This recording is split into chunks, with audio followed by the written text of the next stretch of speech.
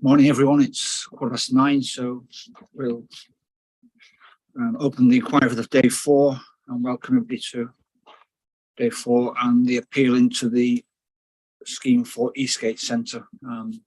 Should be in attendance list circulating. I also circulated a revised timetable which just reflects where we're up to. If that could be put on the website as well, so that people who are observing can be aware where we are. Yeah, okay, thanks.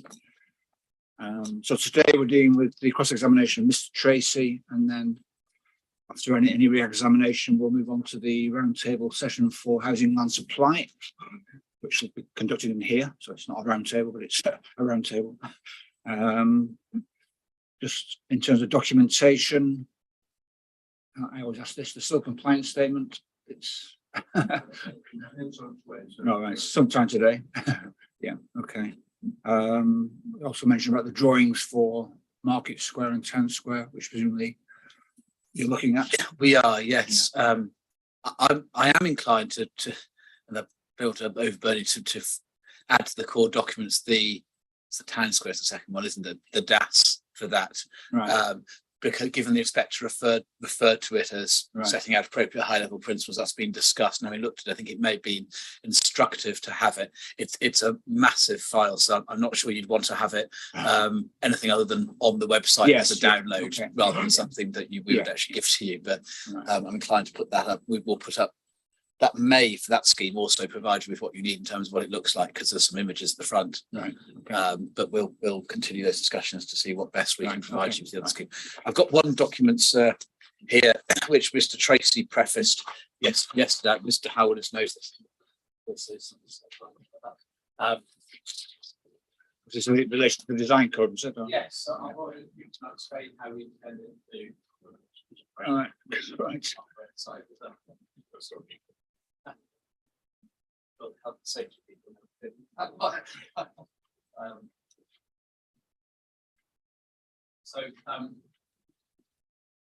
This essentially same text as the last design code that Tracy referred to yesterday, and how we intend to put this forward. We don't say it's necessary, given that what Mr. Tracy said about the use of language in the design code. If you were to think it's necessary in light of what Mr. Reynolds says, then the condition which ties in the design code could have in parentheses, after saying whatever it does, should be in accordance, preserved matters should be in accordance with the design code, they could have in brackets, including additional page 1A dated the 5th of August 2022. And if you don't think it's necessary, you wouldn't have the words in brackets. But if you did have those additional words in brackets in the condition, we will modify the conditions list accordingly. Then that would make this part of the design code that has to be accorded with the reserved matter stage. I would include, therefore, that text. It's potentially a sort of addendum. Essentially an optional addendum. Should you think it should be added? Exactly that. Anything to say, Mr. Howard Williams, or are you? So I'm going to take instructions. Yeah, okay, right.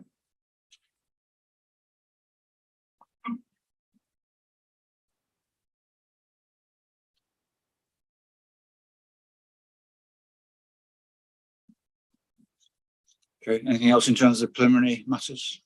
No, so we can start the cross-examination. Yeah. Good morning, Mr. Tracy. Good morning. Now, your company, if not you yourself, are responsible for the design of this scheme, aren't you? Yes. And so far as the general approach is concerned to the application, I think the DAS refers to it as a pack, recall, of the permission itself, the DAS, and the design code. Yes, and the parameter plant. Of course, yeah, the parameter plant. And the EIS. To an extent, yeah. The application is overall a suite of documents. Yeah. The pack that's referred to in the DAS is exclusive of the environmental statement, but that doesn't mean it's not an important exercise or document. The purpose of the DAS and the design code, plainly very important. Yes, I think I've always understood the purpose of the DAS is to explain the rationale behind the design and how it's evolved through the process. So it's more of an illustrative document rather than, and it's an important document, but it's not actually something that is given permission. It's supporting information to explain the rationale behind the design. Well, it's a bit more than that, isn't it? It's one, it's an important document. Yeah. Yes. Two, it's required as a matter of law. Yes. Three, it forms part of the permission. Yes. Yeah. I mean, yeah. It's required under one of the Yes. preferred conditions. And the important point of that is that once it becomes part of any grant of permission, it serves two purposes, doesn't it? It serves one at the time of the outline grant for the inspector. It serves to explain to him and justify the scheme. That's the purpose of it. Yeah. And so if the inspector wants justification for the scale of this development, that's really the essential document, isn't it? Yes, I think if the inspector wants to look at the rationale behind the thinking of how we got to the solution, the design and access statement should demonstrate that. Yeah, that's the justification document. It's the essential one that provides the justification. Yes. Yeah. And because it is intended to be part of the planning permission, yeah, it serves an additional purpose, doesn't it? Because reserved matters have to be brought forward in accordance with it.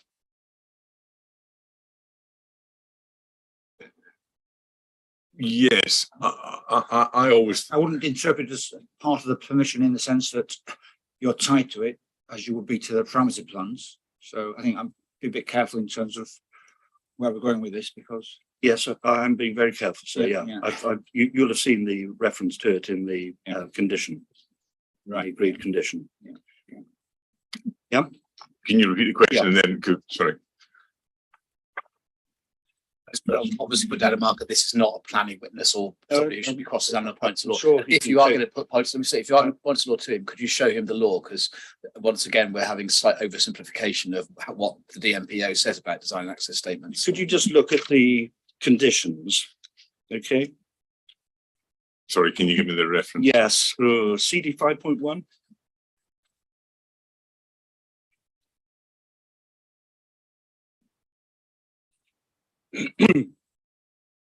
the most recent list, or Mine's dated 28th of August, sir. July, sorry, I beg your pardon. Yeah, it's just wishful thinking, sir.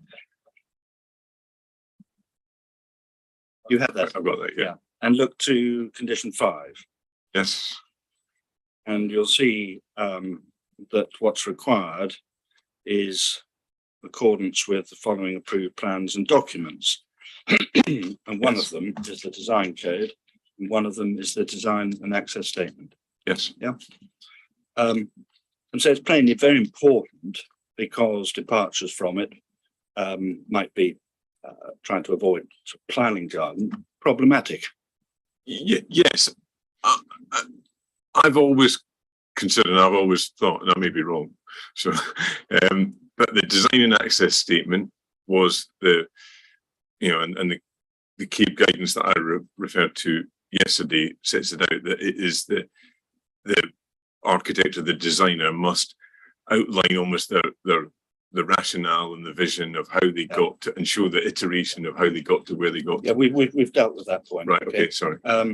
The second thing to note, by way of general approach and context for the planning permission that's sought here, is that the design code is also intended to be embedded in the permission. Yes.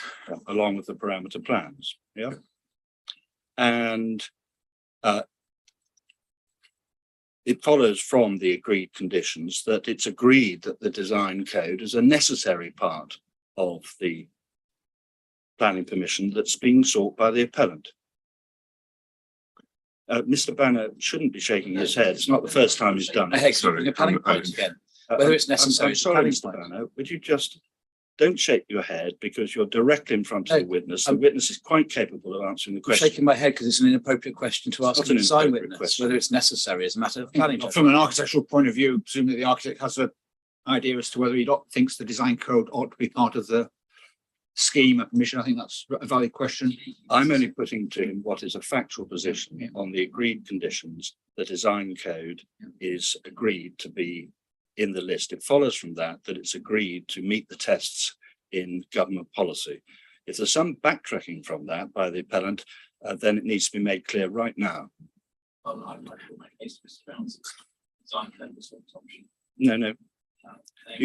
These conditions are agreed, Mr. Banner. I'm sorry. I think you can legitimately ask Mr. Tracy whether or not he thinks the design code ought to be encompassed. Well, in the light of Mr. Banner's equivocal position, I will ask that question. Is it your view that the design code ought to be a requirement of the planning permission? I think the design code helped to amplify the aspirations and the vision that we had. Does that mean yes or no? I think it's helpful, so I guess yes. So you guess what? I think it is helpful to inform potential future designers, who may be involved in this in the future. So from a designer's point of view, who wants their vision realised, yes, it's helpful for me. Yes, it's helpful for me. No, I didn't ask whether it's helpful. I knew you said it's required. I've seen yes. Required. Yes, thank you. Sorry, it's just when you dropped the critical yes, I missed it. Okay, good. And that's in the context, isn't it, of a planning permission that's sought, which fixes certain parameters.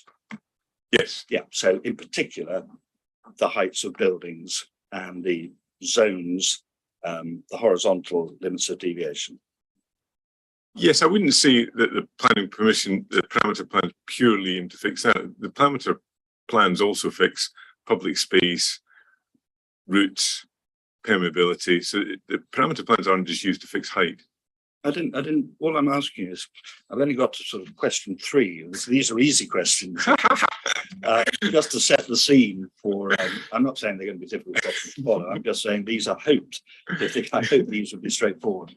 Okay, well, I do believe that's pretty obvious. So, and the other important driving force for consideration of the design of the scheme is, of course, the framework, the MPPF. Yes. And you appreciate that what is sought is a well-designed building. I'm not going to ask you about other parts of the policy, except this, that the 2021 MPPF does place considerable importance now on design, doesn't it? Yes. Yeah. And the increased stress on design in the 2021 framework is accompanied by an increased, a new emphasis on design codes as well, isn't it? Yes. And the relevant test for the inspector is not to say, well, is this scheme better than what currently he can see on the ground? It's whether or not it's a well-designed scheme. Yes, I think in an outline planning permission, what you're seeking to do is to produce a vision and a framework that can then enable a well-designed place and well-designed buildings that sit within that. Yeah. And it's the appellant's case, isn't it, that the scheme is high quality? Yes, as an architect, we don't go out to design bad quality. So yeah, yes, exactly. So it's an easy question. Yeah. And it's right also that in terms of living standards for the residents that this scheme is intended to accommodate, what is sought is the highest standard of living. Yes. Yeah. I guess highest standard of living is a relative term, isn't it? Well, I'm only looking at the planning statement, paragraph 4.18. I can just read that to you. The retail and leisure offer will be revitalised, whilst new residential accommodation will provide the highest standard of living for future residents. Yes. That's That's the aspiration. That's the intention. Yes. That's the claim. Yes.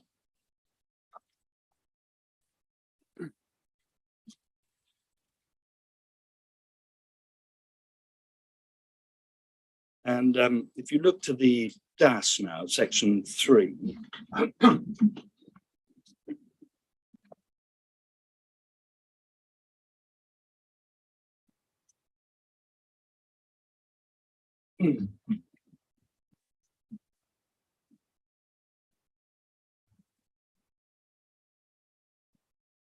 Page 40.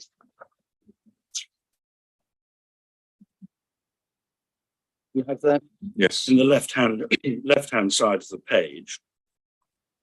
We're a leading investor aiming to create an exemplar regeneration. Do you see that? Yes. So another aspect of the appellant's case here is that this scheme should be an exemplar one, hoping to benefit Basildon in all sorts of ways, but for your purposes, in terms of its design.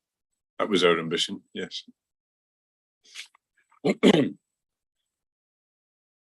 Indeed, as I reminded you yesterday, your intention is to create a scheme and re-establish a character of a town where people from all over the world will want to visit. Yes.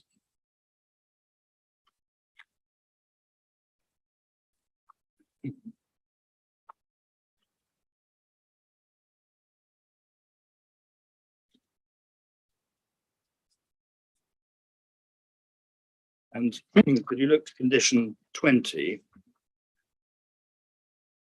CD 5.1?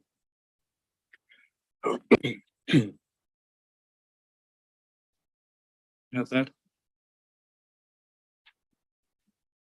Yes.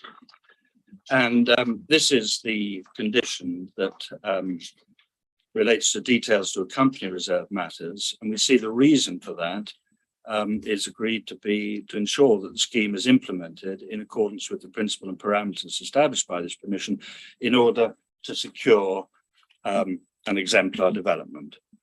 And that ties in and reflects the intention of this scheme.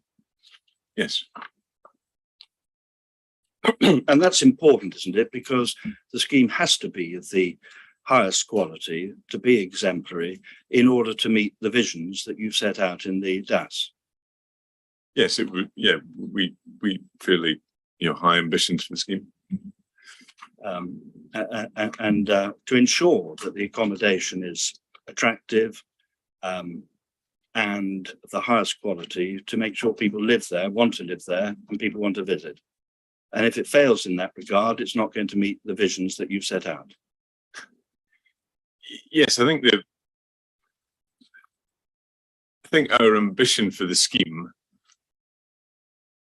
is for the wider regeneration of Basildon and the constituent parts that we believe made that successful were a good quality living offer, good quality retail, good quality public space. So I think, to look at an exemplar development in its totality rather than just saying it's exemplar living or it's exemplar, you need to look at it in its totality, was our view, to ensure that it provides a good place.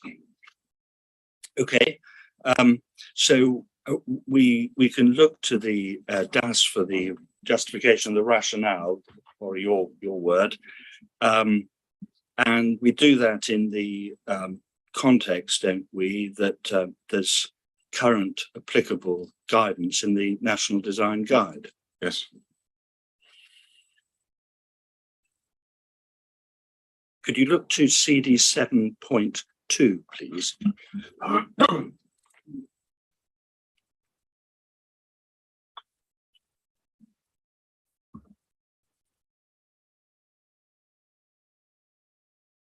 Tell me when you tell me when you have it.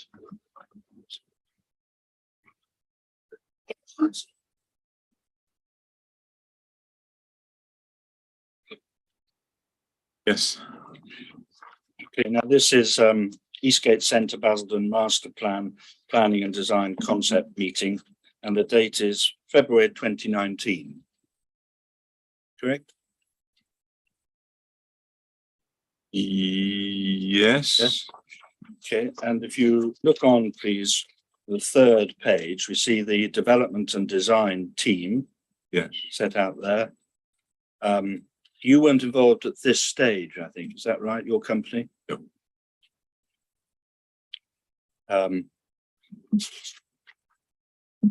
MDR architects were responsible for the scheme at this stage. Is that correct? yes. And if you look to page 7 of the. Sorry, can I just, I don't know if I should, Please. this was effectively a different, the immediate client was a different client as well.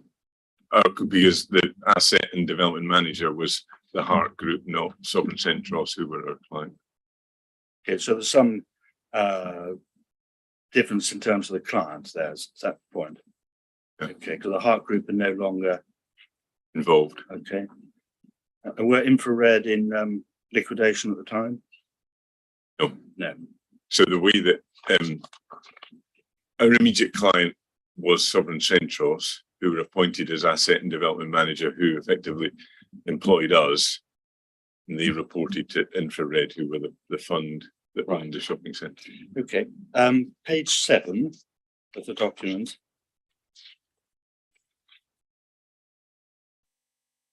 This page sets out the drivers for the design, doesn't it?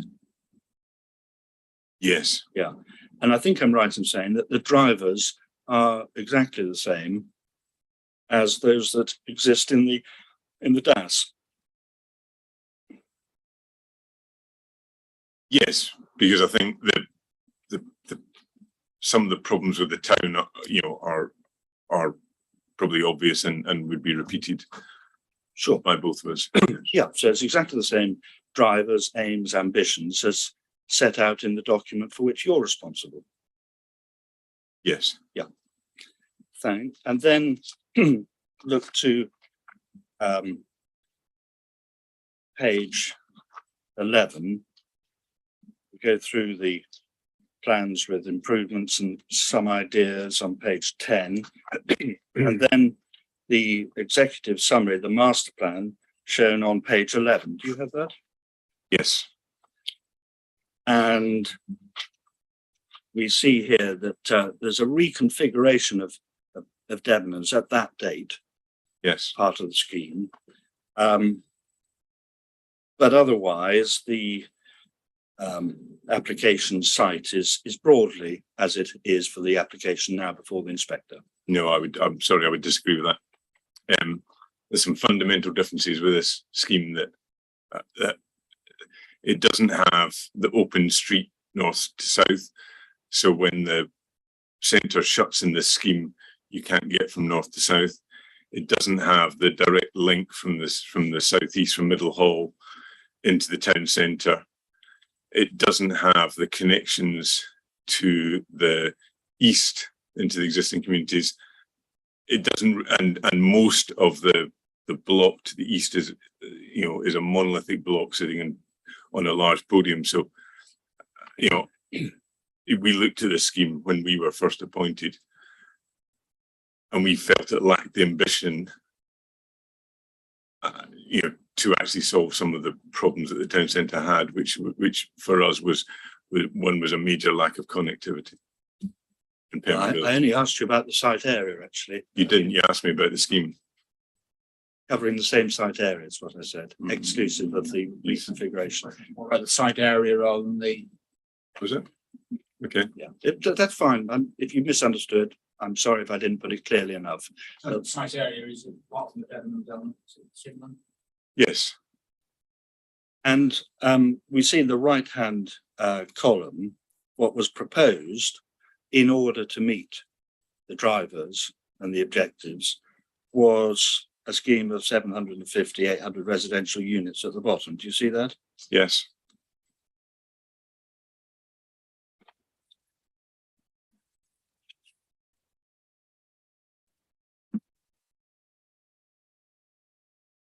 And we see from the next page, I appreciate you said, well, it's not ambitious enough is the way you put it, but the inspector can see that so far as this scheme was proposed and put forward, it does, doesn't it, provide elements of the scheme that you claim meet the vision now, such as the north-south connecting route. You see that, the integration with the town centre. You see that on the next page, page 12? Yes, but that north-south route is through a shopping centre. It's not a 24-hour route. This is the scheme in layout terms. That's what it does show, doesn't it? Yeah, there may be differences you want to make on the detail of your current scheme, but this does show an intent to meet the objectives, which are the same as the objectives that you claim are met by the current scheme. I would disagree with that. Sorry. Okay. And then if you look to page 13, we see that the scheme was that was put forward shows massing heights diagram from the ground. Do you see that? Yes. And the tallest building, I think, is shown on the Asda sites, 6 to 16 stories. Is that correct? Yes. The Eastgate Tower is shown as 12 stories. Is that right? Yes.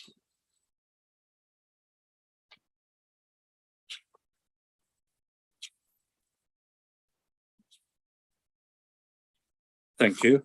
I think that's all I need to ask you about that.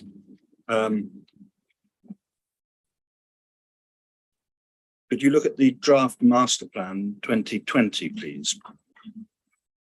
Which is CD 2.28.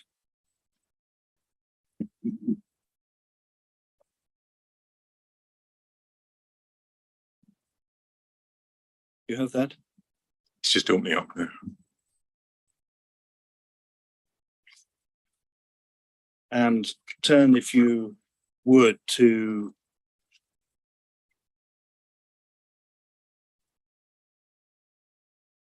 page 22, the hard copy. Yeah. And it should be heights. Yes. Yeah. And we see in the left-hand column that the master plan, the draft master plan, provided for future capacity for up to 4,200 homes. Yes. And it identifies around 2,128 for the town centre. Yes. See that?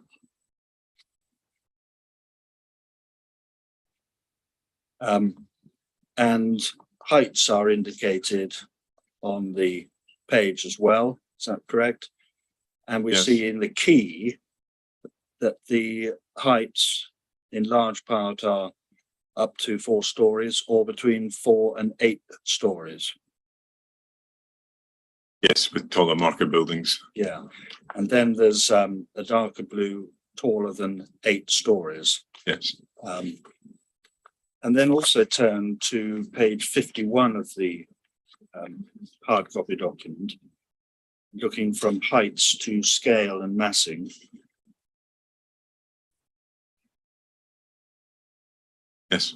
And we see that the Eastgate quarter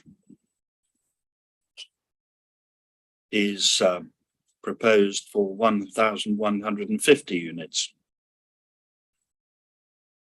Yes. And we see that the proposed heights in the document,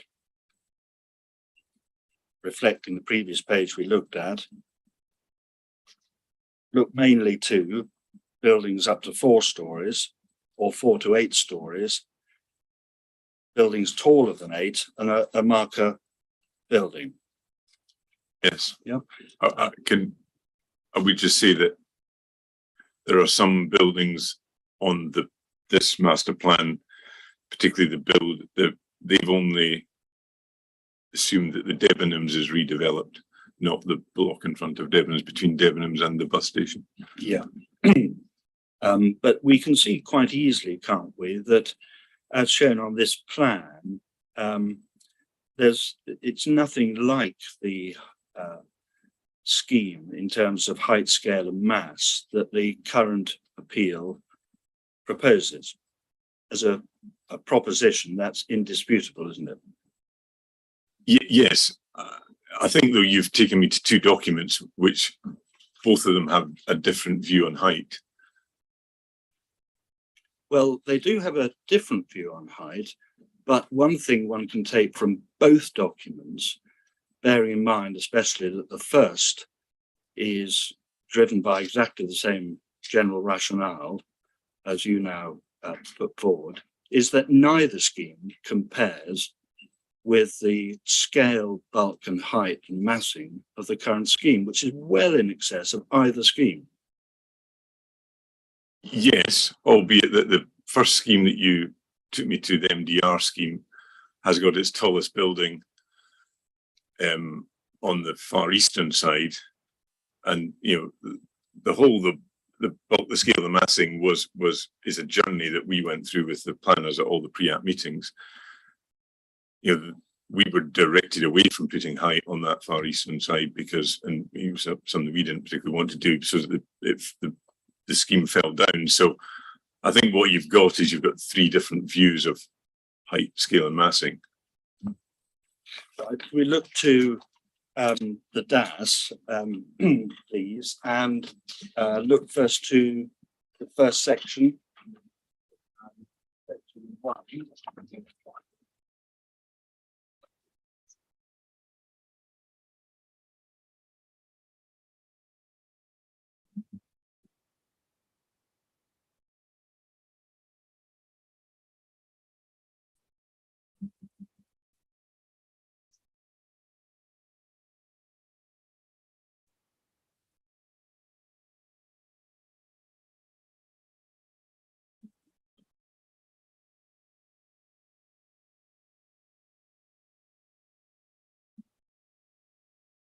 And look to page 11.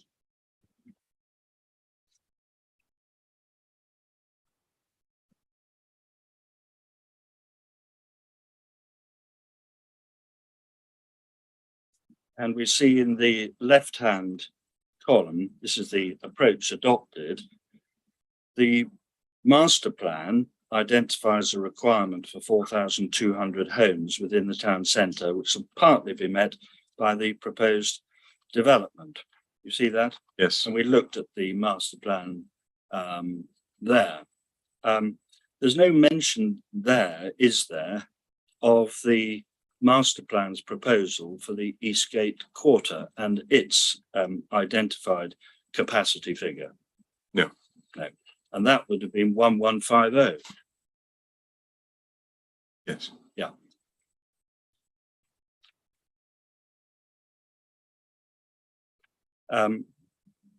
Look to section 3 of the design and access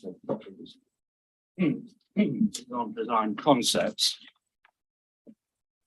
Sorry, can you give me the reference again? Yeah, section 3. The DAS. Yes, design concepts. And I want to look at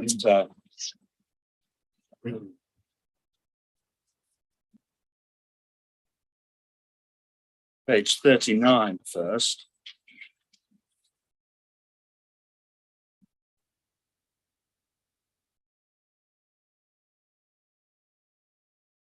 We see here, there's a picture of a concept master plan vision, September 29. You see that? Yes. And one can, it's only very broad, but one can see that that's of lower scale, isn't it? And you would say, well, that was because it was with the previous architects. No, I think that this is, we started, I think, This diagram was a result, when we started the process, we looked at the totality of the whole town centre within the ring road, because what we wanted to try and do was get a feel for the town and for where the retail should be and where the routes should be. And we actually came up with an overall vision, which was before we knew that the council had employed, we made that. So if you look at this actually encompasses a kind of overall vision for the town centre, stretching right from the Westgate all the way. I see. So it was a kind of blue sky. I understand. So is this, just to be clear, so I can make submissions, this is in fact your firm's vision rather than your predecessor? Yes. And we note, don't we, that looking south from Brook House, there's no marker building at the bottom there. No. So the view taken there that the marker building there wasn't necessary. Well, I think I think you're oversimplifying the design process. Right. This was just after we'd been employed. This is the kind of first, broad brush before we start looking in detail at what are we trying to achieve, what Okay. routes are we trying So to at least extend. the starting point was you don't need a marker building there. No, I wouldn't agree with that. Well, pretty difficult to conclude otherwise when the vision as put forward in this DAS says otherwise. No, I think this is the DAS seeks to outline the journey we've been on. Sure. This was the very, very first sketch that we did. There are lots of things in this that aren't in the final scheme. Well, yeah, that may be so. But And one- some of them, so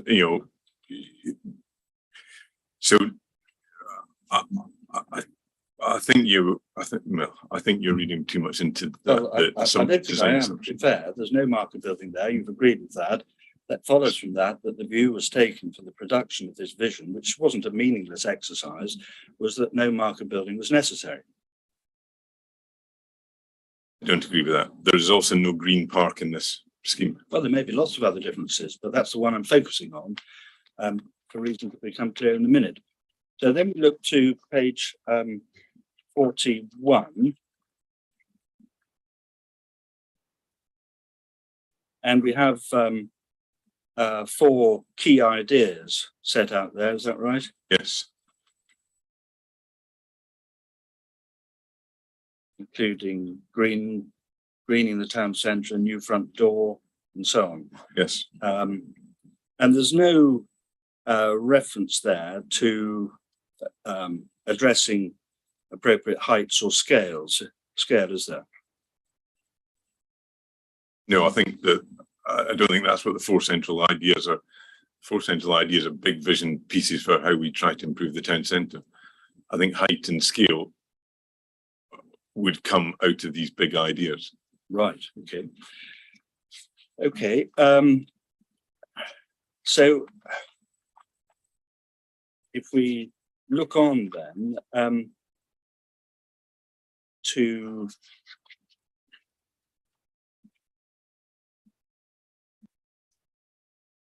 section 7.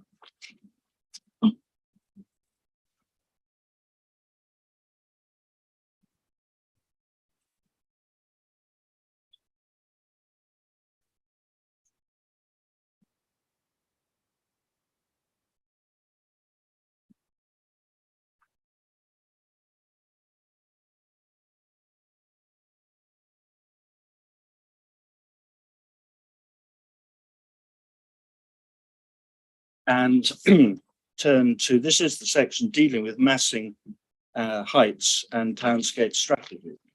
Yes. And if we start by looking to page 122, you have that? Yes. That's a massing concept. And we see from that the concept appears to be driven, doesn't it, by a marker tower at 28 stories. Is that correct? Yes, I think what we wanted to try and achieve was that almost in the 4 compass points. So you've got the very strong east-west axis, which we were aware at that point. Town Square had some proposals for very tall buildings.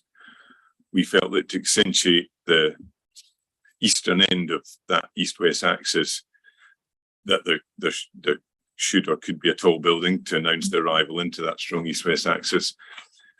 You've got Brookhouse, in the centre, and we felt you needed something to the south again to mark this journey into the town centre.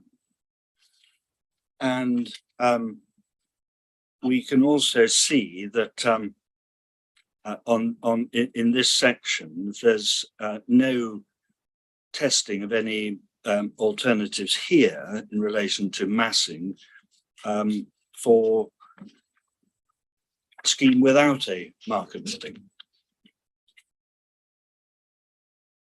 No, because I think it was a part of our kind of central design, ethos or rationale that we needed. We would like to mark the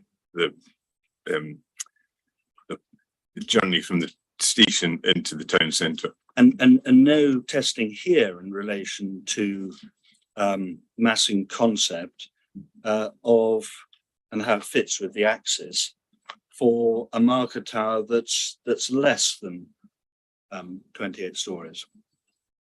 We tested a number of I think the pre-app meeting minutes with the planners highlight this. We presented a number of options to the planners, and we did actually, I think we started lower, and I think the meeting minutes refer to it. We said, could it be higher? And they said, we'll go away and look at it, and that's where we ended up with 28 stories, and then it came back to 21. Okay, so you started lower than 28. Yes. Yeah. So we've established that the first port of call was no marker, and then the DAS is absent in terms of the story to get to the next height.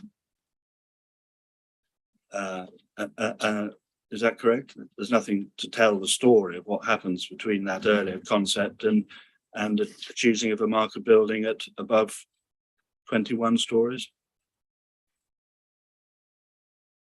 I mean, if there is a page that you can take me to, There's not. There is not a page. it's not telling the story, is it? It is. But the design and access statement is 260 pages. That is not every single drawing and sketch. And there are even some things out of the pre-app slides that were presented to planners that had to be omitted. So it's trying to summarise the journey that we've been on. Yeah. Well, we also see from this page, don't we, that the rationale is based upon, in part, but in large part, I suggest, according to this page, a potential future opportunity at what's called an eastern gateway. Yes, I think we're always encouraged as architects to think outside our red line by planners, so that we are. You shouldn't do that. Sorry, I said I'm not saying you shouldn't do that. We felt that as an overall design rationale for the town, gateways should be set up with marker buildings on those gateways, and therefore, as we've got three, we felt there was a potential to put a fourth one on that. But the rationale, in part, is based upon a hypothesis. I think all rationales always are. I beg your pardon? But most rationales are based upon a hypothesis, aren't they? Our hypothesis is the town will work really well if it's got four marker buildings. There's just no evidence to suggest that there's going to be anything like that marker building there. So fixing and basing a rationale on something that might or might not, happen is a weakness in the design of the scheme, isn't it? No, I wouldn't say that. What we were, no, I wouldn't agree with that. You wouldn't agree? No. Fine. Look to continue, and this is massing concept, and we look on to 7.3 hierarchy and shift. Do you see that? Oh, sorry. You see that page that again the massing is really, especially in zone 1, is being fixed, isn't it, by this story, by the height of the marker building and everything just stepping up towards it. We had a number, I think it was 1 or 2 pre-apps with the council, which massing and different massing strategies were discussed. which I kind of summarised on the next page. We debated with the planner, should have a kind of staccato skyline, should it build up to one central point? Yeah, but the point I'm making, it's fixed by the height of the marker building, and then the rationale was to step up the buildings. Yes, the height is strategy was agreed that we should step up from the lower perimeters of the town up to the central point. And if we look to 7.4, and this is headed designing the Southern Hay Vista, we can see, can't we, that option 1 is a 17-story tower, and then there's 22, 28 story towers where the options tested. Yes. And they all involve considerable tall buildings up to a marker tower and a scale and bulk and height far in excess of the 2020 master plan and its principles that it established. The 2020 master plan didn't, I think, give the heights of what the market building should be. It said there was potential for buildings over 8 stories as market But you buildings. remember, you very kindly said, yes, it's worlds apart from our scheme in terms of height, scale and bulk. Yes, do you remember? You said that. Yes. And we looked at the document. I don't want to go back to it. Yeah. But what I'm pointing out is in this rationale, in this story, we you know, you say we're taking this into account, but actually there's nothing in this document to take into account any assessment of the sort of scheme that was first of all put forward by your predecessor, and secondly in the 2020 draft master plan. There's nothing, for example, lower than, I mean, this is double the height of the marker buildings. Don't think the 2020 master plan gave the height of the market buildings. No, it said 8+ in the context of other buildings, 4 to 8. And this is, you know, these are looking at 17 and then up to 28. It's more than twice that. I Yes. mean, they're worlds apart. It says, I've got my notes here. I'm not looking back at the actual master plan. 4 stories, 4 to 8 stories, buildings taller than 8 stories, and then marker buildings. So it was effectively those 4 categories. Yeah. You make of that is Well, I think Mr. Tracy kindly has already answered the question that what is contemplated now is worlds apart. And that must be so, because marker buildings of this sort don't really emanate from the 2020 master plan up to 28 stories, do they? Unless you're suggesting that 28 stories is relatively fitting with a building of 8 stories.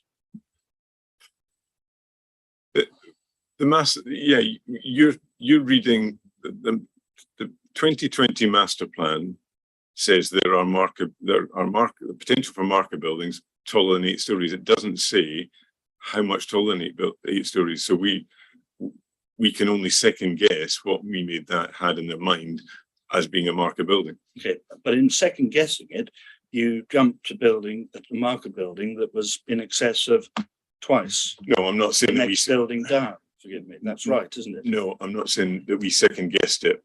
I'm saying that we, during the pre-app process and the journey that we were on with the planners, arrived at a scale strategy that had, you know, a marker building that ended up in the application at 21 stories. You're the architect. I'm interested in your story. Okay, there's no reference here to, well, we only did what we did because in discussions with the officer, they wanted this or said it X to Y. I'm looking at the DAS because that's where the story is, the rationale. And in this document purporting to give the rationale, there's no testing of alternative options for heights and scale and bulk below 17 stories. No.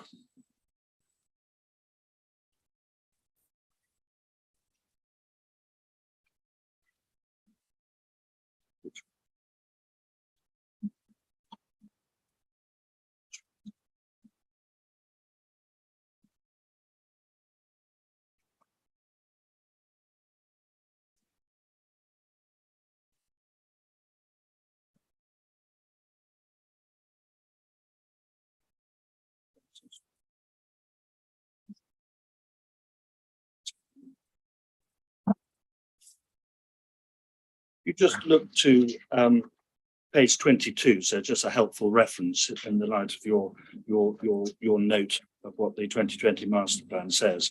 The DAS or the Sorry, the 2020 draft master plan, CD 2.28.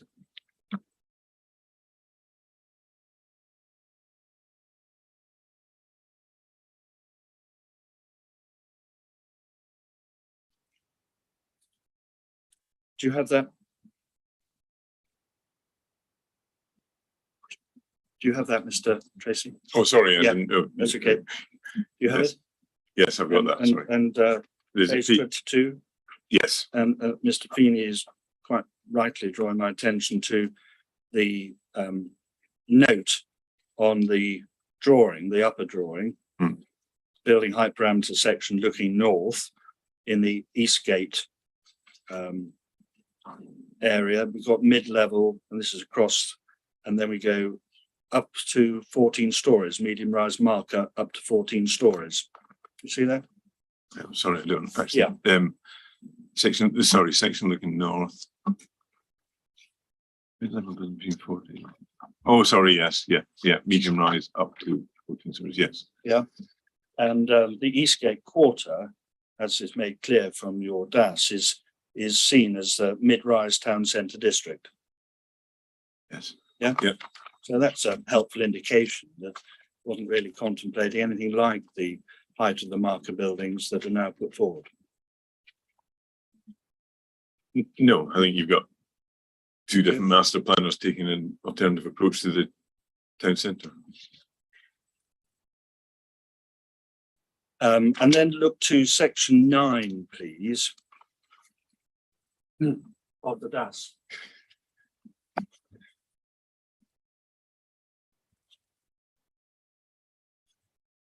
And this is dealing specifically with the Newtown Gateway.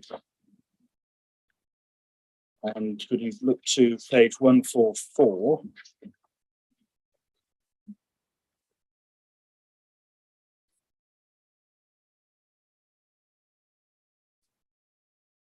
Do you have that? Yes, And we see here that this is dealing with permutations of the design at this location. Is that correct? yes, And we see that the permutations, and we can see that from what follows, are all dealing with tall towers, aren't they?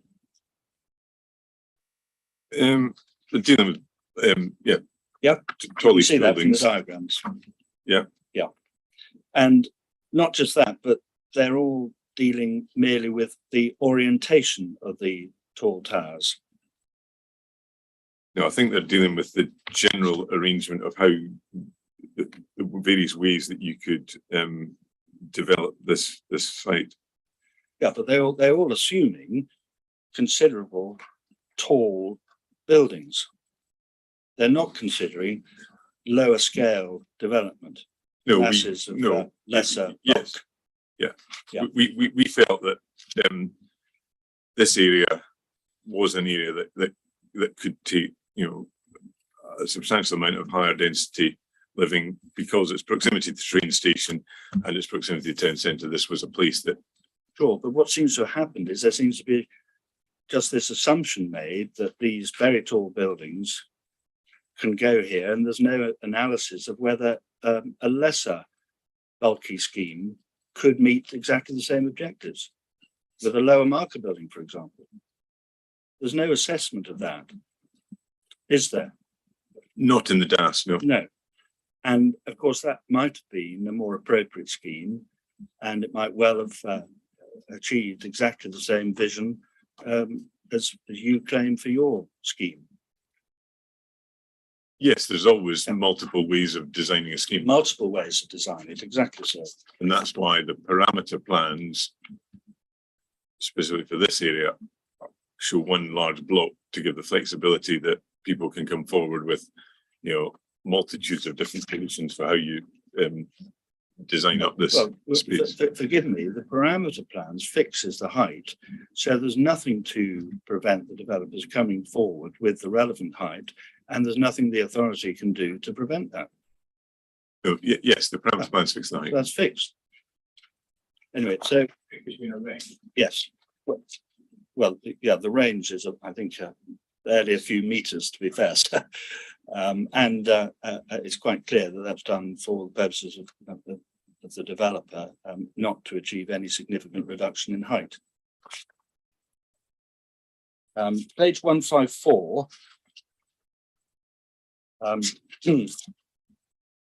We can see that the tower, which is really the driving force, because everything else is going to be stepped up towards it, according to your rationale. Is that right?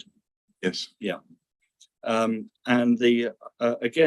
there's a test at 17 stories on page 154, but the other pages in this document demonstrate that there's nothing tested below.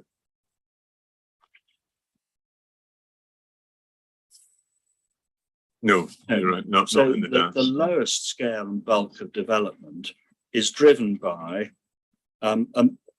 like a sort of ceiling, that we're not going to look at anything below 17 stories, and we're going to build and step up the buildings on zone 1 to 17 stories. That's the lowest we're going to look at, because that mirrors Brook House.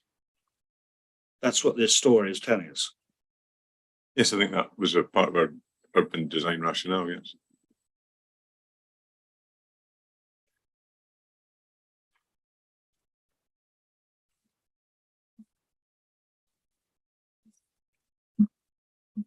Thank you. Just turn to your proof, if you would, at 6.10.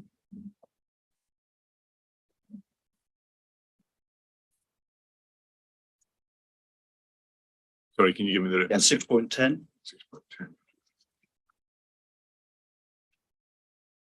Yes. We see there that when looking at the proposed massing parameters, factors were taken into account. And we look down, then we see where in the mass plan could height be located, how could height be used to locate and orientate people, how a collage of buildings can be arranged, how would height vary across the master plan, how the master plan should outline the parameters for taller buildings, stepping down forms, and how we can define a new and appropriate Basildon character. But these factors don't ask the question of what heights and scale and mass are actually appropriate, do they? I think that comes out of the overall rationale. As you're thinking these things through, you start to think what appropriate heights could So be. you would say, well, although they're not factors that were taken into account, as I've summarized at 6.10, but they sort of fall out of the rationale if I look at the DAS.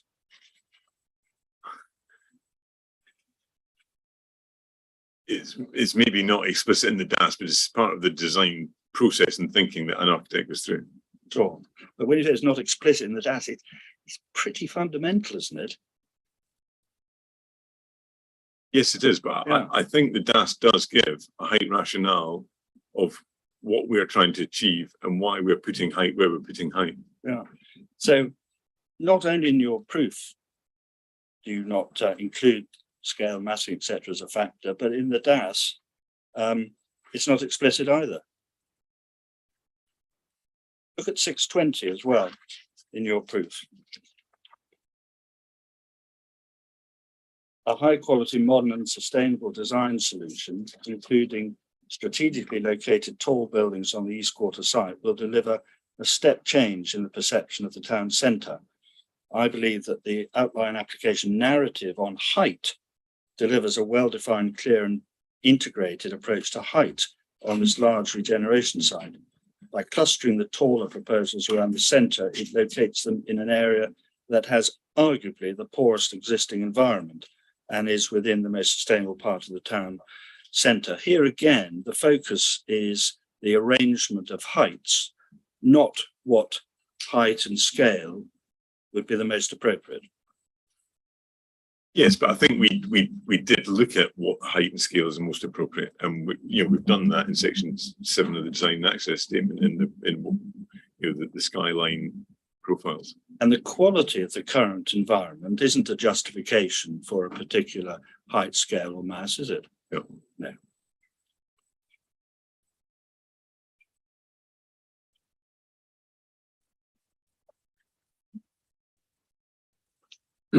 Thank you. Could you look to CD 2.29, please? Which is the urban capacity study.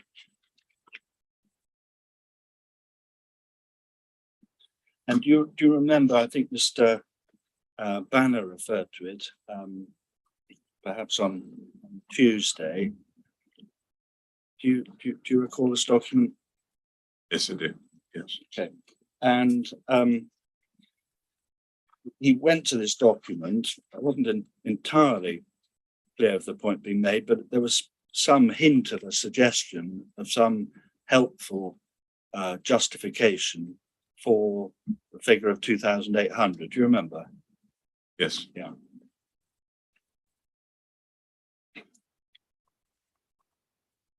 Now, so I don't know if you've had the opportunity to look at this document carefully. If not, I'm just happy to just flag up the correct pages. I recall the discussion about the various sites that you see.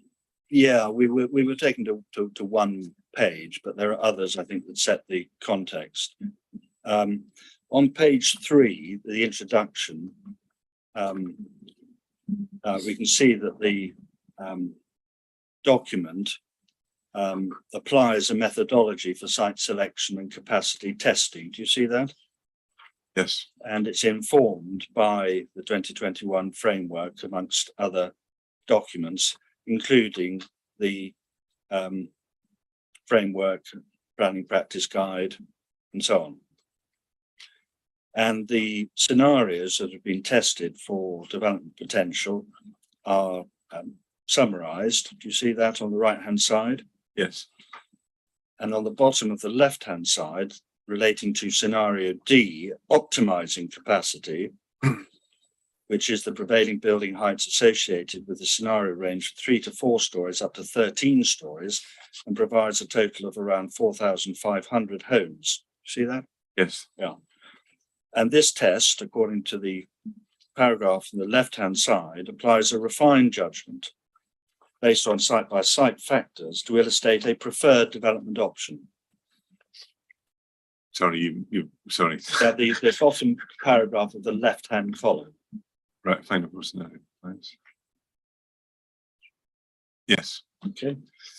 And then if you look on, please, to page 15, that's a page which explains the ambition, and there's a reference to the importance of residential development being encouraged in the town centre. Do you see that? Yes.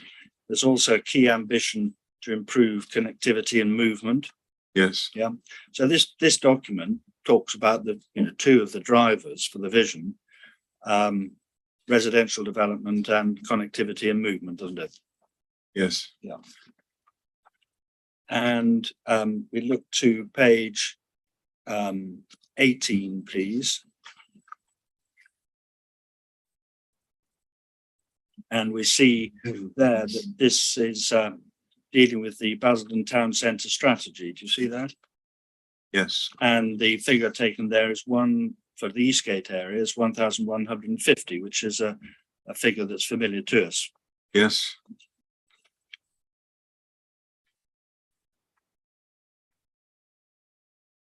And then look to page 23, please. Planning context. And there's the heading planning applications. Yes. Yeah. And Eastgate is referred to there. Do you see that? Yes. With a master plan indicating 2252 units and an identification for an opportunity for up to 2,800 residential units. Yes. Yeah, and that plainly comes from the planning application, doesn't it? Yes. Yes. That's on page 22, sir.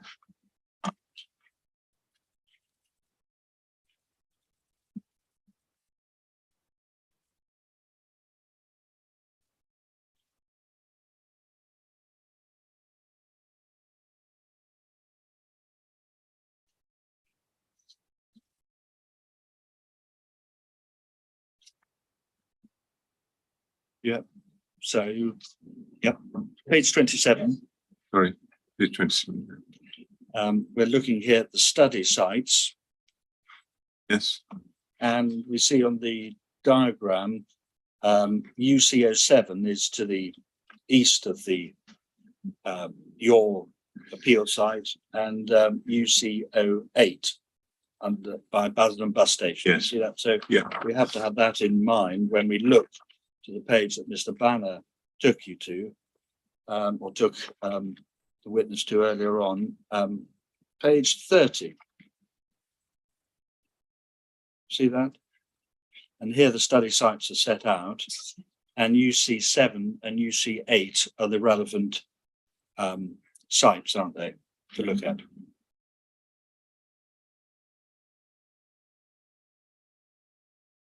Yes. And the in both cases, it says opportunity for up to 2,800. And that's plainly a repeat of what was in the application as recorded earlier in the document.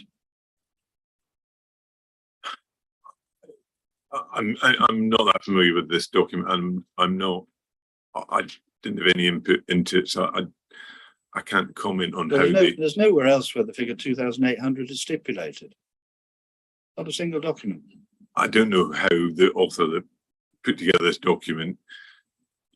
You may well be correct, but I can't sit here and say. It's pretty obvious from the previous page, isn't it, where the details of the application are noted. I think everything can come to their own conclusion, so you probably don't need me to say. Well, you're resistant to that. The bottom of each of those UC 07, UC 08 talks about reviewing conclusion. It says review planning application as part of urban capacity testing. So implies it's referring back to the planning application, I think. I don't know, because I haven't put, I haven't put this document together, so you would need to kind of ask the author where they got it from. Okay. Inspector was going to just where I was going to, because the document doesn't finish there, does it? What happens is that the document carries out an exercise, doesn't it? You have looked at this document, haven't you? I'm not completely familiar with it. Have you looked at this document? No. Okay, well, that's I've certainly got to take me through it, I'm afraid. Just if you look, remember I referred to the option testing, and that's set out, isn't it, in some rather sort of frightening tables just towards the back of the document. Well, you're not going to ask me about this. Page 47, so.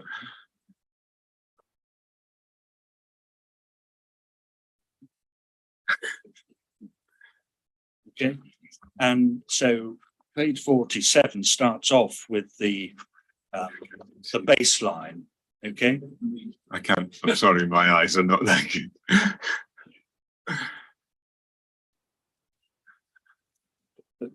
okay, so move on. I want to go to the preferred option. There's various options tested. Right.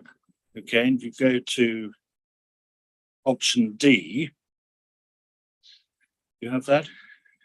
Yes. And you see that that's on page 53, so.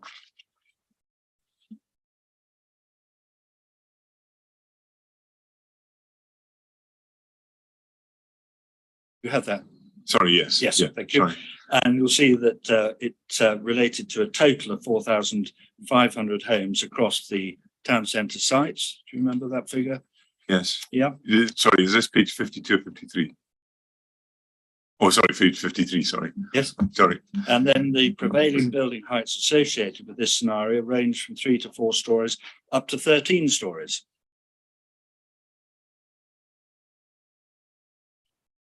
Yes. Yep. And if you go to the next page and look at UCO 7 and UCO 8. And I'm not asking you now to carry out the arithmetic, but in UCO 7, we've calculated that the number of units is 1,120. And in 8, it's 347, I think. Okay. Yeah, yes, I believe you. That's fine. That's fine. A total of 1,467 units. Okay. And in the right, Figures again. yes, sir. 1120 and 347. And in the right-hand side, These two, I mean, I can do the maths, but what was the total figure? sorry, sir, The total figure? total is 1467.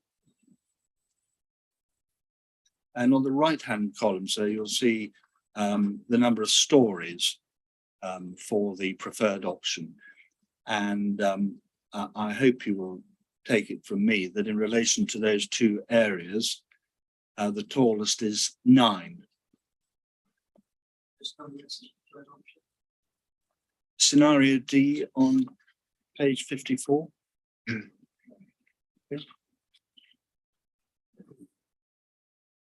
Page 3 at the beginning. You remember right at the beginning, the first page of the document that we looked at.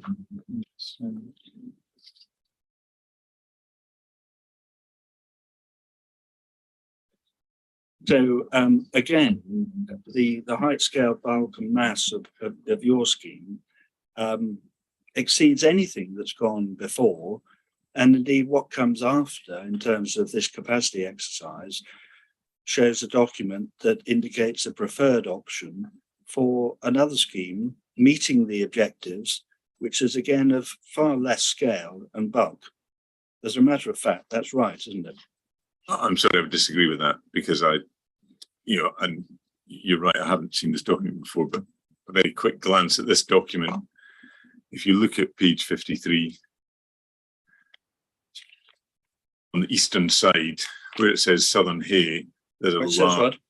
Sorry? Where it says what, sorry? Sorry, it's where it says Southern Hay on the eastern side of the site, Yes, and the large blue rectangle. yes. You can't just apply an area to that and say that that delivers a certain number of units, because you need to take it, you need to take into account daylight between different blocks there. You can't just take an area of that block, divide it by a number of units and say, well, there you go, it's a certain number of units and therefore it can be lower, because that doesn't take into account that, if you've got a flat in the middle of that, you won't get any daylight, will you? The document sets out an exercise where it does exactly that for assessment purposes, and indeed it's not really dissimilar from what you've done in your scheme. No, I would disagree with that, because we've got blocks where we have, we still apply an arithmetical formula to it, but we've got blocks that are not. That blocks, it's hard to say scale, but that's like taking ASDA and converting ASDA into residential units and saying you can fit residential units all within the ASDA unit. You can't, because some of them will not get daylight. Could you look to section 5 of the DAS, please?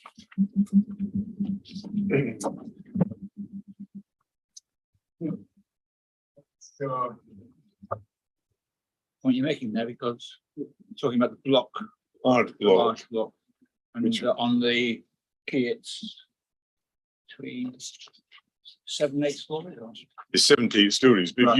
if you took the area of that rectangle and said it's 7 stories and divide that by, say, an average flat size of 65 square meters, you've got a huge number of flats. But when you come to subdivide that unit, you will never get that number of flats in that You think the way they've calculated the number of units is based on the whole of that being flat. being 7 to 8 stories? I don't know, Right. because Okay. I don't know what the methodology was. Rather than a sort of a series of varying height buildings. Well, it's not even varying height, it's being able to get daylight into the central spaces. You would not be able to develop that as one big block. No. You would need to subdivide that into series of blocks.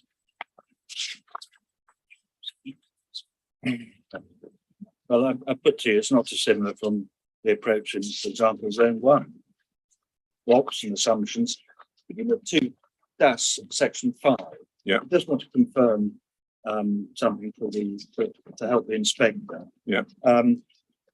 These tables, they're now out of date, aren't they?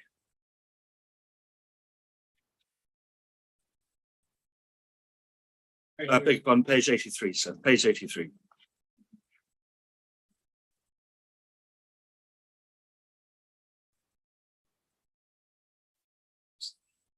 Yes, because they're based on the taller tower.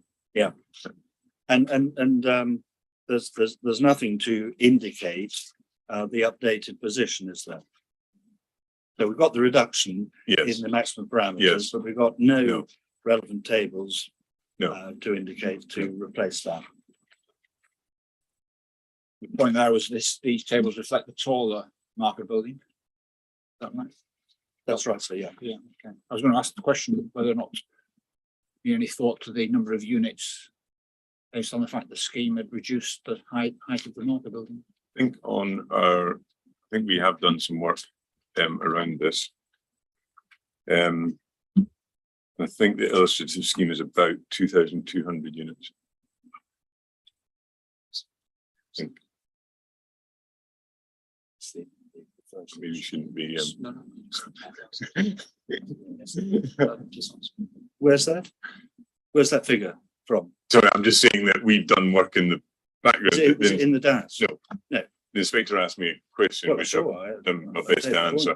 I did say maybe I shouldn't be saying that because I can't justify it. So, but I know The application is still up to up to 2,800 units. It is. And what's happened in the reduction of the parameters is that there's a reduction in stories, Yes. Yeah. but there's still an intention to get the up to 2,800. I know. I think again. I think that's slightly unfair. The 2,800 comes about because we don't yet know the typologies and the tenure of the residential that will go in this. So, if this is all 5-bedroom homes, we won't be getting 2,800 because of the size of the units.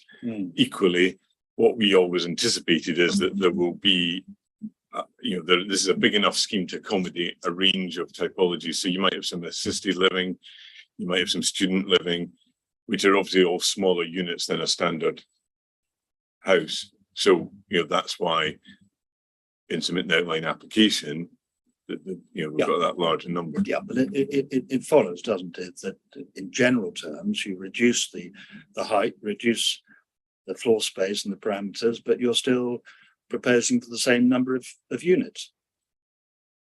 So it's just more important, isn't it, when we come to questions of amenity, to bear that in mind. Yes. Yeah. Okay. Now, so I'd like to turn to a new matter and deal with the design code. I'm targeting 11:15. Would you help me? I'll do my best. Yes. If you make the questions easy, I'll do. They're all easy. They're all. Right. So. Sorry, design code. You're on to. Yeah, just pausing there. Just Yeah. set the scene, the context. Yeah. The National Design Guide is a relevant document, isn't it, for the inspector to take into account? Yes. Yeah, and of course to place significant weight upon. Yes. And the National Design Guide is not referred to in the design and access statement or the design code, is it? No. And it's plainly not taken into account. No, I don't think that's right. I think there's a huge number of documents. We don't reference every document that we refer to. Let's take it in stages. You're suggesting that an important government document was taken into account, but not referred to in either the DAS or design code. That really can't make any sense at all. Yeah. Okay. It wasn't taken into account, was it? I think it was. Well, the design code, and you referred to it yesterday, is based upon a CABE document, isn't it? Yes. Yeah. Because the National Model Design what's the Code wasn't date of the available. CABE document? Um, Can I help? sorry, yes, the CABE guide to writing and reading design and access statements was originally published in 2006, reprinted in 2007. Yeah. So it's a 2006 document, and unless I'm mistaken, government policy was PPS 1, PPS 3, and of course, as you indicated and accepted early on in cross-examination, government policy has changed since then, hasn't it? Much greater emphasis, as you confirmed, on design, and a new stress on the use of design codes. Yes, I think the comment that I was making yesterday regarding the 2007 CABE guidance was that we use that as our guide. We equally don't refer to that in the documents. Well, you do in the design code. I'm sorry, you do refer to it. No, we refer to the local government guidance preparing design codes practice manual. That's a different document from the But CABE. what's the date of that? I thought that actually has CABE written on it. I thought that was the document you're referring to. But the practice manual is 2006, isn't it? Yes. Yeah. So let's be clear to the inspector, the up-to-date government guidance was not taken into account. What was used to guide the design was a 2006 document. I don't think I would disagree with that. When you look at, but when you say you disagree with it, I don't know how you can disagree with it. If you say in terms in the design code, this is based on a 2006 document without any reference to the most significant government document. No answer to that, is there really?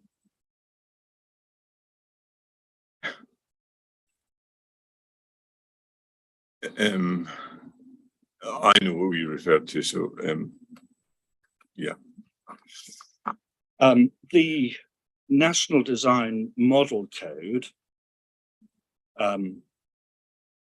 is now referenced in the framework itself, isn't it? Yes. Yeah, and now that is something that the inspector has to have regard to as well. Yes. Yeah. I mean, Yeah, sure. And we know, don't we, that that document gives guidance on what should be in the code, correct? yes. And I don't need to take you to it, but it points to the need for specific detailed parameters and requirements, does it not? Yes. And indeed, it has specific guidance on tall buildings, does it not? Yes. In which it aims to maximize user comfort of spaces. Yes. And it specifies factors that need to be taken into account relating to amenity, Yes. including noise and aspect and amenity space, Yes. with a particular section on health and well-being, dealing with the same sort of matters. Yes.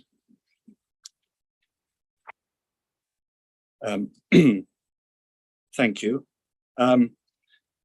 Community engagement,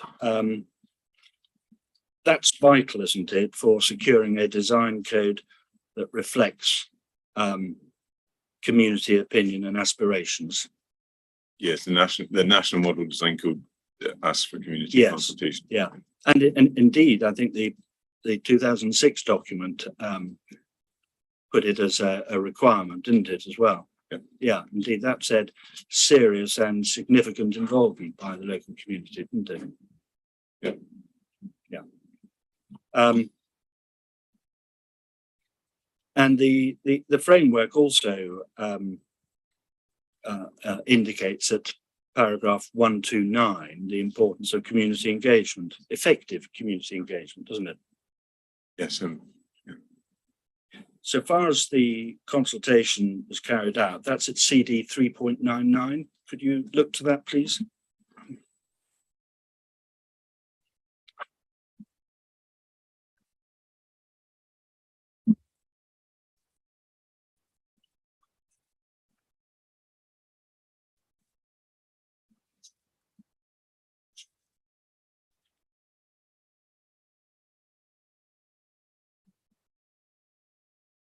You have that, sir. Yes.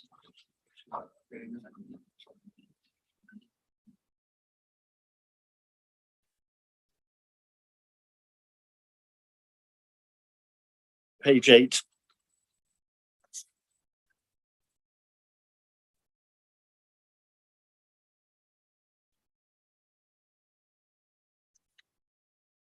This looks at the digital engagement, doesn't it?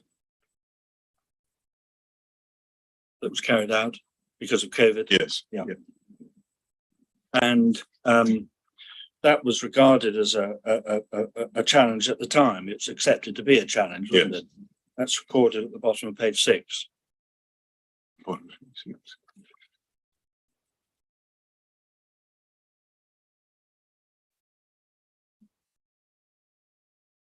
Yep. Yes. And we see from page 8 that it was originally intended for, I don't know what, 10 days?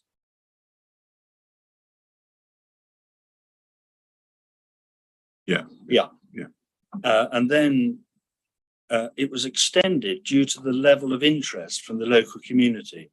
So even in that 10-day period, there was extensive interest. Is that right? Yes, I wasn't involved in it. It was read with it when running the consultation. So Okay. And it was extended, but it was only extended over the weekend. yes, I think Yeah. so that you tend to find that in public consultation you get more response over the weekend than you do during the week. In August. Anytime, because people aren't not It's far working from, the far centre. from ideal, isn't it? Yeah.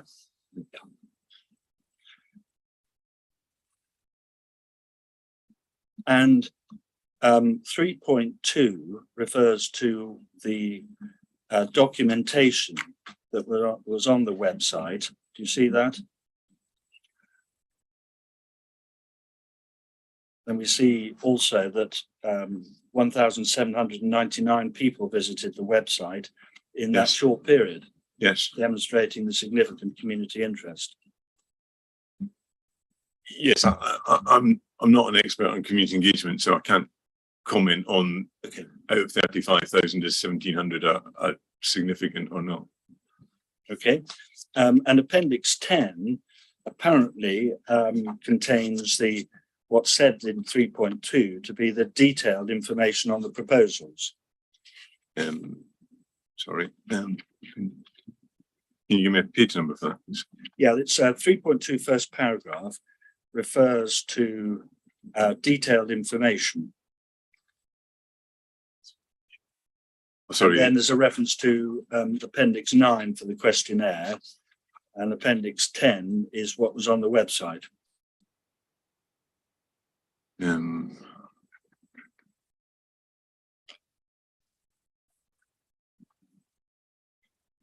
Oh, sorry. Yeah, sorry, it may not be easy. Page 39 of the document. Excellent, thanks. Okay. And this was on the website, and I have to be honest, it's a bit unclear in my document. Probably, I think it is on the screen too. But so far as the so-called detailed information that was on the website, we see that there's a description of the site.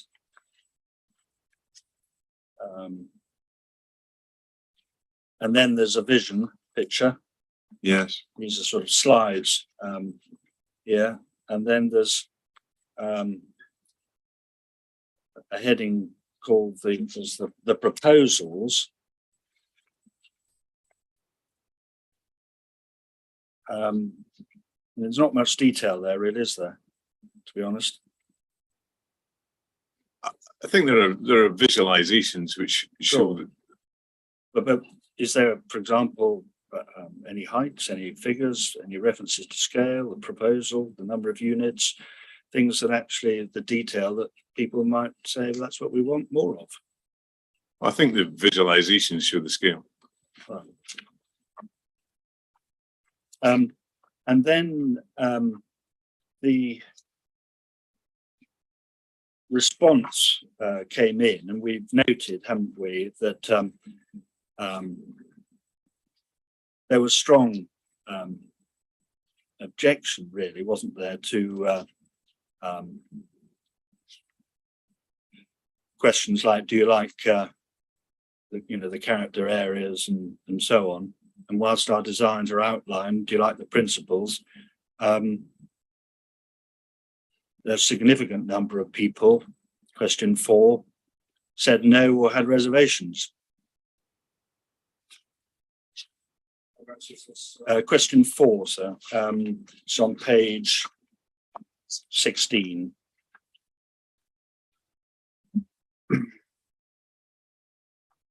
You see that? Yes. Yeah. And the section, there's a section 5 called responding to feedback. Yes. And the first bullet is height and density. So with the illustrations and information that was available, the first concern raised by the community, page 24 of the document. Sorry, could you repeat the question? Sorry, Page 24. Sorry, you said section 5. Did you see? Oh, section 5. Sorry, I said you said, I thought you said section 5. Sorry, section 5. Right. Sorry. Yeah. The first concern was height and density. Yes. And it said here that the applicant understands and appreciates the concern around height and massing, although the applicant is submitting an outline application seeking permission and so on. Fiscal considerations are referred to over making the scheme work.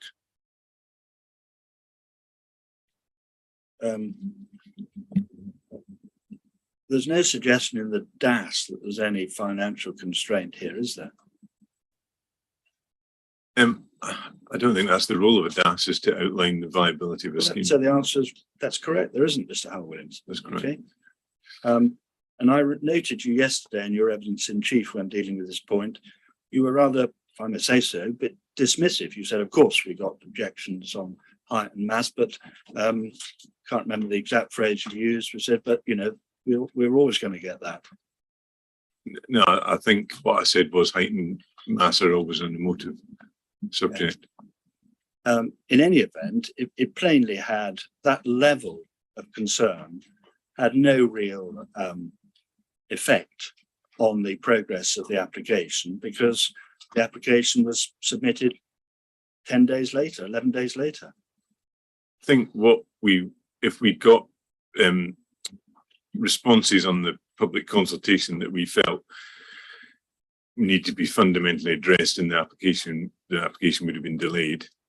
I think there were 35,000 leaflets sent out on the public consultation. There were 1,700 hits to the website, and there were 80 responses.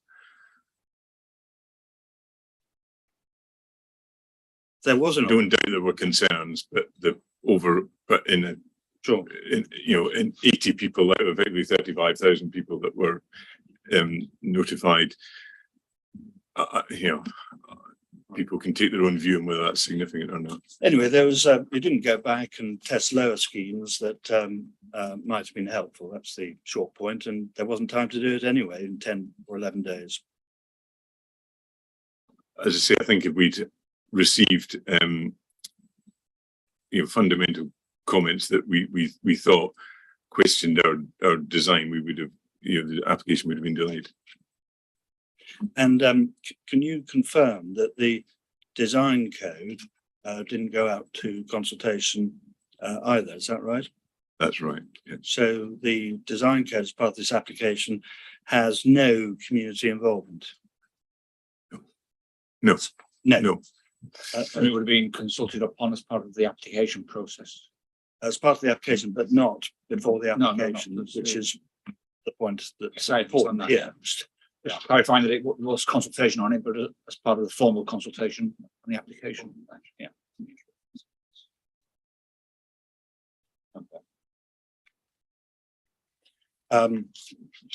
And of course, we bear in mind, and I can turn to it if we need to. It's still aiming to 11:15, but I'm happy. If you don't trust me, I'll go to it, okay? But it's correct, isn't it, that the design review panel, which was consulted at an early stage, said that they were keen to be involved in the process for the design code in express terms, didn't they?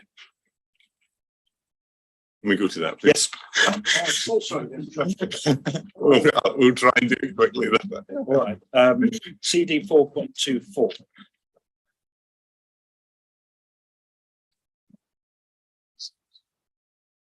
It's on page 26.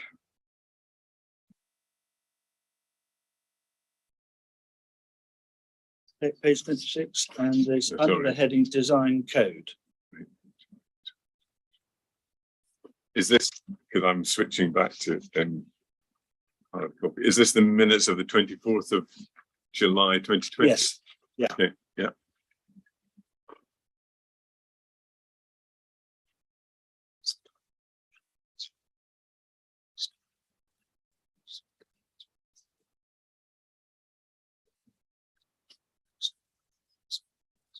So do you see that paragraph beginning the panel? Yes. Yeah. Would be keen to provide further input in the development of both the design code and the parameter plans as and when drafted. Yes. So we can take two things from that. The one is that the design code was, what stage was it at there?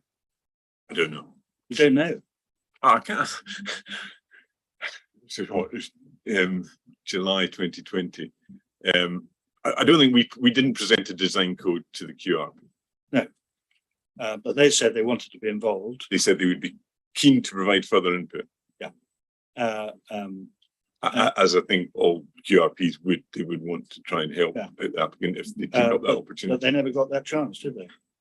No, we never went back to the QRP. I mean, why didn't you go back?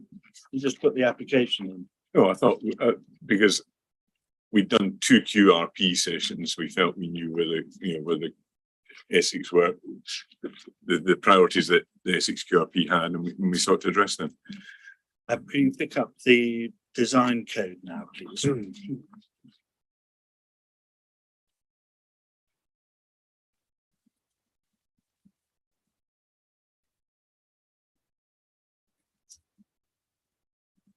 And let's look first to page 5.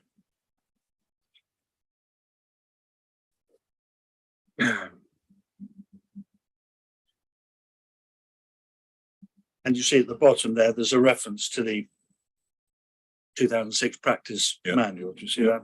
Yeah. Page 6 is an explanation as the parameters and the definitions used there, and the hierarchy is so called. You see that? Yes. And then the final bullet, it says it's the prerogative of the local planning authority to take a view on the content of any reserved matters application on an individual basis, using the design code as a guide. And then this, interpretations of the design code may vary. And so each scheme should be judged on the quality of the design proposal, REBA stage 3, in accordance with evolving town centre master plan aspirations. But the design code should be clear and precise, shouldn't it? Yes, but I think it shouldn't preclude other innovative solutions to particular plots. I see. Page 11, please.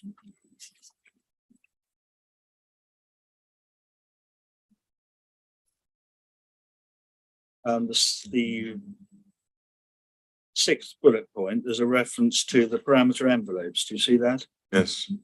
And you see 2/3 of the way down, it says, should reserved matters exceed the maximum parameter heights? Yes. Is that an invitation to for reserved matters to bring forward schemes that are indeed out with the planning permission? Well, you couldn't bring forward a reserve matter application that exceeded the parameter. That again? You couldn't bring forward Exactly. because it would Exactly. become a new So detailed what's the- application. What's the purpose of the reference? We probably phrased that wrongly. Well, it's incorrect, isn't it? Yes. It ought to be deleted, to say the least. Yes. Page 17.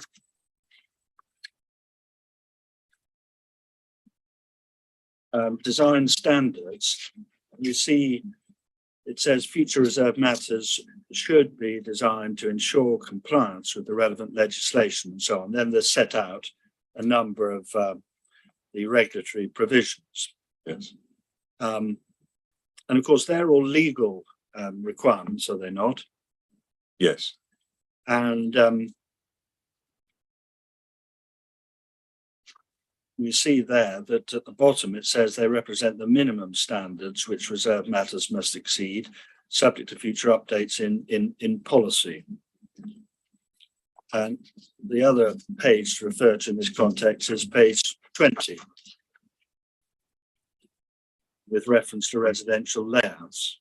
Yes. All units will be designed to meet the National Described Space Standard minimum space allocation. So what this document is aiming for is a sort of minimum requirement, really, isn't it? No, I think what this document is saying is that is the minimum.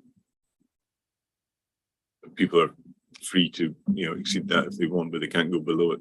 Yeah, but what it's not doing is encouraging the comfort and space that the code has asked for tall buildings and accommodation in tall buildings to maximise comfort.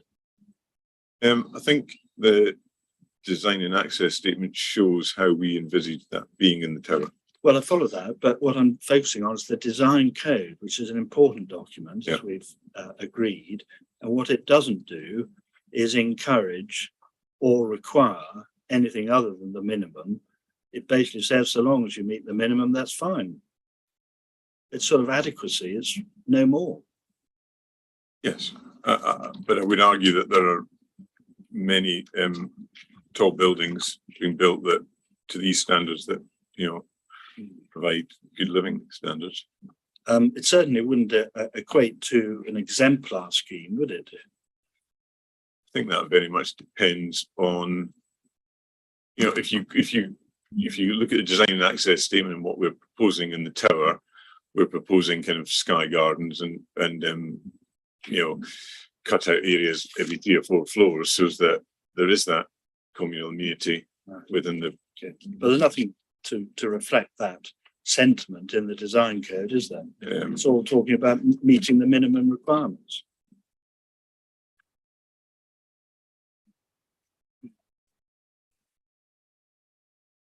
So far as Newtown modernism is concerned, we know that the review panel, we've looked at it 1 or 2 occasions, were very concerned about that matter, weren't they?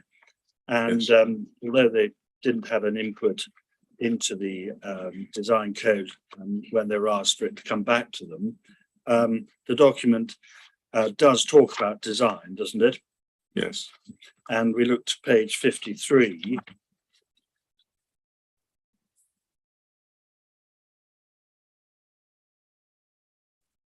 I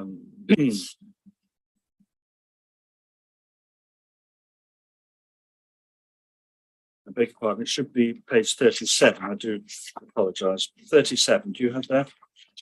Yeah. And this is zone 2, so it's dealing with the tower. See that? Sorry. It's 37, Yes. zone 2, and this is the sort of the text following which there's some tables. And we see from the first set of text, there's it requires, says street level cutaway should create a double height space in front of the tower, utilising columns, pilotis, which reference the modernist architecture of the house. You see that? Sorry, I was on Yeah, page that's 30. okay. Page 37. Yeah. Left-hand side. Left-hand side. And Yeah. what's asked for is a reference to the modernist architecture using columns. Yes. And on the right-hand side, there's a further mention of modern 21st century icon for living. Yes. With a reference to Newtown heritage. Do you see that? Yeah.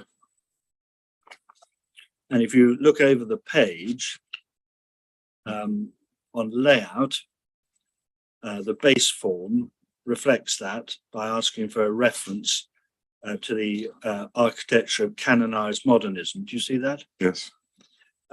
Look also to the heading middle levels.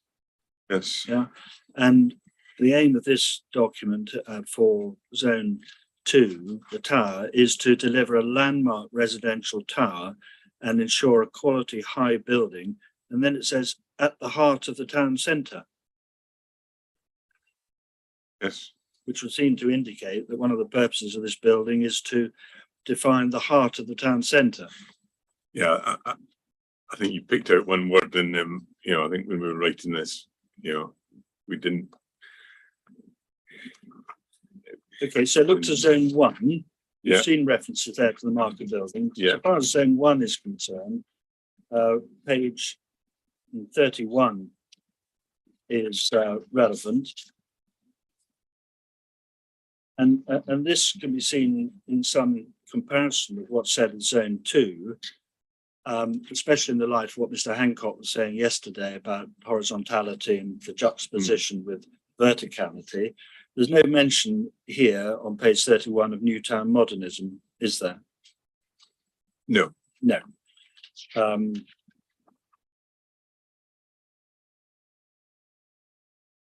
There is, under the heading Scale and Appearance, page 35, under Skyline. See that? Yeah. A legible skyline reminiscent of 1960s modernist principles, C DAS. And Yes. then in the right-hand column, streetscape, base facades, plus reference the 1960s modernist character of Basildon. It's fair to say that that's not giving any precise or detailed guidance, is it? No, I think what we're trying to do with and I think you know, this is going to be a challenge at the RMA stage, is that what we're trying to do is design buildings that had a lot of greening on them, and how you reconcile that with the modernist buildings that we've discussed extensively, you know, is going to be a challenge for any designer in the future. Thank you. Amenity, can I ask you to look to the noise and vibration assessment, CD 3.98.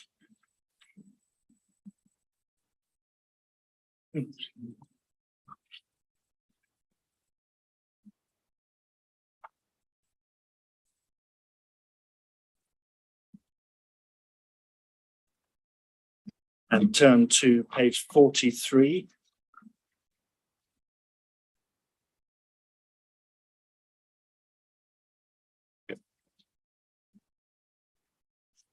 You have that? Yes. And we'll see there's a table setting out some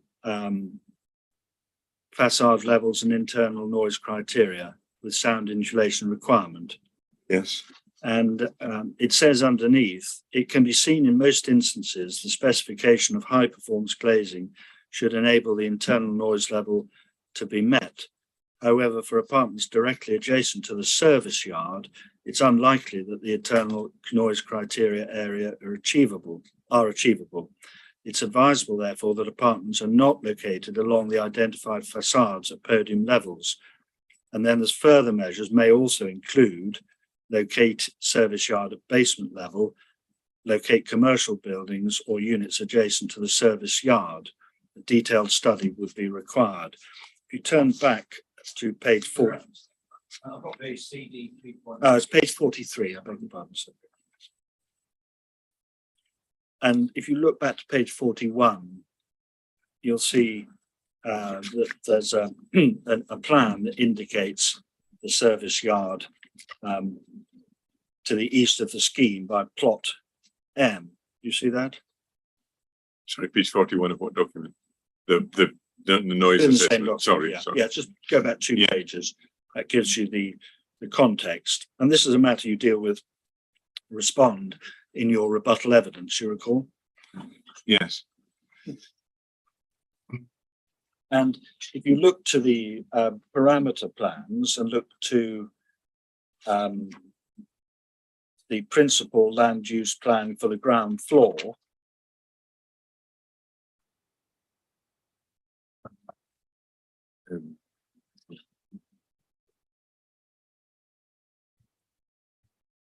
See that? Can you And, give me the and you can reference to see we're dealing with zone 8 here. Can you give me the reference to the parameter plan, please? 4.7 Thank you. or page 226 in the DAS. Right. 4.7 Yeah. Okay. And it's zone 8 we're looking at, isn't it? Yes. And we see from the parameter plan that the outline of zone 8 is indicated as residential active frontage on the ground floor. Yes. And what the noise assessment tells us is that the relevant criteria unlikely to be met. Yeah. I don't think we are suggesting that residential windows and front doors come down to open into a service yard. Yeah, but there are what are called residential active frontages there, aren't there? That's on the parameter plan. Yes. So that is what is proposed and would be. Well, I don't think we define residential active frontages, do we? What if you haven't defined it? What on earth does it mean? It could be the bin stores, the bike stores, communal lounges. Right. So living space. No, a bin and store and a bike store is not a living space.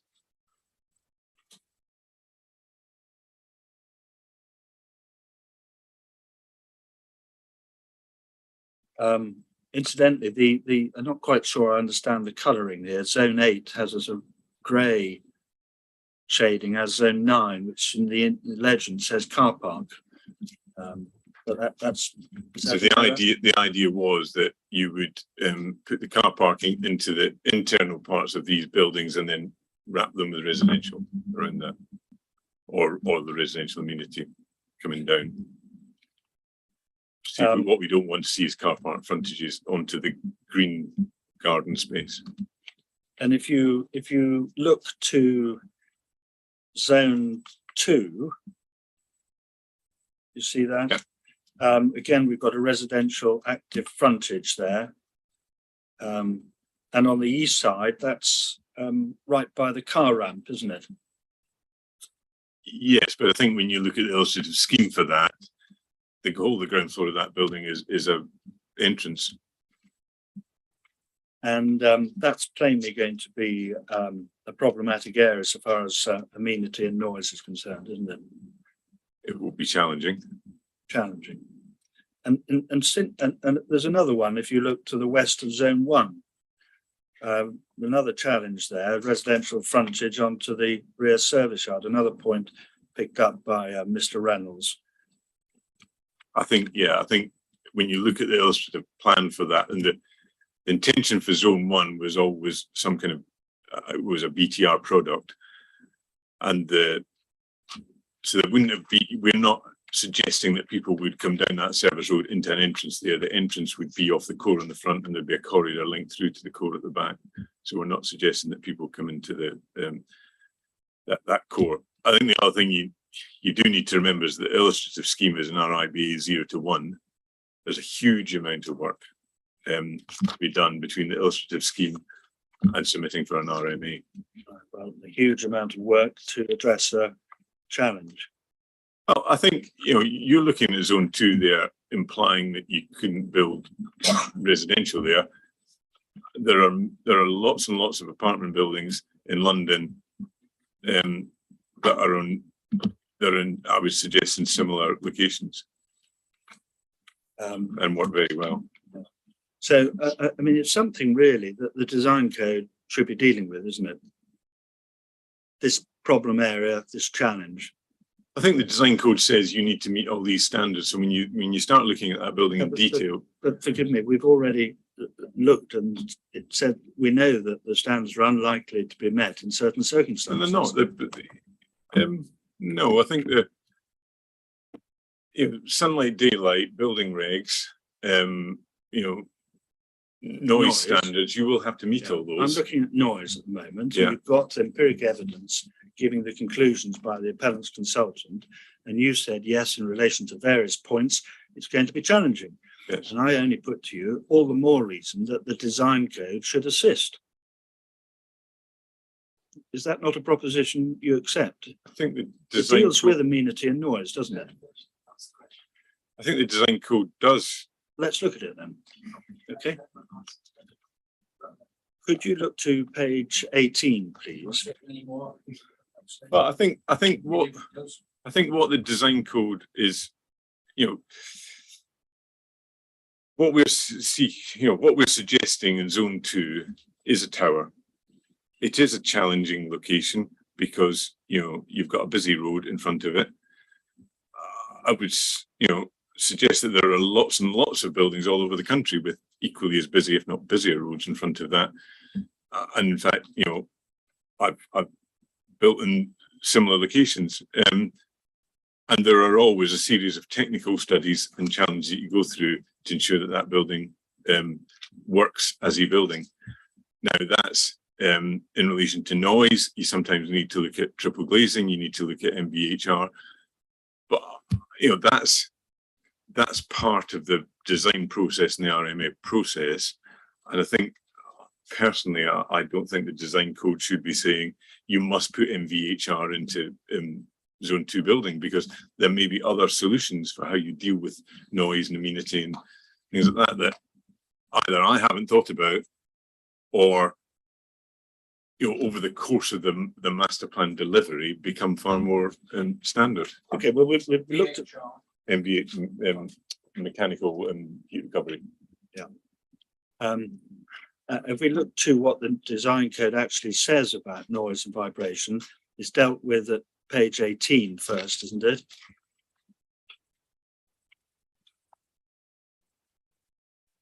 Under G, noise and vibration.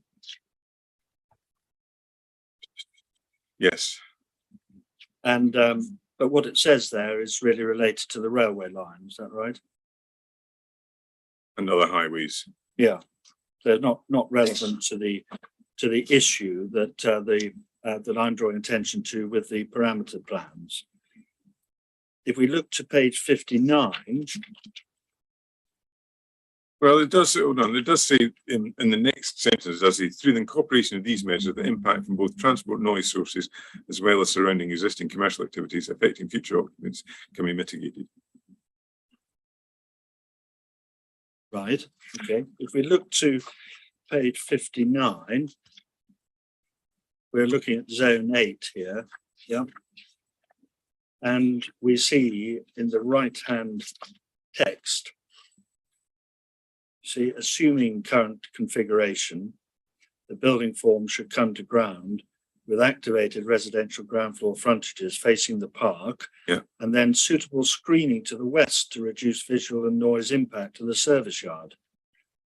So the design code seems to accept as a given the need for screening on that frontage that we discussed. It's a challenge that the design code is sort of just taking on board.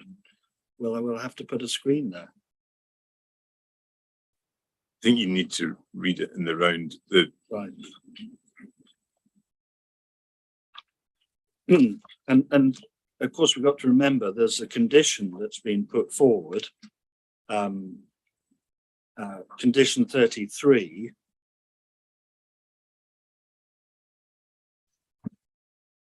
See that? And I was looking at this last evening, and condition 33, CD 5.1.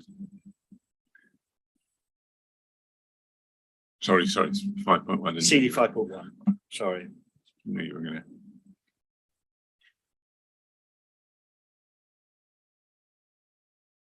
Oh yeah, sorry, 5.1. Yeah. And condition 33.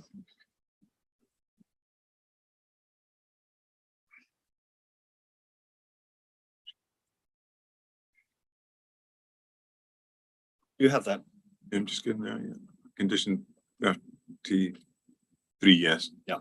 And says no above ground new development shall commence until a scheme of noise insulation for any residential units has been submitted and approved, and the insulation provided should ensure that the noise levels within the residential units does not exceed. And then there are limits Yeah. there. The approved scheme should be fully implemented before the first occupation. And then it says this: should noise levels with partially open windows exceed the criteria identified above, then the details of an alternative method of ventilation should be submitted to and approved in writing. Yes. The reason: to ensure the proposed residential units are adequately protected. Yeah. And so what's been put forward here to address the concerns is a recognition and acceptance that there's going to be mechanical ventilation. And Potentially, I think potentially if whoever brings forward the scheme on that plot cannot solve it by opening windows. potentially, that's right. Well, at the moment, with a design code that doesn't seek to address it in any better way other than suggesting screening. It's hardly an exemplar. It's hardly high quality, is it? I think you're choosing one example. I think there are many other areas. Well, no, there's not many other. I think the scheme is of high quality and delivers, does deliver a good living environment in this. Okay, can you look to section 11 of the design and access statement, please? So I'm noting the time. The witness has been in the stand for 2 hours. I'm going to need to come for breaks soon, even if the witness does. I'm hoping that another 5 or 10 minutes.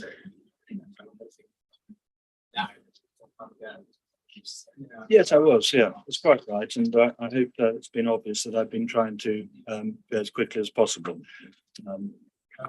I'm happy to break should you wish that, sir, but otherwise I'm happy to carry on. I'm back on break now. Yeah, so do it now and then.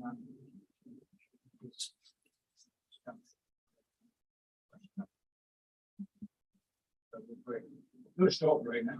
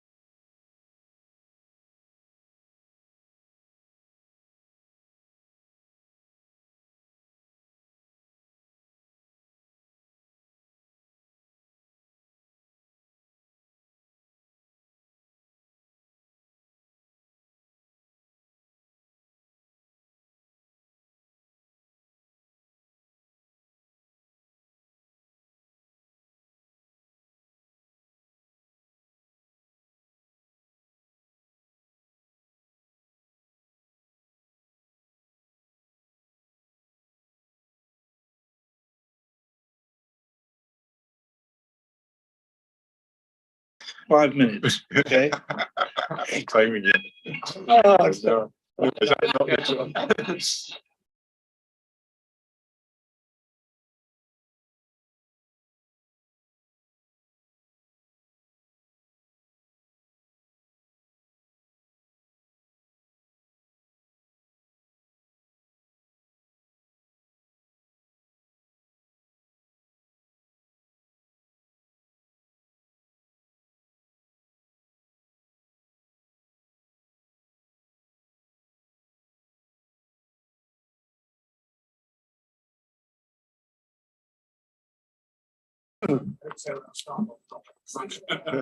Four minutes. Now turn to the DAS section 11, Yeah. page 174, please. 174.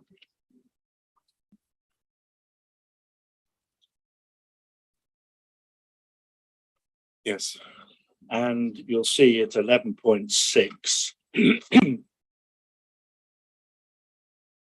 Wait there. Page 174, sir. Yes. 174. And we'll see there, it says, as town centre density increases and more urban homes are created in tall buildings, the importance of accessible private amenity is becoming more essential, accentuated by the COVID-19 pandemic, as more individuals spend increasing amounts of time in their homes for work and lifestyle. Balcony spaces are even more essential. Yes. If you look to the design code, and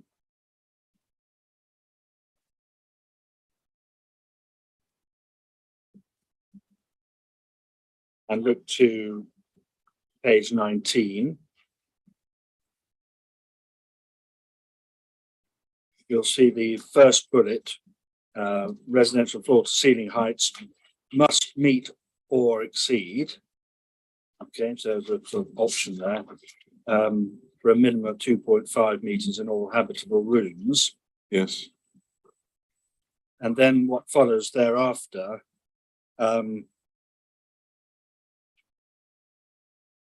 casts one eye, are all sort of options and suggestions, aren't they? Well, I think this goes to that's what we would like all the buildings to be achieving as a minimum. Yeah, I mean, I can see one would like that.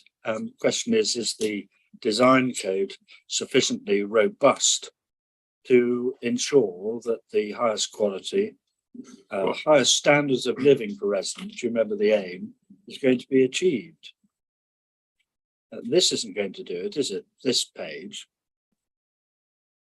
I don't, not this page alone, but I think the overall design code will, and the DAS, which you're kind of sticking to now, but you joined them at the beginning, so it needs to be read in conjunction with 11.6 Southern neighbourhood buildings and the vertical green increasement. Well, I see that, but that page alone anyway is not going to do it in the design code. Could you look just to see the significance of that at section 5 of the DAS?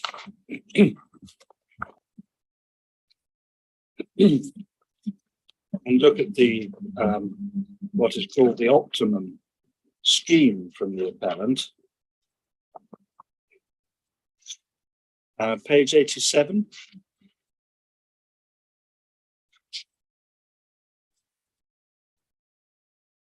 Yes. And you see there the Juliet balconies are shown in blue. Yes. Proposed where the buildings are closer together and where there's insufficient room for sufficient amenity space. And it's sort of directly contrary, isn't it, to what we've just looked at as at least an aspiration in the design code. I don't think so. I think what we're suggesting in those locations is that Juliet balconies are more appropriate, and that the amenity space is on the podium, on the podiums of the blocks.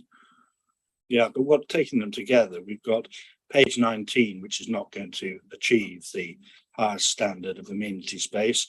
with reference to a DAS that contemplates Juliet balconies because of the problems that are. I don't think we're saying Contemplate. because of the problems. I think we're saying that it would be better if Juliet balconies were, well, we are proposing Juliet balconies in those locations. And I think you've got, once again, you've got to read this in the round that we do have a substantial kind of green space in the Eastern Gardens, which is amenity space for the residents. I think we may have. Really? Yeah. Spot on time. Well done. Questions I want to ask. Thank you very much. Thank you.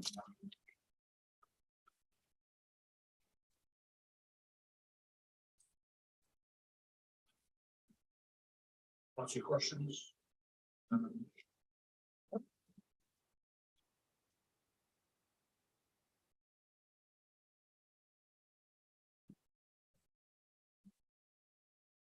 Being off proof. Yeah. Mr. Tracy, paragraph 6.17 on page 19. Yes. Bottom of that page, zone 9, Eastern Gardens, with the tallest building limited height of 39 meters. And it says excluded from the appeal as per reason for refusal 2. I wasn't sure what you meant by that. I think this is because there was the reasons for refusal state, was it only certain zones? Yeah. Or heights? I think it's Certainly certain zones are referred to, yes. yeah. So Zone 9 was one of those referred to.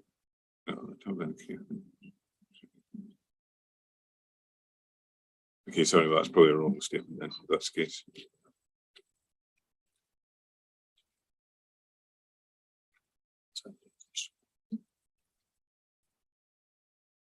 You probably an error in there. Yeah, I'm just trying to understand. Yeah. What it was. Well, probably not critical, it just didn't seem to make sense, but.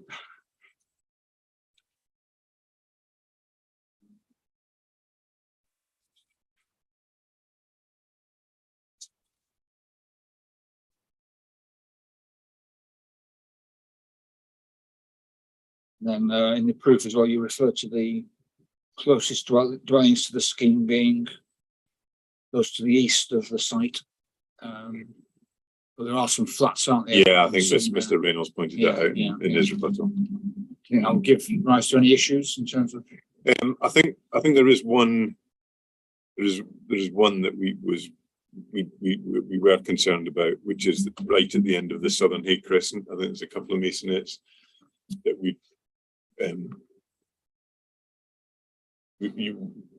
they would either need to be acquired or the design of the buildings around about would need to be very carefully crafted.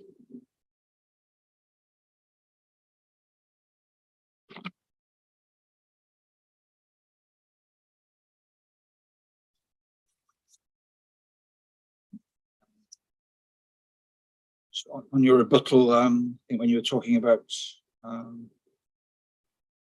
commercial frontages, page 2 of your rebuttal. So, Right.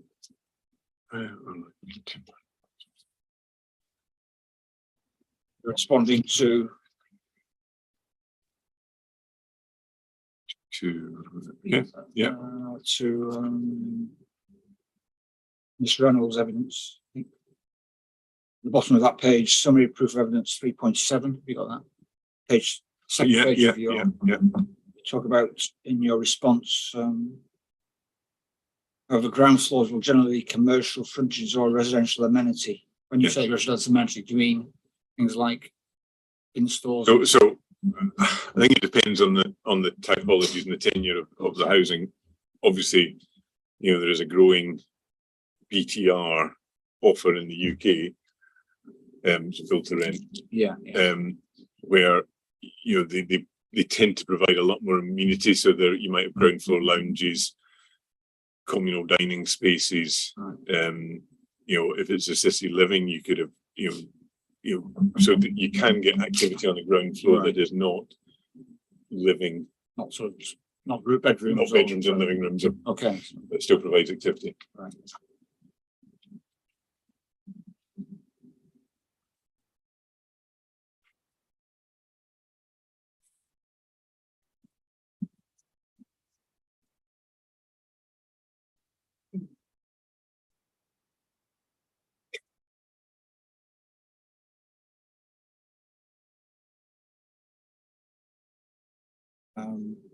Obviously, this scheme is an outline, and you've got various zones which will be effectively developed potentially by different developers.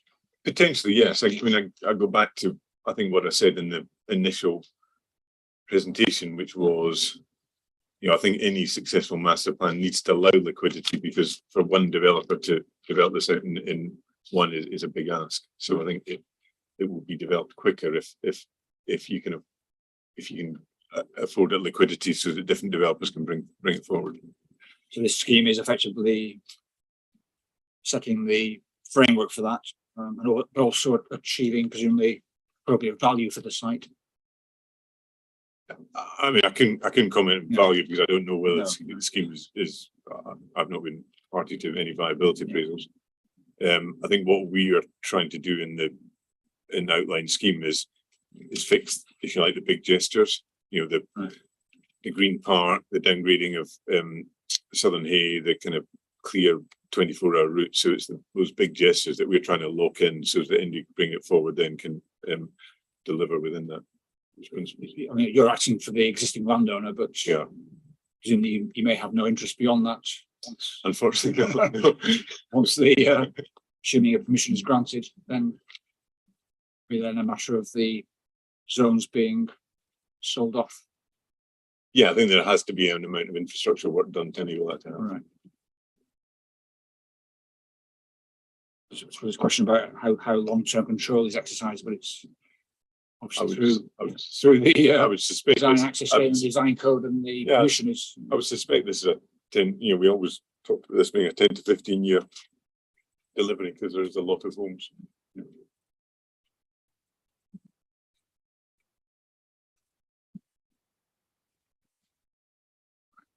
Thanks. Yeah, Mr. Banner. Thank you, sir. Mr. Tracy, could you take up CD 5.8, the officer's report, and go please to paragraph 6.2.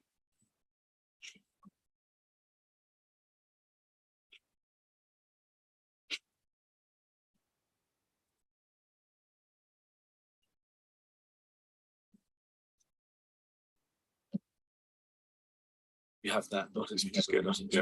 It's very near the end. You got that? I've got a couple of questions that I'm asking specific about this text. Okay. You reference 6.2. It's the original April 2021 officer report by Ms. Lyons, and it's CD 5.8, paragraph 6.2. Right. You had a debate or discussion early in the cross-examination with Mr. Howard Williams about the extent to which you saw the scheme as being exemplar, and then that word was used later in the cross-examination in various contexts. And I want to be clear that whether you are using it in the same way that Mr. Howard Williams used it, because there's a danger otherwise if you're being mischaracterized. What did you have in mind when you said that you envisioned the scheme as being exemplar, in your own words? We want the scheme to be the very best it can be. This, and the words of the planning officer, fully transformative to Basildon. So that is our aspiration as architects. We always want the scheme to be the very best it can be, but there are a number of constraints, and one of the constraints in Basildon will be values of what you can achieve, or nothing will happen at all. So, I would say we're always pushing to have the scheme, the very best it can be. Is that because of some particular policy requirement, or because of your aspiration as an architect? I think as architects, you always want to do the very best for a place that you can. And what was the view of Council's head of planning as to whether you'd been successful in delivering that? I think right from the beginning, and the whole pre-app process is a journey where you don't just go in with the scheme in day one. You go in with your analysis, you go in with your vision, you go in with the principles, and that evolves into a scheme which moves all the way through. And I think at every stage, we, in the minutes say it, we were genuinely praised, if that's not too strong a word, for our output at the relevant part. So I think There are minutes that say good contextual analysis. There are minutes that say this is not of London, this is distinct. There are minutes that say the height is good and the massing is good. There are minutes that say that, great landscape. So I think, we felt that we were on the right lines because that's the feedback we were getting from the planning officers. Miss Lyons says at the end of 6.2 that the example would be the example set by the exemplar to act as a catalyst for other developments to come forward. What's your professional judgment as to the example that would be set, the reaction, if you like, of others if permission was refused? What would that mean for the future of Basildon, in your judgment? I think, for the last 25 years, I've worked all through the UK on regeneration projects. Any regeneration project is extremely hard to bring forward because a whole number of constraints, viability, obviously being an important one. And towns can almost miss the boat. And I've witnessed that on a number of occasions. And if they do miss the boat, it can be 10 to 15 years before that ship comes back. And again, you used the word challenging a few minutes ago in one particular context. And again, I want to make sure you're not misinterpreting what you mean by that. How common is it for regeneration projects to be challenging? I think every regeneration project is challenging. Miss Lyons, in her capacity as head of planning, says over the page 6.6, one of many examples in this report, that the application is in accordance with the aspiration of what was by then rebranded the regeneration strategy, but the master plan you were asked about. Why, in your view, did the council's head of planning consider that the scheme was in accordance with the aspirations of the master I plan? honestly don't think this witness, not only did I not refer to this document, Refer to the master but how plan. this witness No, can possibly answer that question is it's not appropriate. And Make submissions, Mr. Howard, but I do object to that, sir. no, I maintain the query. He was asked about the master Willing to be plan. patient with a new document and re-examination. Yes, the master plan was raised. The issue of master plan was raised. And he was asked questions about it, and I'm re-examining on that. And what I'm not doing, unlike my learned friend, is leading the witness heavily in re-examination. So if I may ask the question, sir, why, in your view, did the council's head of planning consider that the aspirations of the master plan were accorded with? The aspirations of the 2020 master plan. Yes. I mean, I think the 2020 master plan was being kind of developed at the same time as we were doing very early work on this. So I think, a lot of the greening of the town centre, the increased permeability, the connectivity, the downgrading of Southern Hay, the new front to Basildon along Southern Hay.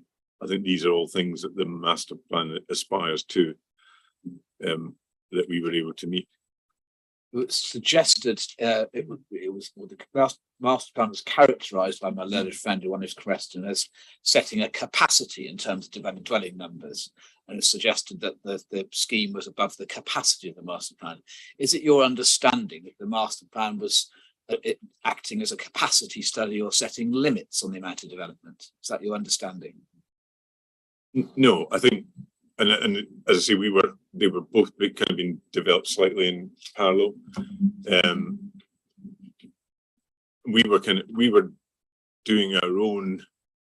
We came to the best design solution that we thought we could get to for regenerating Basildon, and making quite a dramatic transformation of Basildon. That was a design process that we came to without kind of. It was probably quite unique, this process, because we didn't start off saying, with a brief from the client saying, this is the number of homes you need to meet. We did it, if you like, the proper way, which is analysis and then a vision, and then reading through. And people can disagree on what the solution arrived at, but I think the process that we followed was absolutely the right way to master plan a site. Could you then turn, please, to section of the office report entitled Height and Scale 5.4.28, and this is on the theme you were asked in cross-examination about whether any thought had been given to the effect on capacity of the reduction in building heights. remember there's a line of cross-examination on that basis.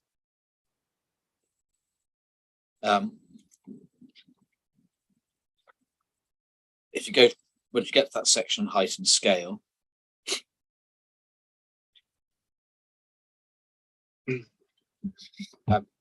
cast your eye over 5.4.33.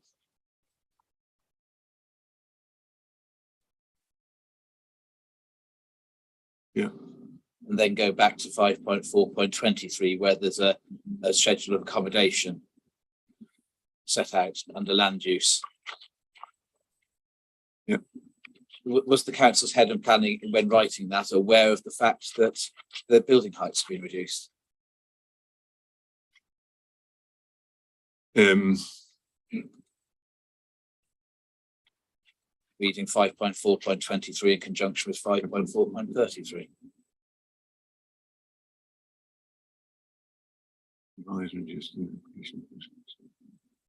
Yes, I would assume that the accommodation schedule reflects the application that's in front of them. You were asked, you put the office report to one side. You were asked various questions about marker buildings. Just to get in your own words, why is it your judgment that the approach to marker buildings, the appeal scheme, is appropriate and indeed beneficial?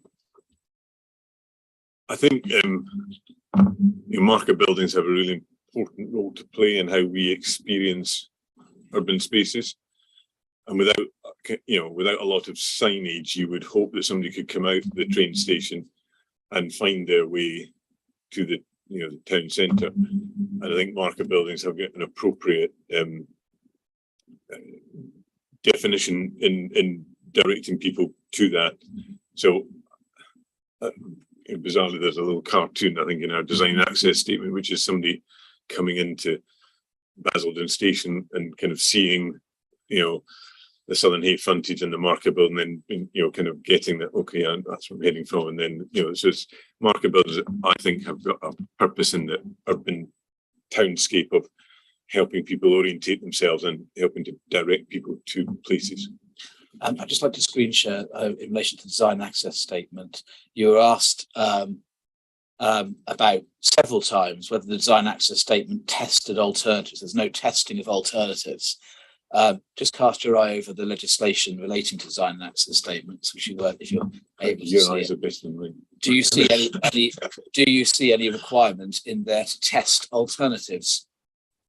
Sorry, I can't read that.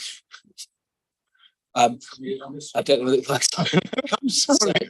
If I zoom it in too much. Specs here. For example, in EIA legislation, there is a reference to reasonable alternatives. Right. Can you see it there? Oh, sorry. If I make it any bigger, you won't just get obscured. There's no reference, no requirement to test alternatives, is there, Mr. Tracy, in relation to? No, no. I think that what the as I go back to it, and in my original answer, my understanding of a design and access statement is it has to tell the story. There's a lot of material that doesn't go into design and access statement, because if you put every option or sketch you'd ever done, that would be 4 or 5, 6 times. Could you take up CG 3.28 from the environmental statement? Because the EIA legislation does refer to reasonable alternatives. That's where the alternatives are relevant as a matter of law. You weren't taken to this. Could you go, please, when you've got that, to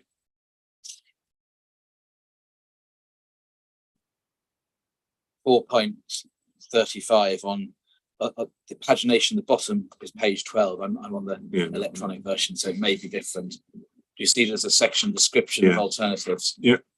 And then over the page at 4.38, there's the do nothing alternative, and then alternative designs and design evolution. Yeah. Then at 4.47 through to the end, actually, so I think it's 22 pages. There's a description which I think I'm just so invite you to read at leisure. There's 22 pages dealing with alternative designs and design evolution, including in relation to height, and including in relation to how a table setting out how the EQRP's observations are taken into account. as far as you're aware, is this section of the ES on alternatives accurate? Yes. Thank you. Just one question, one relation specifics to this. Could you go right to the end to page 35? 4.100 notes, of course, that the proposal have various benefits, including the provision of up to 2,800 homes. What would the consequence for the number of homes to be provided in Basildon be if there was a substantial further reduction in building heights? Would you get more, less, or the same? You'd obviously get less homes on this site.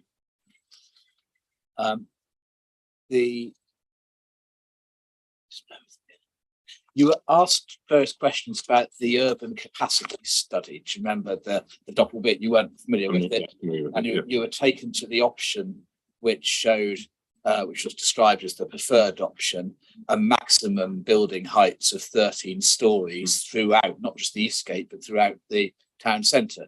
Yes. Yeah. What's the maximum building heights in the town centre, if you can remember, authorised in light of the Market Square and Town Square North developments? Are they more or less than 13? Oh no, I think Town Square has towers up to, is it 27 stories? I'm not sure. 24, 27. No. So what does that suggest to you about whether the inspectors in those two appeals agreed on? I think it's that's 117, 123. Thank you. So one's 17 and one's 17, one's actually 10 stories above the maximum story heights in that capacity study that was put to you. So what does that suggest to you about whether the inspectors agreed or disagreed with that scenario D that was put to you, that the maximum 13 stories across the town centre? Did they agree or disagree that that was appropriate when they authorised 17 and 23 stories? I think they looked at the merits of the individual schemes and assessed them on their merits. Thank you. Did you know if that was before those? I can certainly take instructions. Miss Hall was representing my client days, so my understanding is it was, because I know that the viability assessment accompanied it was, I'm told, and so. So how useful is a study that suggests a maximum of 13-story building heights in the town centre in the context of the present appeal, in light of those two decisions authorising considerably greater story heights? How useful is it? I think it's there's a huge number of documents that present a range of options for the town centre. We I keep going back to it, we've analysed the town centre and we've tried to come up with a scheme that we think is appropriate and provides an optimum solution for the regeneration of this part of the town centre. It was put to you that the design code wasn't the subject of consultation with the public itself. And the inspector quite rightly pointed out, of course, there was the consultation on the application. Have you seen any comments of coming out of that consultation on application that specifically grapple with the detail of the design code? You know, say you know page 70 is not sufficiently robust. And anything come out of that? No, not that I've seen. I mean, I didn't want. Maybe it's not appropriate I say it, but the design code, as you can see, is on version 7. There was a lot of iterations and debate and taking on board officers' comments in the design code. Thank you. Then you were taken to page 20 of the design code. Please take it out.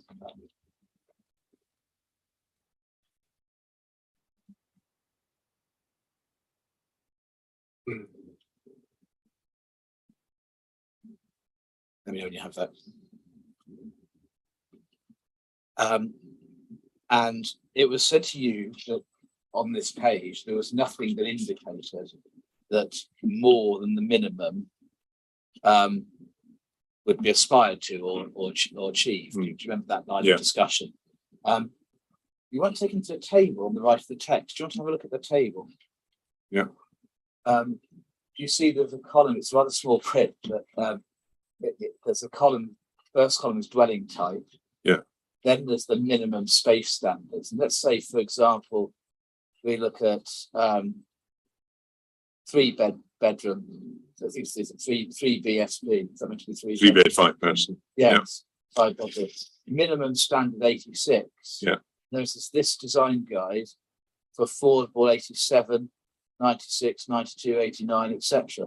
We could look at the various other ones, but in a number of respects, the minima, when one looks at the table, design guide indicates an excess.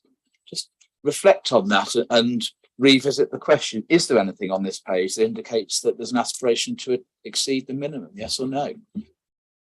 Yes. Then,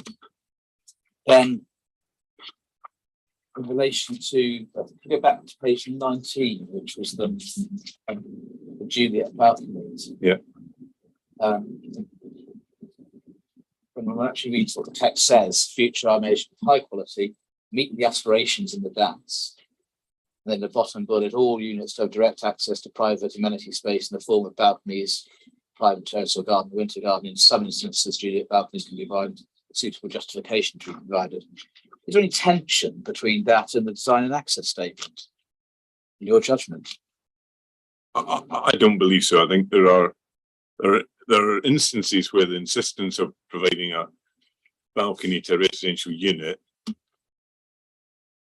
actually makes it a worse environment than accepting that there's a Juliet balcony and they have their amenity space elsewhere.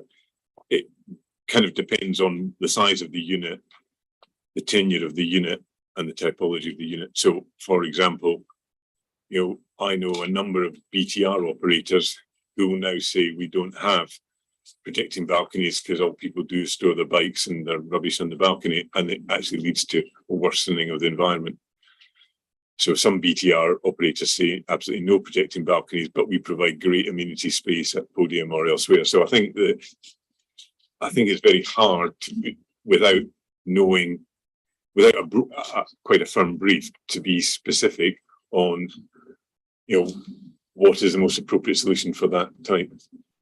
The tension between what it's saying there is it's almost sort of implying that's a bit of an exception, whereas on your drawing before you showed quite a lot of areas where there would be potentially Juliet balconies. I don't think so, because I think in those locations we looked at it and we think that it would be better not to have projecting balconies on those locations. There's nothing wrong with the Juliet balcony. Can a Juliet balcony be designed in such a way as to generate a high quality place? Yeah, as long as there is sufficient amenity elsewhere. Yeah. Then, in relation to, could you go to page 17, design standards first of all? It was put to you, these are all legal requirements. Just have a look at the 5 bottom ones: NPPF, NPPG, National Design Space Standards, the Essex Design Guide, Sporting, etc. And then the preface, which you weren't taken to, should be designed to ensure compliance with legislation, standards and guidance, including but not limited to the following. Is this all simply legal minimum? No. Some of them are not, and some of them are not necessarily statutory. I don't think it's. I don't think the Essex. No, probably is. No, I don't think they are all. Keep that open and go to the noise assessment, which is in CD. I think it's 3.98. Go to page 43.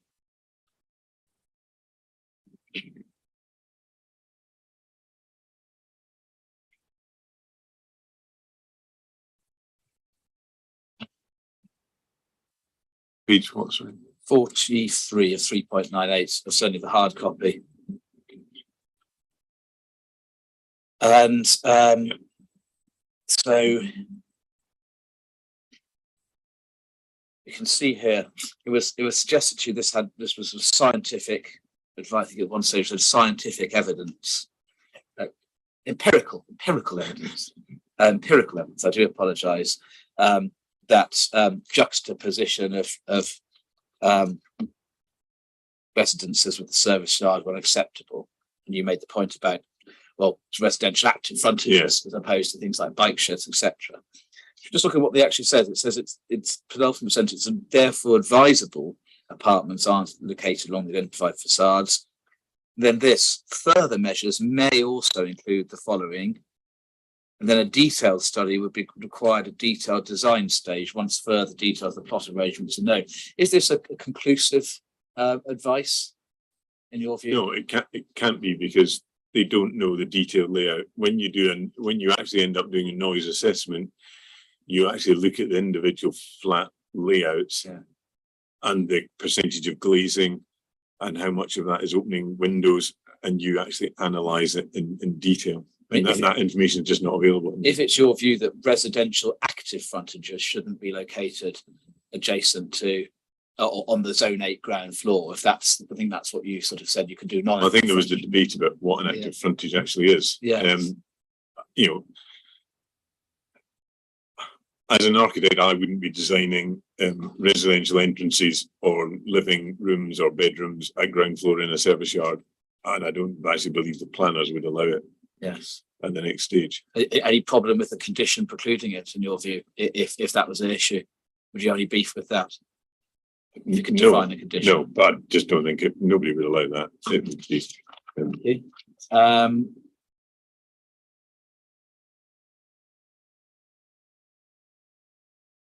One check, there might be one, but it might not be.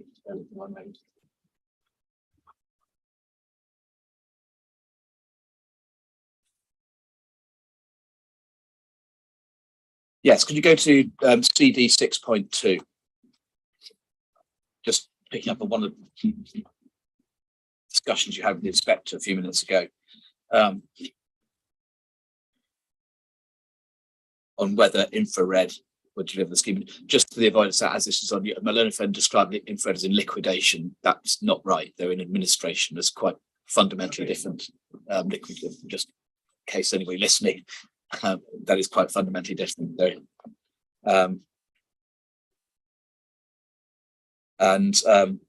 The last sentence, as high level design principles are in the DAS, high level in the DAS, no design code, and could be conditioned, whether the current designers and the appellant deliver any future scheme or not is of no material consequence. Paragraph 44. Do you have that observation?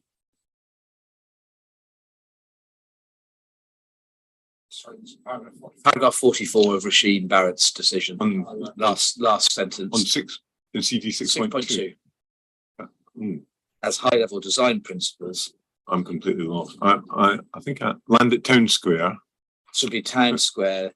44 is drainage maintenance. Sorry. Page 8.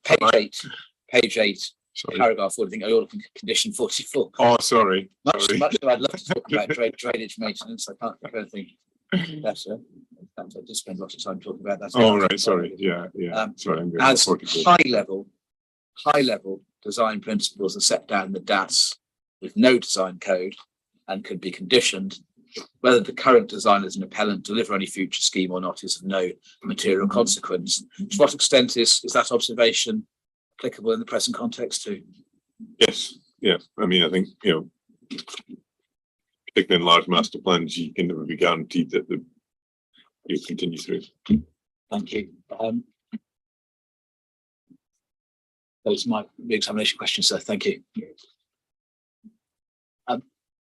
So I That's 12. Yes. I don't intend to take a lunch break. Agreed. People can survive without lunch. Yes, I agree. We move into the roundtable session. We can take a short break so that people can sort of set themselves up. Could I ask that the gentleman in charge of the IT could pin Miss Hall to the screen, so to speak, and then I think that will make me Miss Hall looms large over us. You'll be pleased to know, Miss Hall, because she's going to lead in terms of council representation on the 5-year supply roundtable. Albeit, I imagine you'll hear more from Mr. Ireland than from Miss Hall. I think we also have Ms. Lyons joining us virtually. Right. In which case, you may not want to do the pinning unless you can do. I think you can do speaker view, can't you? So then, speaker view, and whichever of the two speaks comes up on the big screen. I think, sorry, Ryan said there might be a bit of issue with feedback. Right. But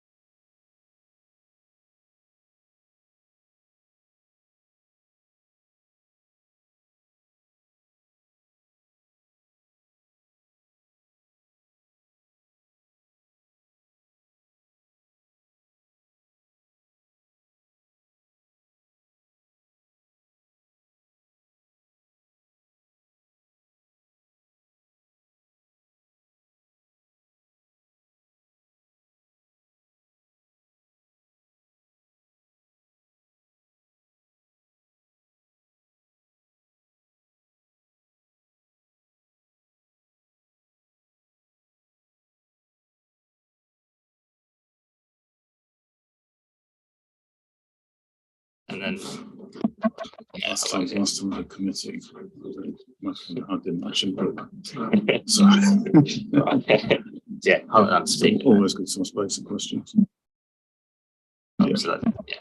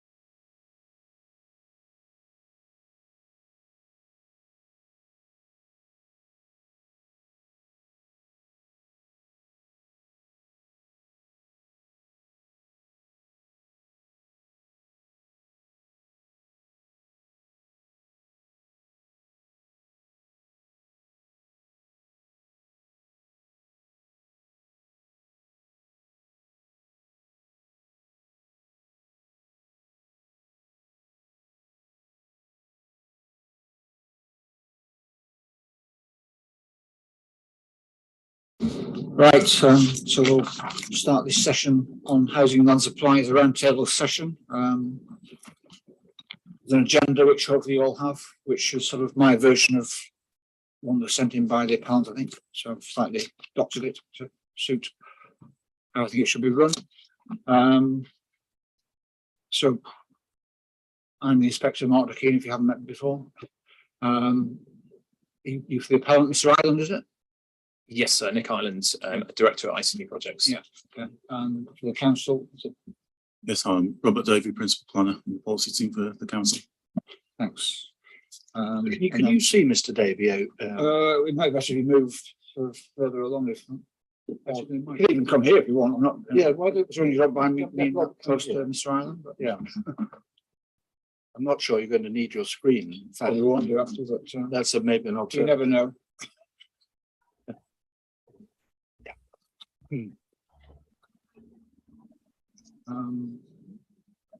So in terms of, I'll wait.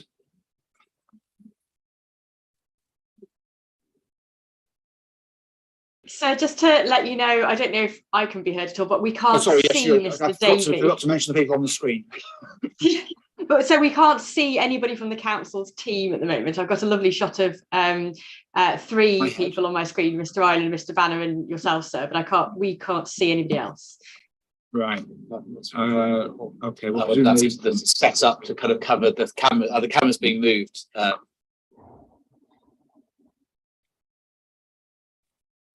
Oh, thank you very much. That was a very strange sensation, actually, with that. Thank you. Is that better? Yeah. Okay. And we have Ms. Hall, who's assisting Mr. Banner and dealing with this session for the appellants, and Mr. Lyons, who's the head of planning. That's right. Presumably will also assist as necessary. Okay, so in terms of documentation, just to confirm what I've got, we've got the original statement of common ground, we've got the addendum which came in yesterday or the day before, we've got the proofs and rebuttals from Mr. Davey and Mr. Island, and then one or two documents which we may refer to in terms of core documents, particularly 2.8, 2.9, 210 and 220, but we'll see if we need those. So the scope of the session, I mean, there are a number of agreed matters, which have sort of, the agreed matters have increased through processes as we've gone forward.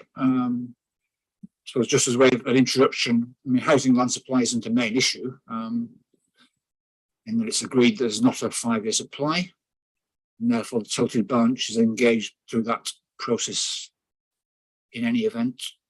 It's also agreed this shortfall is significant. Nonetheless, the extent of the shortfall, be it 2.4 or 1.8, which are my sort of rounding up figures, or somewhere in between, the actual, I suppose, the exact extent or sort of figure may affect the weight to be applied to the benefits of providing 2,800 new homes. So in that sense, we need to discuss it and try and come up with, or I need to come up with what is likely to be a realistic figure for 5-year supply.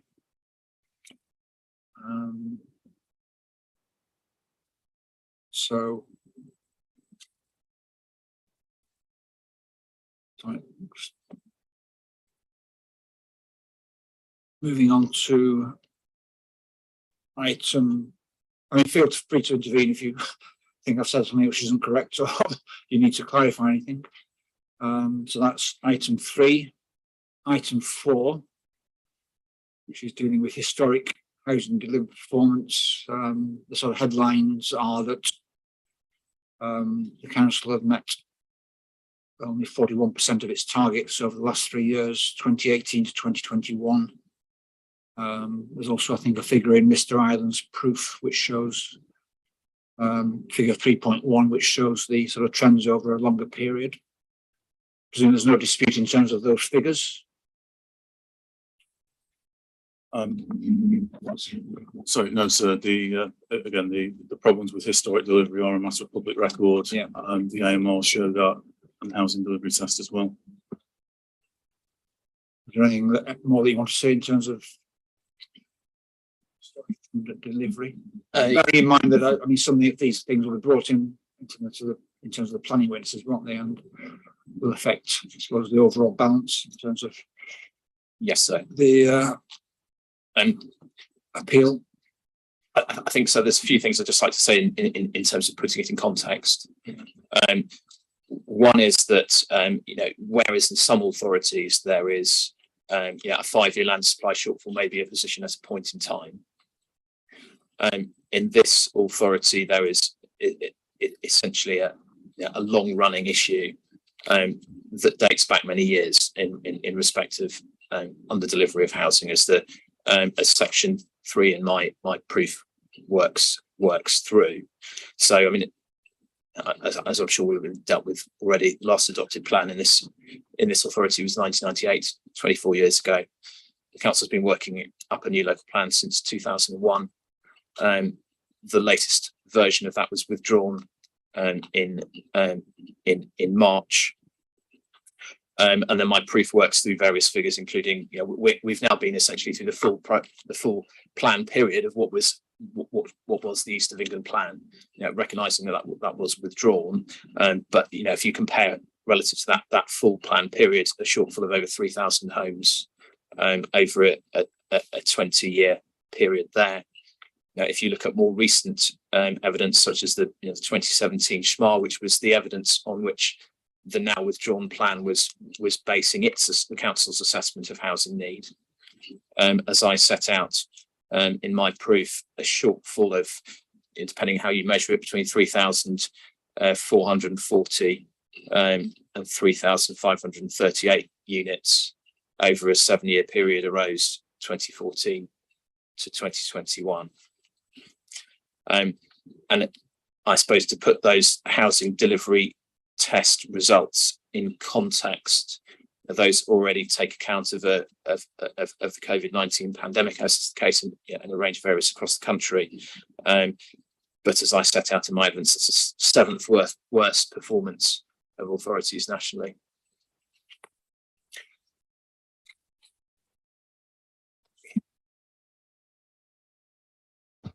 May I just make a couple of comments there?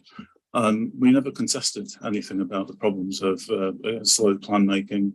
Again, on housing delivery, all those comments were correct. We don't contest that. With regard to the East of England plan, yes, there was a below target delivery there.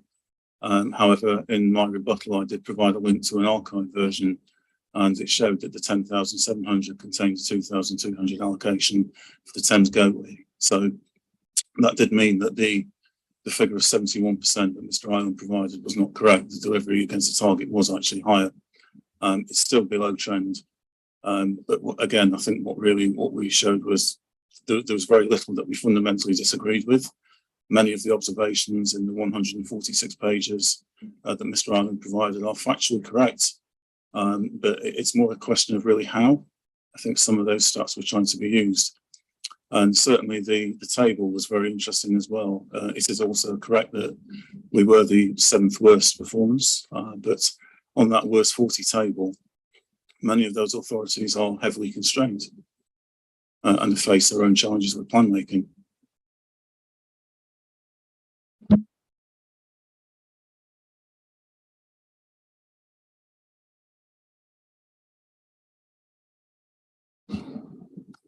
So yes, just on these points, I've seen this query regarding the East of England plan with Mr. Davies' rebuttal. I think he's actually got there's a misunderstanding. The allowance within the plan for 2,200 homes relates to that part of the borough which falls outside of the Essex Thames Gateway area.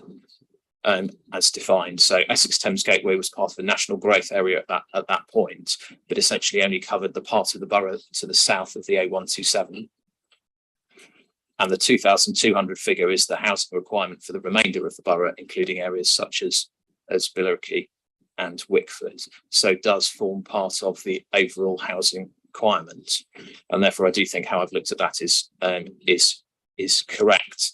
I think in terms of that final point regarding housing delivery test performance, the figures speak for themselves, really. 7th worst performance nationally. Yes, a context where there is a green, it is a green belt area, but those authorities that perform similarly have similar circumstances where they have progressively, over a period of time, failed to put a plan in place, and that's one of the core reasons, as I see it, for that under delivery performance. Again, we dispute the problems that were with regard to the 7th worst figure. That's all I'll say on that. We didn't dispute the problems with the housing delivery test performance. That's really all I want to say with that. I did actually start my planning career working with the East of England plan, so again, it has been withdrawn. There was an under delivery against the target, so we aren't contesting the historic problems as I've referred to.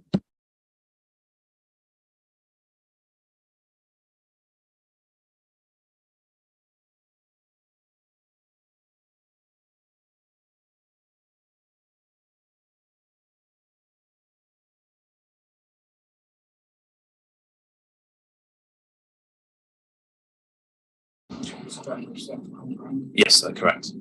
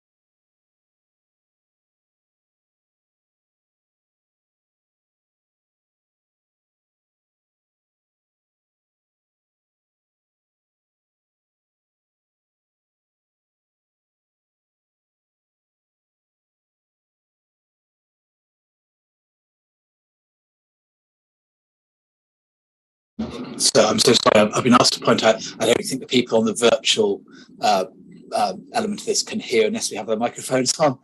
So sorry, and I can hear you obviously, but it was all the miss lines. When did I put my microphone off?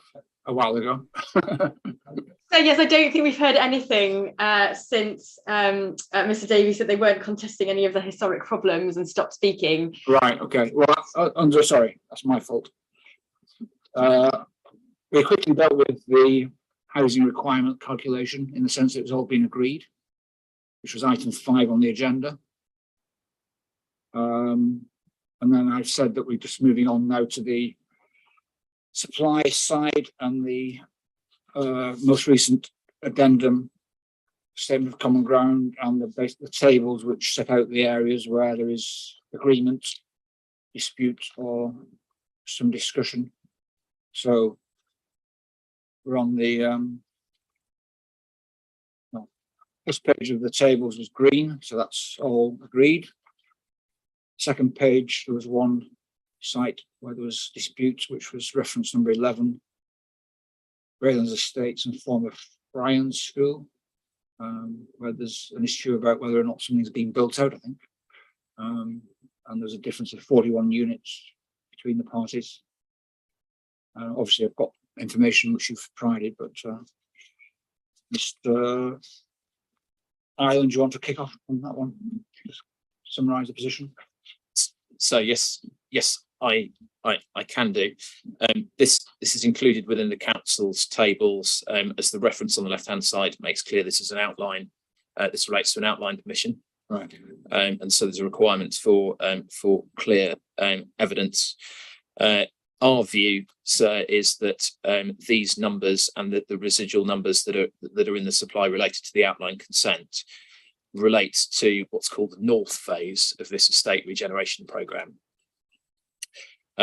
And so that north phase of the programme is delivering 96 units, but with the demolition, 96 units, but with the demolition of 105. So in net terms, that phase of the scheme is resulting in a reduction in housing provision. Now that's so is, and our understanding here is based on well, I senior the planning consultants for Swan Housing for this, and so I've liaised with my own colleagues in those terms, and that's our understanding about where, as we think, what we think these numbers relate to, and so in the context of a negative, such a negative number of units that are to be delivered through this scheme, we don't think that 41 units should be included within the supply. Equally, I don't think the council have provided the clear evidence necessary to justify the inclusion of these of this line. The detail is in one of your appendices, is it? So yes, it's my paragraph 6.27 within the proof.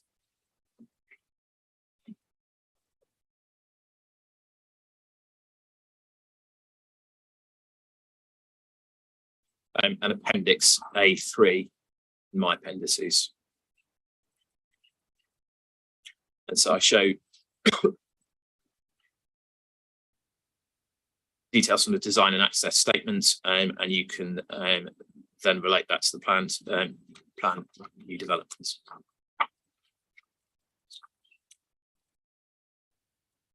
So is it a former, obviously demolishing 105 units, is it a former council estate or?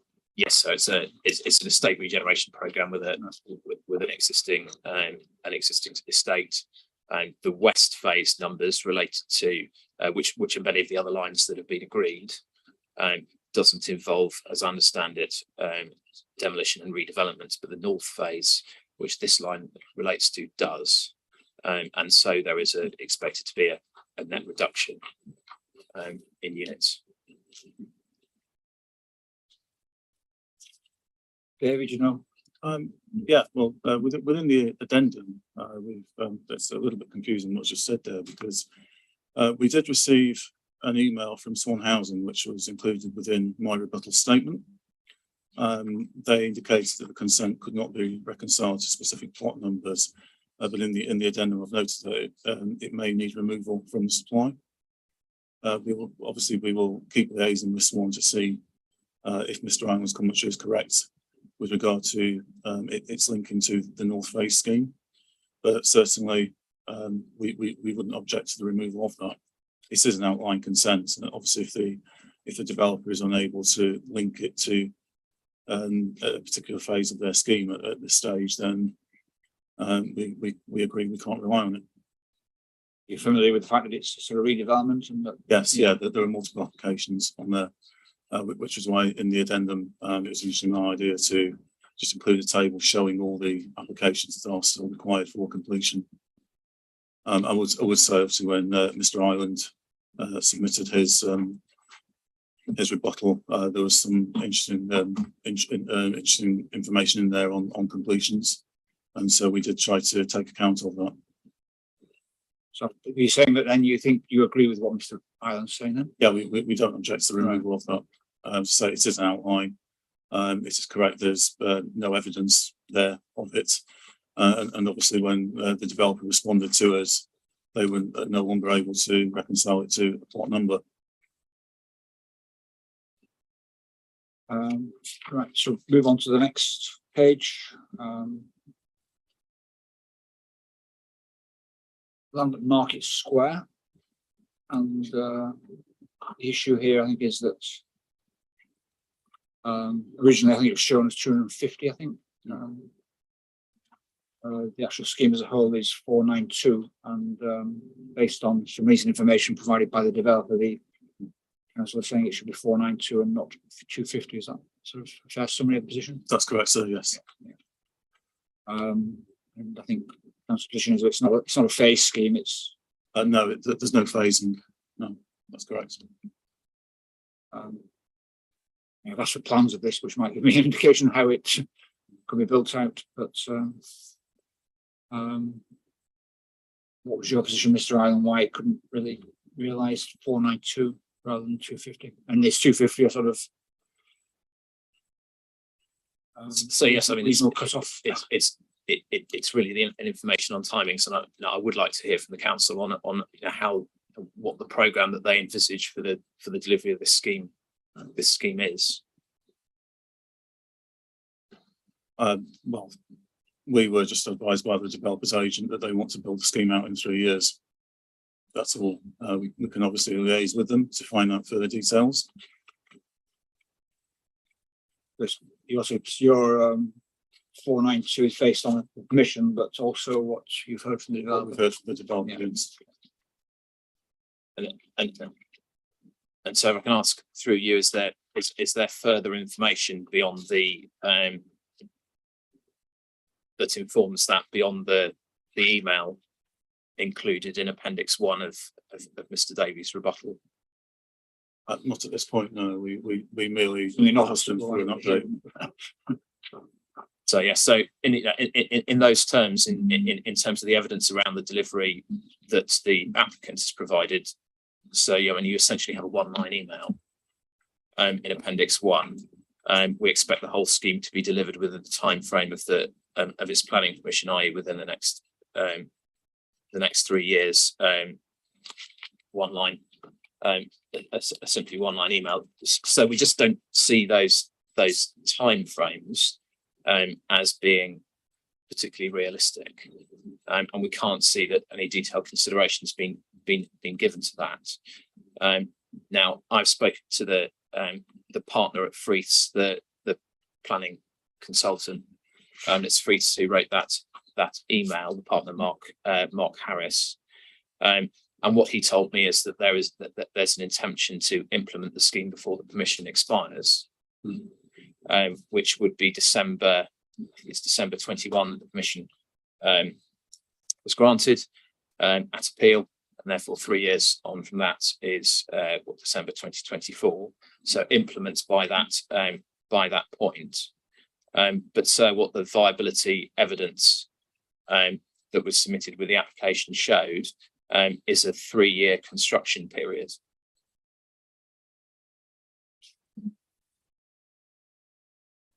A 3-year construction period, which would take you in those terms to December from 2024, 25, 26, 27, December 2027, beyond the current 5-year period.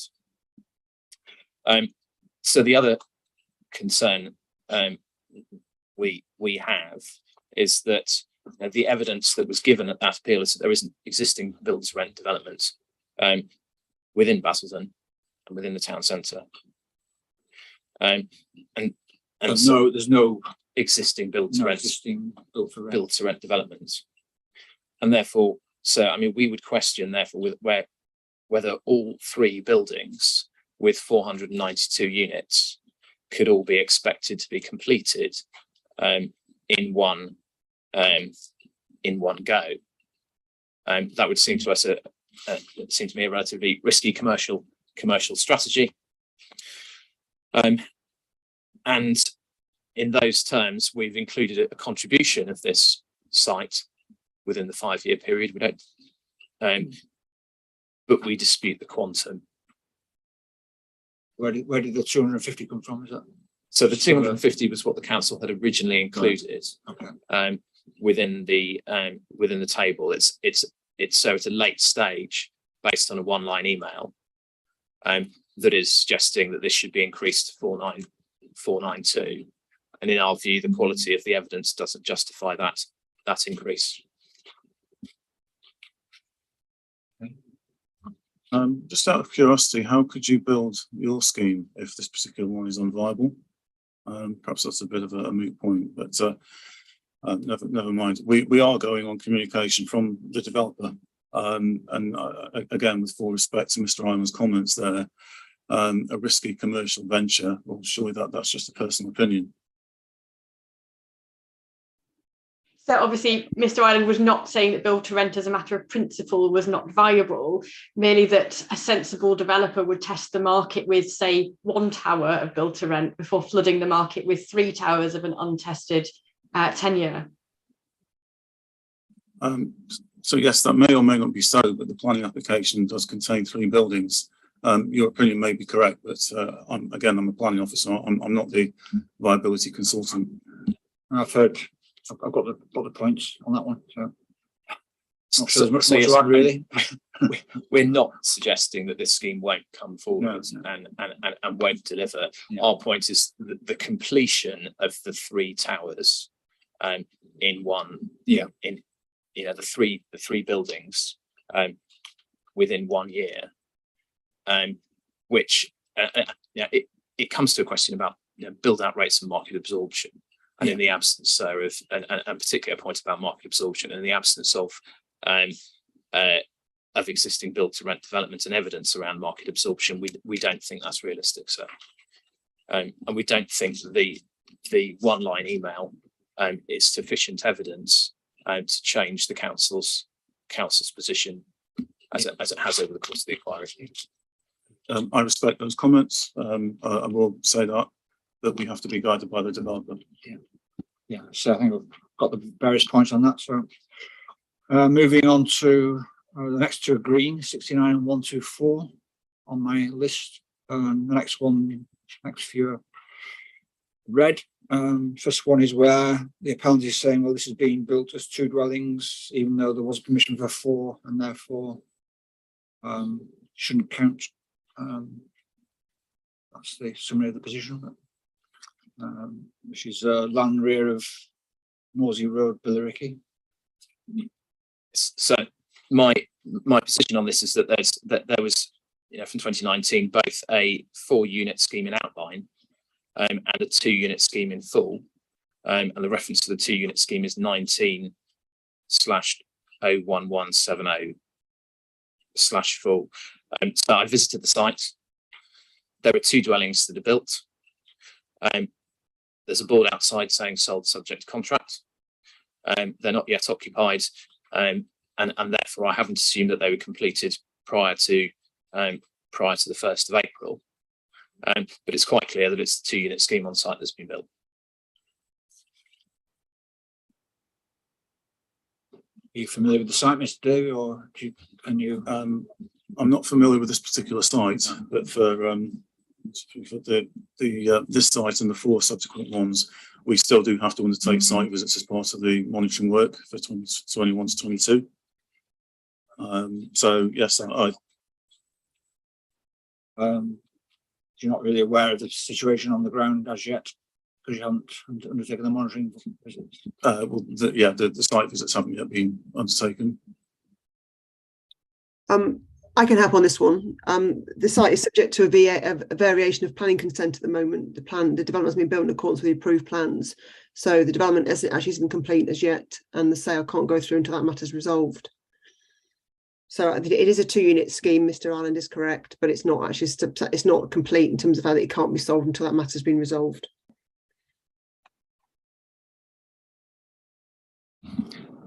Which supports my inclusion of 2 units rather than 4. Yes, that's correct.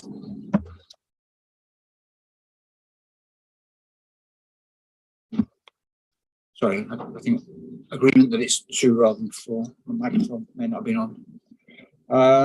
Next one is land west of Basildon Hospital.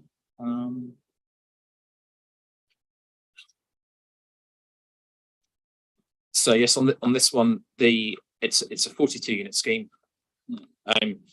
Again, so this goes to the issue of essentially for monitoring information, which in my view should have happened, hasn't yet, in terms of what's been completed, hasn't yet happened, and therefore a risk that essentially units completed prior to the base date of 1st of April are still included within the supply, which is the issue with much of the sites that in this category. So again, I've been to sites. This is a scheme from Stone Bond Properties. It's substantively built. There are people living in the units, we can't be precise about what was completed by the 1st of April this year, but the current position, so on site from a few weeks ago, was that there were 2 to 3 properties left to complete, and the rest of the units are constructed. The majority of 2/3 of the site has got people living in the units. So my estimate is that 31 of those 42 units were completed prior to the base date of the 1st of April this year. Does that mean there should be 11 in the column rather than 0?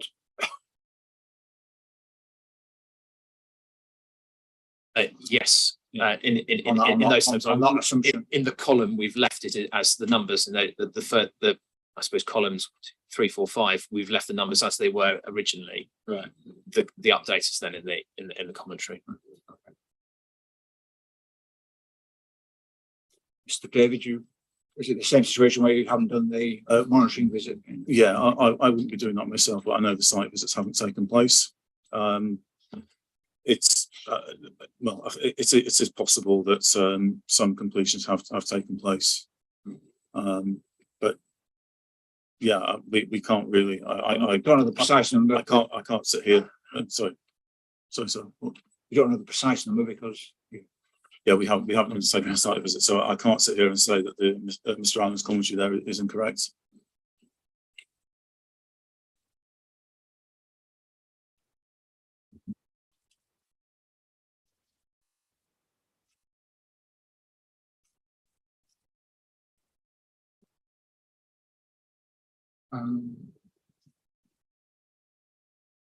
Next one, 76.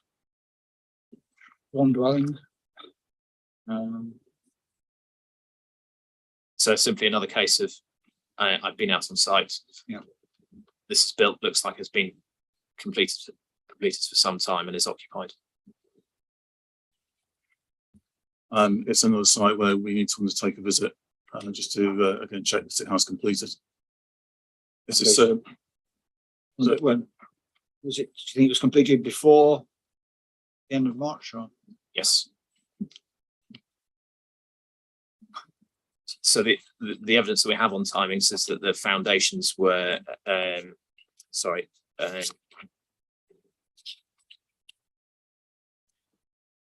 conditions were discharged in 2018. 2019, right? Yeah, 2019. Maybe not. No, well, it commenced in 2019. So yes, commenced in 2019. It's a single story dwelling, and looks to be completed for some time. It's certainly plausible that one dwelling will complete within 3 years. Okay, next one is reference 78, where it's a difference because of the potential net supply because of the demolition of one unit. Yeah, we don't disagree on this point. Yeah, okay.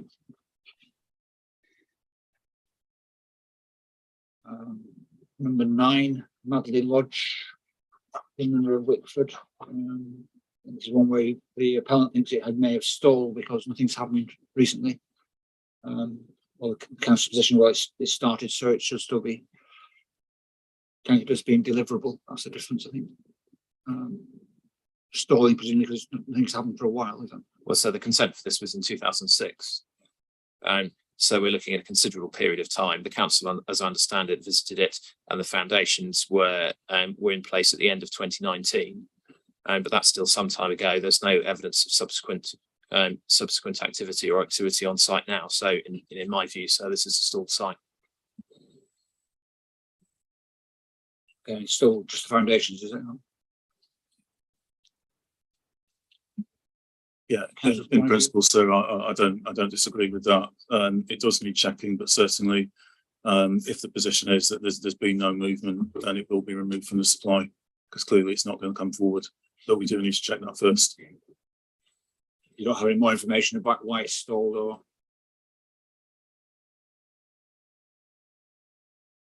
Sorry, I don't myself know. No. I'm not sure if Mrs. Lyons does.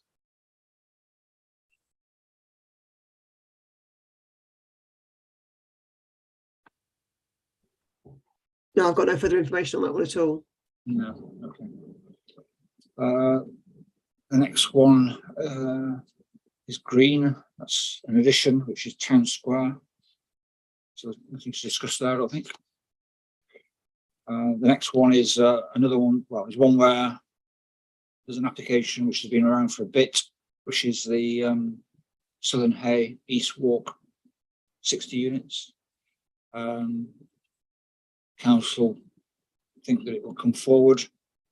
Council's position is, well, the application has been in for a while. No guarantee it'll get permission, so there's no evidence that it will be delivered. That's the sort of alternative positions.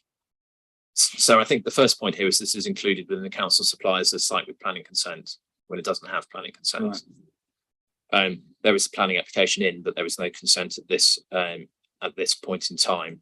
That application has been in now for over a year. I suppose if I refer quite simply to Mr. Davies' proof, he talks about in the event that the scheme is refused in his evidence. So I don't think there's any clarity regarding whether the council will or will not approve development of this site. It's got quite a history now of refusing sites within Basildon town centre. So, Mr. Davies, a particular reason for including this site in the supply rather than, I mean, there must be other applications which are pending. Well, yeah, this is another area where we disagree because our interpretation of national policies at the PPG is quite clear that sites do not have to have full planning consent to be part of a deliverable supply. The case officer who's determined the scheme has indicated there'll be a 1-year build out rate. It's true the application has been in for over a year. There's been some dialogue between the applicant and the case officer to resolve some of the problems with it.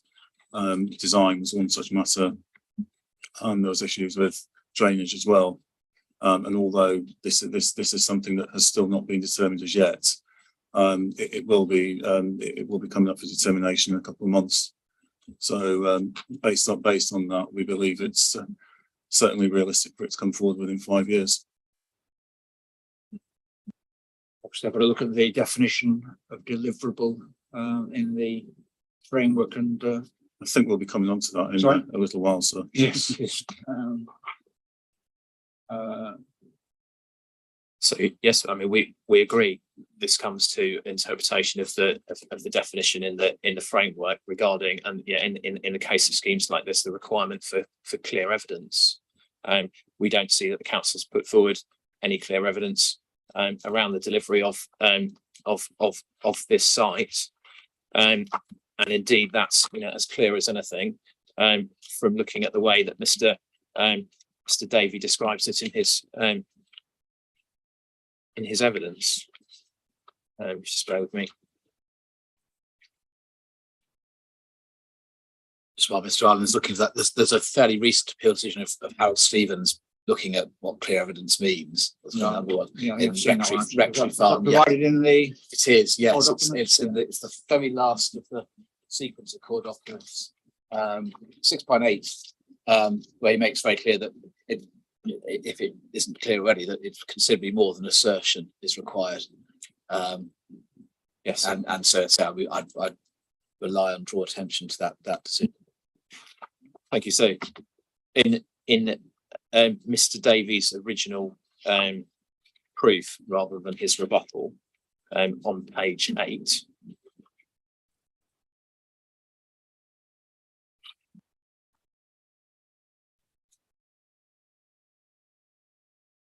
He sets out that an application has been submitted, which we don't dispute.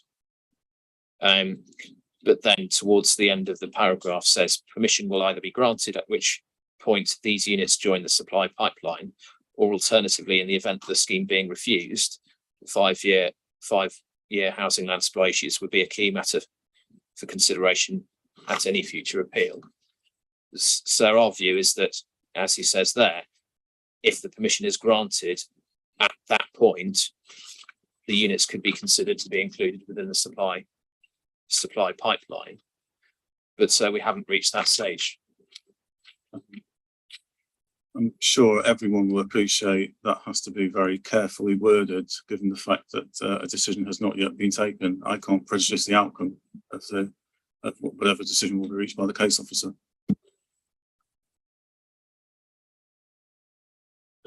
Just before you move on, I wonder whether it'd be kind of just to make a note at this point. You referred to, the definition in the framework glossary, and of course it is important. Yeah. But I don't want you to be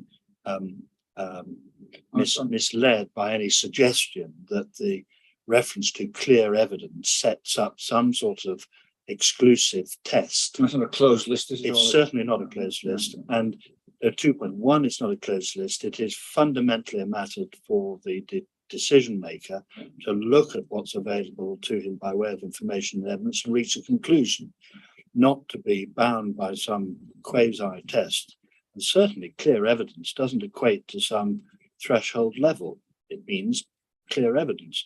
And the governing principle here, sir, of course, is the question of reasonable prospect. And there's this sort of inclination in the appellant's submissions to sort of go away from that and set some clear evidence as if there was some higher bar than actually is the case. You've got to be satisfied that the evidence you hear is clear and make a judgment on the sufficiency of that evidence. So can I just come back on that? 2 things. One, it's not a closed list in the sense that you can have categories outside A and B. You can have sites that aren't in either of those ones that come through, and that's well established. It is closed in the sense that the framework requires clear evidence, and if there isn't clear evidence, then the definition isn't met.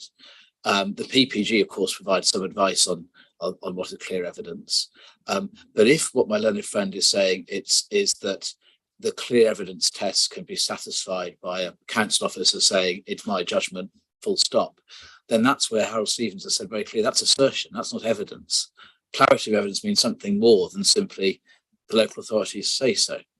And as to what is clear evidence of course, one has to be mindful that the test that was applicable at the time of the Sir Modwen judgment, which was reasonable prospect, full stop, was modified in 2019 and reiterated in 2021 in the framework by the requirement for clear evidence that completions will begin in 5 years, in the terms of the final line of the relevant part. So one just has to be careful not to be beguiled by an oversimplification of what the framework does actually require.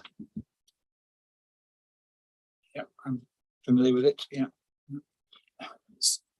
So I've got one further point on this, which is I have been back and looked at the planning statement related to On this. Southern Hay, On Southern Hay related to this scheme, and in terms of the height of the development, which has obviously been a key issue at other schemes in the town centre.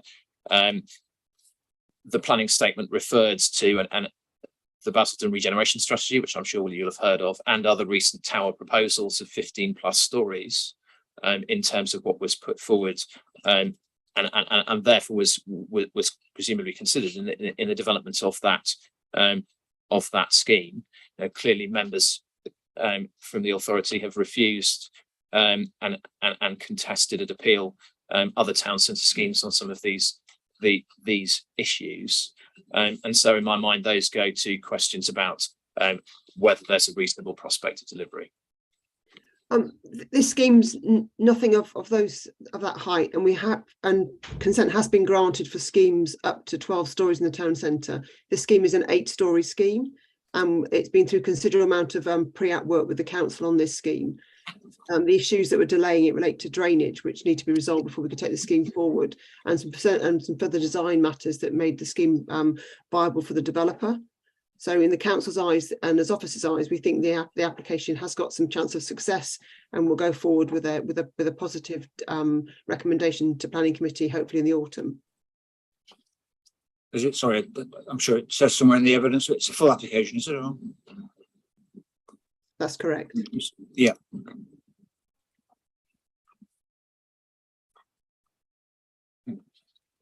Right, moving on to clarification on Craylands and Fryans. Which seems quite complicated, but it's about number of completions, is it? And Yes, those applications are still Sorry? to complete. Yes, the applications in the table are still to complete. right, is the petition agreed or? Yes, sir. Oh, I see. So don't discuss it further. Right.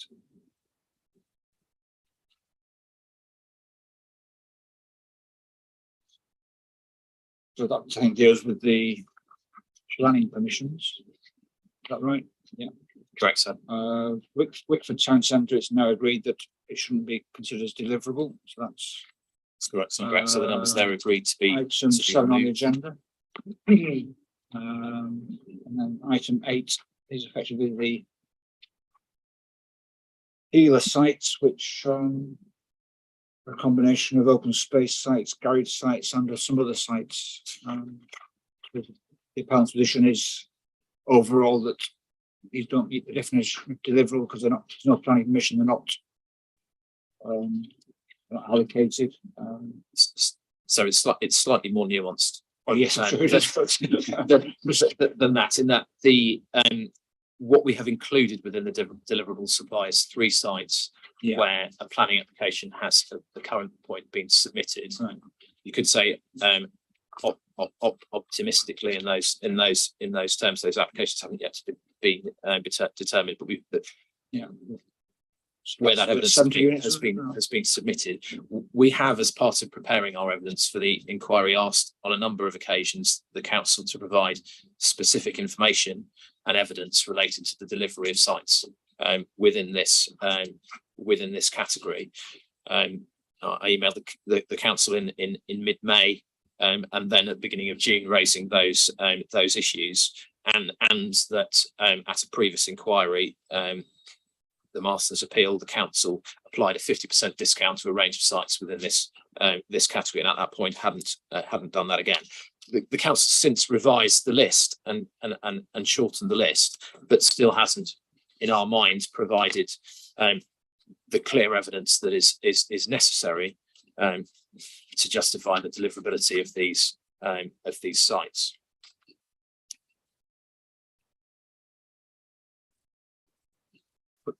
The three sites that you have included are the ones that results in 70 units. So yes, 70 units where an application has been submitted.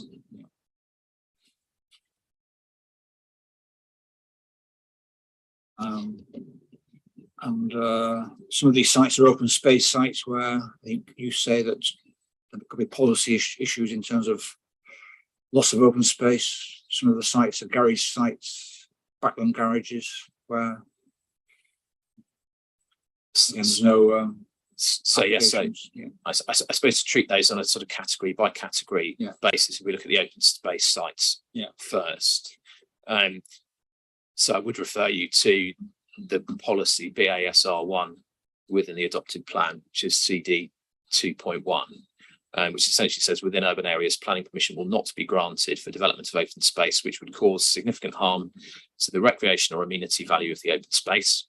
So you've got an issue about the recreation or amenity value, or to the contribution which the open space makes to the character of the area. So a second issue around character.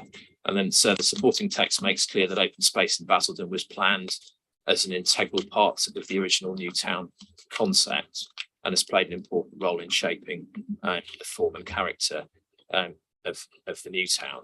Now, so the council and the sites, I've visited the sites that the council includes within this category. Now, in broad terms, we don't have an open space assessment related to these sites, showing that there's a surplus of open space locally. We don't have an assessment of the impact on character. Sorry, Mr. Ireland, I thought we'd removed all the open space ones from our list. What's in front of us in generally is the garage courts. I mean, I was looking at the page and that starts, I mean, we'd taken the majority of those open space ones out. the majority of the cases that we've got now are from our HELAR sites and are from our garage courts. I was of the opinion that we had removed all those for that exact reason. So what you've got in terms of the final addendum doesn't include much in the way of open space sites, because you're quite correct, we haven't done that work. So what's left in front of us in general relates to majority of them are garage courts. I mean, that's part of a garage court survey the council's doing to reduce the number of garage courts and to better deliver those, because obviously the garages are too small, that you can't get a modern car in the garages. So that's all the garage court sites. That goes from 21 down to 35. A number of the initial first sites are HELAR sites, and then you go to the Superstore and car park at Mandeville Way. That's been a HELAR site for a while. We've had applications on that site already. I mean, so it's not quite as simple as you're saying, Mr. Island, the fact that these are not open space sites. So I think you need to be careful what you're saying about the sites in front of you. Yes, maybe we should clarify which sites we. I was going to ask you which these sites are open space sites. So Swanmead Centre. So what the reference is? That's reference 54. Community Hall off Witchards, which is number 4. And north and east of Station Avenue, Barn Hall, which Number 1, is it? yes, number 1 at the top.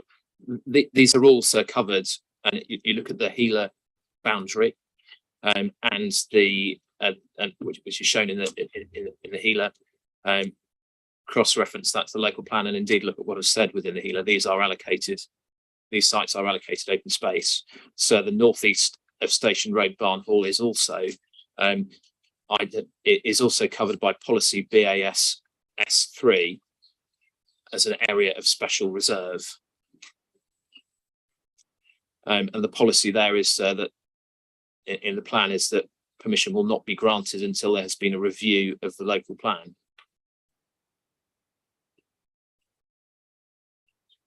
A reserve site that can only come forward through a review of the local plan. So we see in those terms that there are clear barriers to this. To the development of these sites. If Ms. Lyons is suggesting that these sites shouldn't be in there in the supply, I'm happy to accept that. Well, I think Ms. Lyons was implying that quite a few of the open space sites have been removed, which presumably you acknowledge. Yes, I acknowledge. But 3 left. The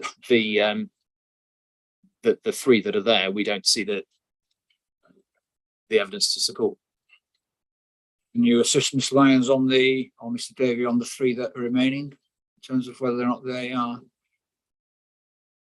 supported by evidence in terms of being part of the deliverable supply? The community centres and are part of a wider remit of actually looking at how the land within those sites is dealt with. So they're not purely all open space sites, and the Wickford one was part of a larger allocation from the local plan. This part of the site sits outside the green belt, so is not part of a green belt restriction. So as number 1 actually is not in the green belt. So therefore, the impact of whether that site comes forward with an application and how that's treated, obviously would we haven't had we've got it's within the HELAR at the moment, and it's a site that is more likely than not to come forward within the next 5 years based on the fact that we haven't got a local plan at the moment. So I would say site 1 is probably more, in terms of the judgment from an applicant, would more likely come forward. The impact of I'd say of 4, which is the community use at Witchards and also the Swanmead Centre, they are obviously, the landowners put those in with some consideration for those sites coming forward as well. So they're not purely open space sites that would have sat within the new town, and obviously Wickford is clearly not a new town open space. So are they, when you say the owners put them forward, are the owners sort of community groups, or? I mean, they've just come through the HELAR, as the landowners submitted them to the HELAR. Right. Okay. So I mean, if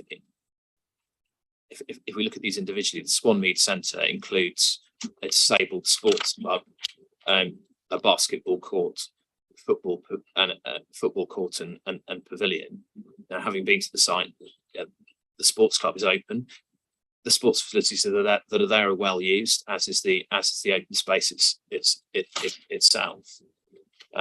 Doesn't look on the ground like it's a development site. The council is providing no evidence of time frames, planning application, a developer looking to bring this forward in respect of this this site. The second one in the list, the community hall at Witchlands and the associated open space. I mean, this is attractive, part of an attractive green corridor consistent with Newtown design principles, which links neighbourhoods through to the town centre and is well used. And then, so in terms of the Station Avenue Barn Hall, the one at the top of the list, there are two sites identified under this as areas of special reserve. The other being Dry Street, what is now the Nethermain development. Now, the council refused planning permission for that site. The policy framework says that it can only come forward through a review of the plan. What's an area of special reserve?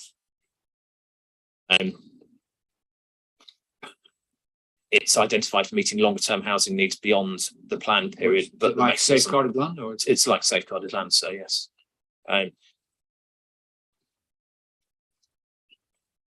But once again, I would expect, in terms of evidence, if the council wants to include this, much more detailed information, and so is provided. We don't have details of an application being worked up, of local community engagement, of site assessments, of the types of evidence that are identified in the PPG, so simply isn't provided.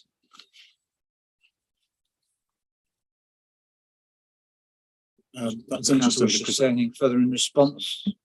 Well, I mean, sorry, the site number one would form part of allocation H14. So obviously there was some ambitions for that site coming forward, and the work was undertaken at that delivery stage. It wouldn't have formed part of that initial allocation if it hadn't been deliverable at that time. So I would probably argue differently on that point. But I mean, relationship to the community halls. Obviously they are operating, but those sites have been brought forward to be redeveloped by and they've come through the HELAR. So as far as the council's concerned, and looking at the HELAR and looking at the terms of the HELAR, they would meet those assessments. So the council would consider that those sites can be retained. Presumably a lot of sites are put forward as part of the HELAR, but some are not judged as being deliverable. Why are these ones being judged as deliverable compared to others which may not have been considered deliverable? I mean, there must be some distinction between sites which are put forward as part of the HELAR. There has been some preliminary work on these on the two sites at 4 and 54. There's been some preliminary work undertaken with those, but it's not in the public domain at the moment.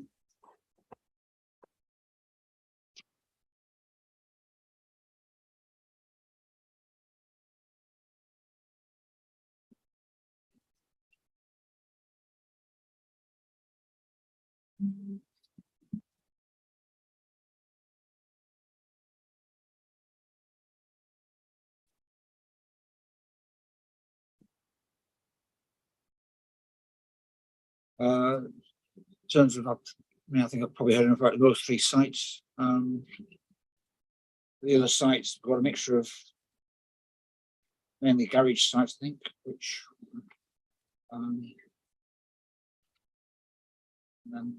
mean, in terms of the garage sites, the council's got a good history of delivering those sites. And over the past 6 months, we've had those similar sites just come forward to planning committee and granted to planning committee. So I would say that those sites are optimum in terms of our own Sempra housing build for the next and HRA build over the next 5 years, and they do form part of the number of units the council is seeking to deliver through either the HRA account or Sempra. So I'd say that those sites should be retained in the 5-year house land supply, because we have got good evidence of those sites being delivered and being delivered.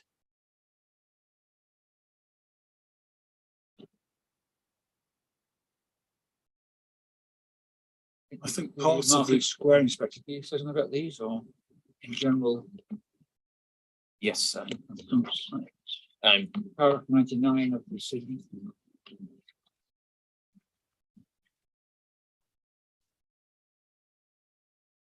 Material weight is given to the council's housing delivery action plan. but so Yeah. before that, Yeah. so we do need to read the section in context. 97 deals with Basildon Council sites, many of which form part of the council's house building programme over the next 5 years, the council's future building programme, but not progressed to application stage. And the inspector says, while it's understandable the full details are not in the public domain, and it's acknowledged the council have been proactive, there is no firm evidence to support the prospect of delivery. So in terms of the test for evidence in respect of these sites, that doesn't exist. I mean, from our point of view, the requirement from the framework is for clear site-specific evidence. The practice guidance identifies examples of what that might be: evidence about current planning status, firm progress towards the submission of an application, firm progress with site assessment work, and so forth. Such evidence simply isn't. We've asked for it on several occasions. Such evidence hasn't been provided to us and isn't before the inquiry. So We're looking for site-specific evidence.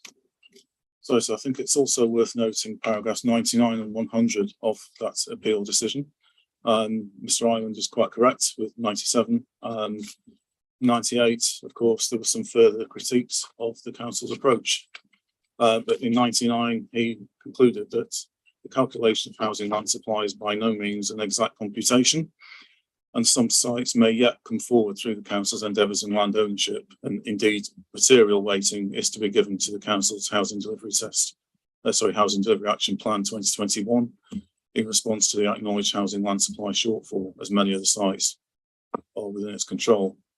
He also said in the subsequent paragraph, looking at the exercise as a whole, it's reasonable to assume on the balance of probability that some of the sites discounted by the Rule 6 parties are likely to generate new housing within the relevant period.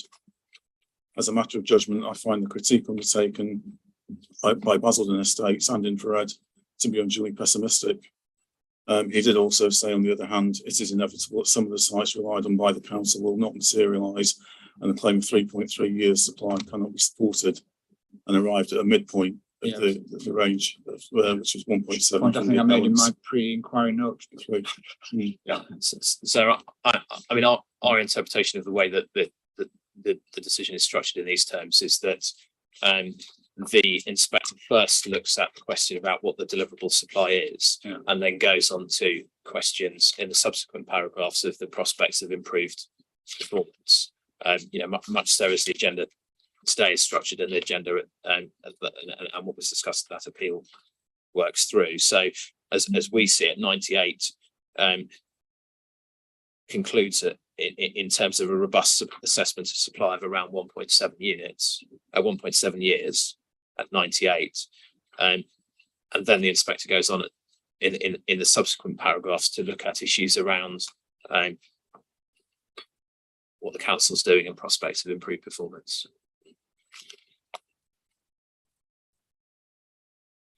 In terms of the other HELA sites, are they all?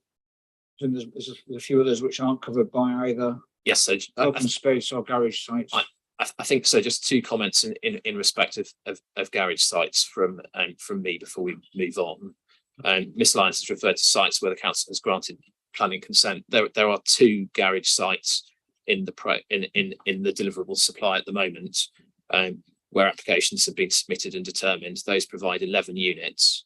And that appears to be the total quantum over in terms of what's what's come forward and been granted planning consent over the last 2.25 years. At that rate of delivery, 11 units, that doesn't justify a 74 homes from this source. So I've also looked at some of these on the ground, the Fallstones examples, which include 29 of those units. So that's a Radburn layout estate, where essentially homes are built in parts of the estate facing onto green space, and therefore parking provision is on some of the roads and on the garage within the in the garage areas. And I think in those terms, in looking at the redevelopment of that, you do need to look at parking issues and ensuring sufficient parking provision. So we just simply don't have the confidence in the absence of other of information available about the quantum of development that can come forward from some of these sites, notwithstanding my other comments about simply a lack of evidence about around their delivery. I think with respect, again, that's just a personal opinion. Yeah, Mr. Ireland, we do a lot of work around car parking capacity and the impact of development on these schemes coming forward. That's a bit of a naive approach of a local planning authority who's seeking to deliver high quality, affordable homes through these garage court developments. So before any site comes forward, that work is done intently, and before schemes are put forward for this purpose, that work is done before that happens. So any site that gets put on our list for garage court redevelopment meets those criteria straight away before we even start looking at it. We have got a significant amount of experience in delivering on garage courts. And there's been more than 11 delivered in the past 2.5 years. So obviously we'll be making submissions as to whether that falls within the category of clear evidence before the inquiry, or assertion, in terms of Mr. Harold Stevens' categories of what amounts to clear evidence. And so I think my point here is not that the council hasn't got experience of that, but that it looks at those issues when it designs up schemes, but schemes haven't informed the numbers in terms of capacity that are set out in the HELA. And there are a range of examples of where planning applications have come forward on HELA sites that the ultimate capacity of those in those schemes is lower than the HELA assessed.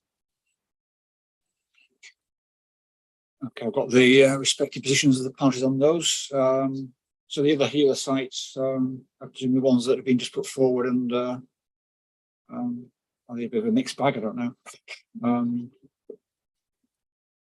Obviously, they don't have planning permission. They're not allocated.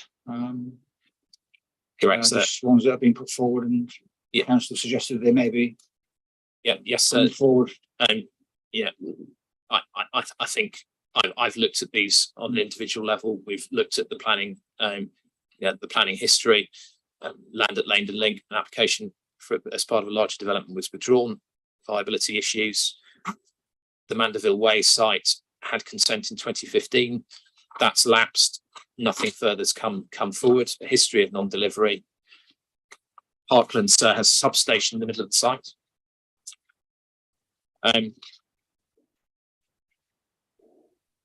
One's an active church, and so forth. Can I just go back to the Mandeville Way? There is ongoing discussions again on a pre-app is in on the Mandeville Way site. In terms of 53 Pitsea Housing Office, that's part of a regeneration scheme for Pitsea that will be progressing. And in terms of the St Chad's Church, that's not the church. That's actually the land next door to the church. So we're quite in agreement. The church is still operating, but it's the land next door to the church. So that's basically an over delivery of land on a church site, and it's actually how you can make best use of that land. So I would disagree with you on that point as well, Mr. Ireland. So you said there was 44, which was the Mandeville Way. 53 is the Pitsea Housing Office. The third one was what? Sorry. St Chad's 22. St Chad's 22. Right. So again, Pitsea Housing Office is that there was a planning application granted for that in November 2016, that since lapsed. Again, so a history of non-delivery.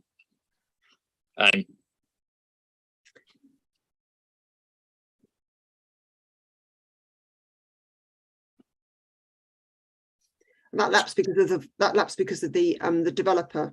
Obviously Pitsea is our area we've got least viability. That site is coming back forward for further works with the council over this year and next year.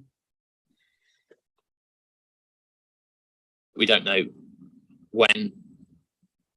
We don't know, have the evidence behind the numbers. We have no specific timescales. We don't have the evidence around what is viable or not. Is it council owned? It's the housing office. Yes, it is. Right. As is the place. Sorry, as is. So it's two buildings. It's the Pitsea Housing Office and the place. They're both owned by the council. Right.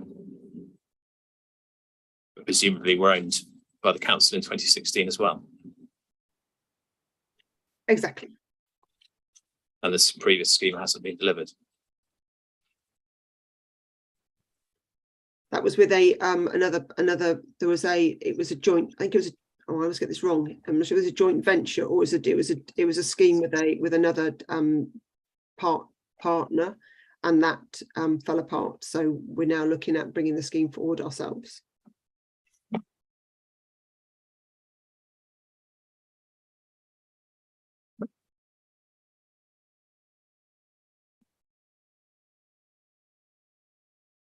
Okay.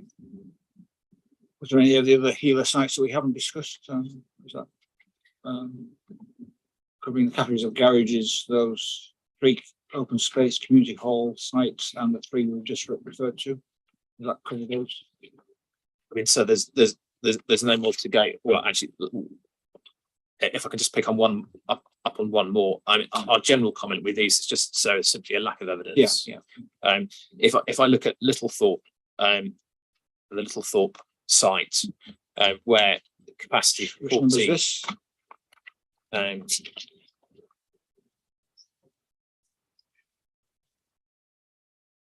this? 52, so.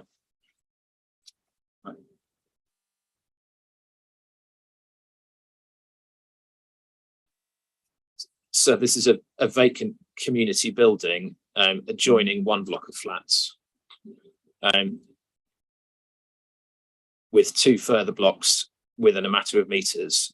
The block of flats at 1 to 21 Littlethorpe is 2 to 3 meters away from the boundary of this site. 108 to 128 Byfleet's another block of flats, probably 6 to 8 meters away. It's a very small site. I just don't simply see that you can deliver, given issues of overlooking and rights to light, 14 dwellings on the site. There's no evidence that that's been looked at as part of the healer. Again, it just goes to a lack of evidence, a lack of clear consideration of the capacity of these sites. Ms. Lyons or Mr. Davy, can you assist on site 52 anyway? Littlethorpe. I can't see. I don't know anything further about that site. Sorry, that's Right. one I'm not aware of. Is that one?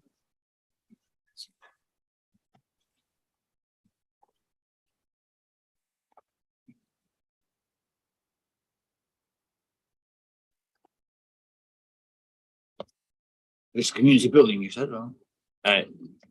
It's some form of a vacant single-story building that adjoins a block of flats. Right. It looks as if it's been vacant for some time. Is it council owned? Does anybody know? No. No.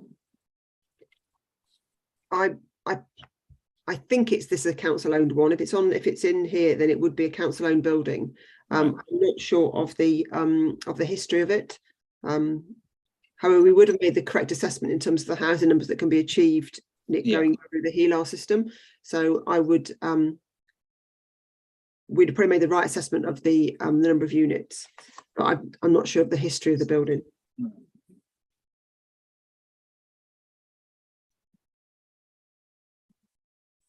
Is there anything else on the disputed sites that, in terms of the specifics, that anyone wanted to say? No. No, nothing else to add.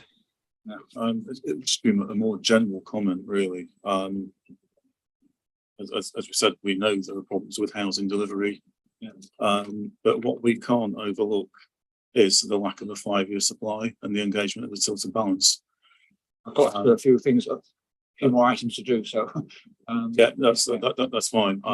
Just a couple of points. Yeah. We can't overlook that. Obviously, beyond this appeal, it will continue being a problem for the council, irrespective of the outcome of this appeal.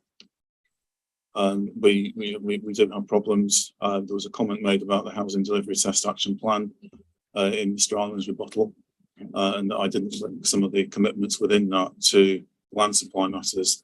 Well, of course, the housing delivery test action plan isn't a site allocations document, so it can't identify 2.5 to 3 years worth of housing land supply. I think all I would really say is that the appellants can't argue to use the tilted balance and the lack of the supply to try to support their case for this appeal, then disregard that because they think other sites should not be included. We do recognise perhaps a lack of evidence for some of those sites at this stage. I would point out after the withdrawal of the local plan, obviously Mr. Banner was cross-examining one of our councillors on Tuesday. We know what we know what's going on there. That decision was taken, but the legal advice we got did set out that the evidence documents exist and that they could still be used to support planning applications. So in that respect, if applications come in, of course, the matters that Mr. Ireland has explained very well will still apply in respect to the determination schemes. So smaller sites, of course, have a shorter build-out timetable at this stage, and certainly we referenced the St Modwyn case, the issues of deliverability, the definition of a reasonable prospect. It is, of course, likely that some of those sites would come forward. I can't sit here and say they all will, but equally, given the problems there are with land supply, I don't think anyone could say that none of them will either, because certainly a number of them are within the control of the council. To some degree, we're straying into planning evidence now, but obviously it's not really good enough to say, well, that it might or might not when we deal with housing supply. The whole point of government policy is clarity and confidence, given the importance of dealing with the housing crisis. But there is one important point which was mentioned now, I think it's sort of hinted at in your, or maybe even more than hinted at in your agenda, which is at least our view, is it's pretty obvious the position is going to get worse before it's going to get better, because as Mr. Davies said, there is a problem, and the issue is it's a problem without a solution, because in a largely green belt authority, the reality is, particularly because the policy is very obvious, the reality is that significant development is not going to be allowed in the green belt. And it's fairly clear as well, the matter of policy, that housing need alone typically doesn't constitute very special circumstances. And so until such time as the local authority has a plan with green belt releases in, or which gets through soundness a policy on figure that doesn't provide for needs, the position is very, very, very obviously going to get worse. And beyond this in the 6 to 10 year period. It is a problem, and it's a problem which completely lacking a solution. I do suggest, and we will suggest in closing, weighs very heavily, and then considering scale and quantum, etc., of this development, because if not here, then where? And that is the fundamental question the council is singularly unable to answer. Right, I'll get back to my agenda.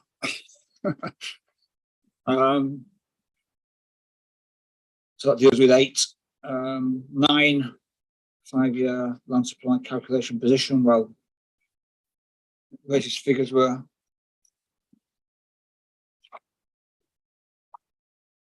2.4 years for the council, 1.8 for the appellant. In summary, so yes, with the caveat that you've obviously heard some concessions on some sites. Yes, I appreciate that. Yeah. Does that mean you're going to do another calculation for me? Does it? Would you like one, sir? In which case, yes.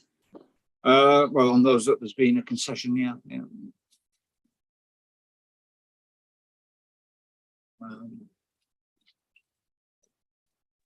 Sorry, sir, when would you like that by? Possibly by the end of the inquiry, which is Thursday. So I'm on leave Wednesday, so I think we need to have something agreed by, well, hopefully agreed by Tuesday. Yeah. Okay. And obviously, I've referred previously to the sort of Market Square decision where the inspector sort of found a midway point, which in this case would be about 2.1 years. But I'm not saying that's a judgment I'm going to make, but I suppose obviously I'll look at what has been said in terms of the sites, and I won't be coming up with an exact figure, but clearly the well, any calculation, the scale of the shortfall is significant. So correct. I mean, I suppose standing back, Mm. yeah, wherever you are, Mm. you're looking at less than half. Yeah. At under 2.5 on everybody's case of what's anticipated, with a shortfall that varies between essentially 3,000 to 4,000 homes rounded, which is very, very substantial. And we do this type of work, as I'm sure you do, looking right around the country. So you don't find a shortfall that runs into the thousands in many instances. And so I do, and we will urge you, appreciating what you say about the midway points, etc. But given that a substantial part of the case against this scheme is scale, if the evidence doesn't justify the council's 5-year supply position, we do ask you to make a finding on that, because the difference, I don't have it before me, it's measured in the hundreds, if not 1,000, give or take, isn't it? And in the context of them saying that it shouldn't be 2,800, it should be some, they haven't said what, lesser amount. You know, actually, the fact that there's 1,000 between us may be actually quite important. If you accept any of the council's, I'll do my best, but there may be somewhere. There may be somewhere you understand, but and I always do say that, and this isn't just rhetoric. That for the people in need of housing, for those 1,000 people, you know, they do matter. Well, it's very easy for local authority to write it off, so it doesn't really matter whether it's our figure or their figure. It's either, you know, it's the difference between wanting to cry and wanting to weep, frankly. But it really is important to the people in need of housing that the proper need is identified to the very best of your ability, as I'm sure you will do, and weighed in the balance meaningfully.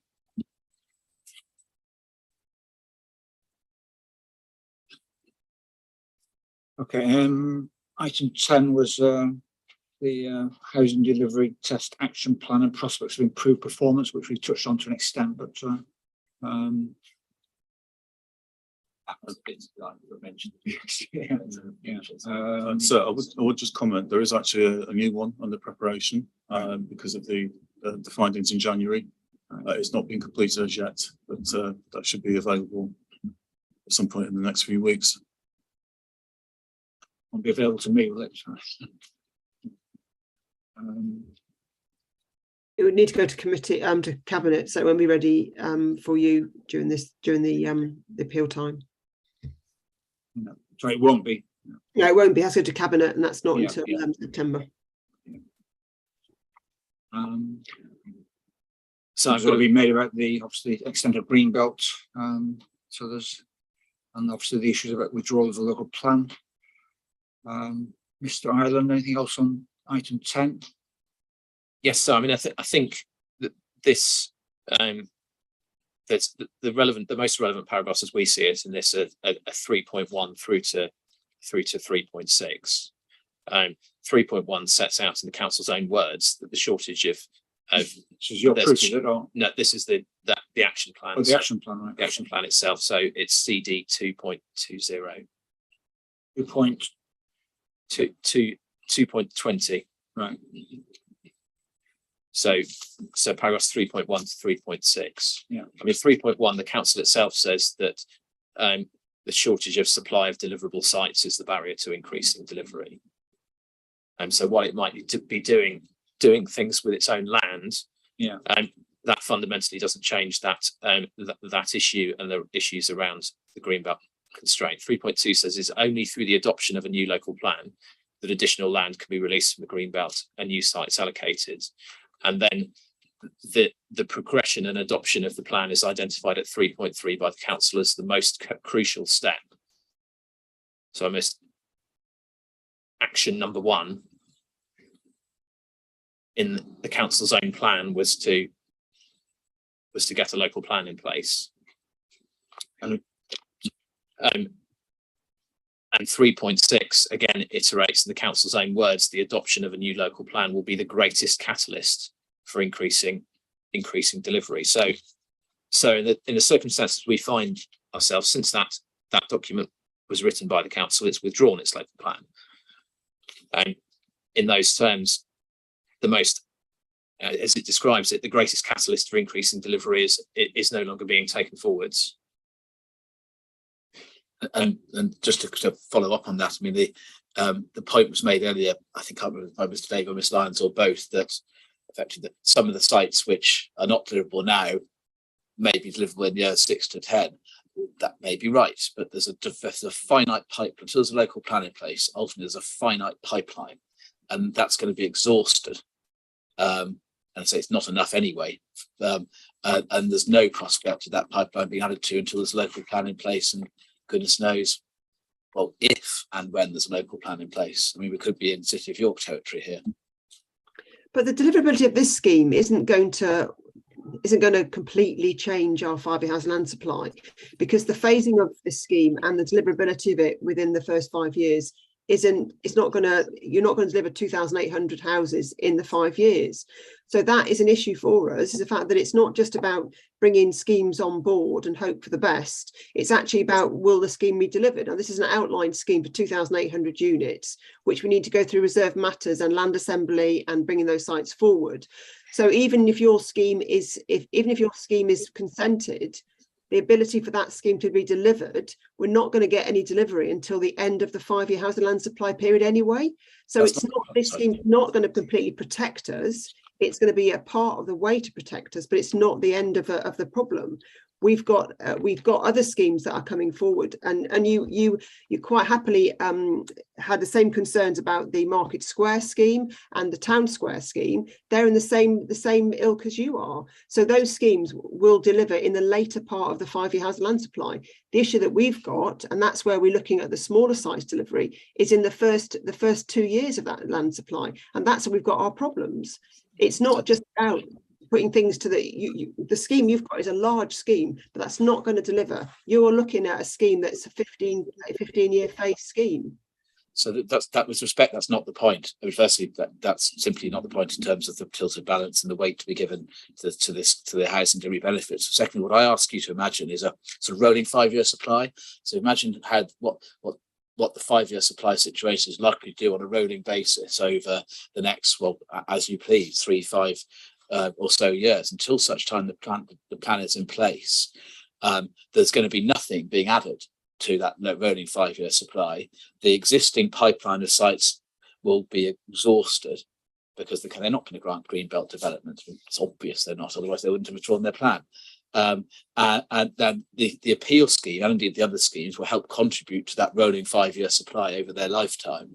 There's nothing else of any significance coming in, because all the big schemes around Billericay, for example, big Taylor Wimpey scheme around Billericay, gone out the window because of the withdrawal of the local plan. There's simply not a catch chance in hell of the VSC case being made. And that's the point. So in that rolling 5-year supply period, this is critical. Exactly. And I think, you don't just need to look, well, that's evidently the case moving forwards. It's also the case that a lack of 5-year land supply has been a historical issue here. Now, you go back to 2017, the council's own assessment was 3 years, 2.6 years, so the year after that, 2.4 years in 2019, 3.5 in 2020. We're now at 2.39. Broadly, the council, looking back over time, hasn't delivered a 5-year land supply for some time, and there's no evidence before us that it will moving forwards. It identifies itself that the local plan was the main solution to that. And that's no longer being progressed.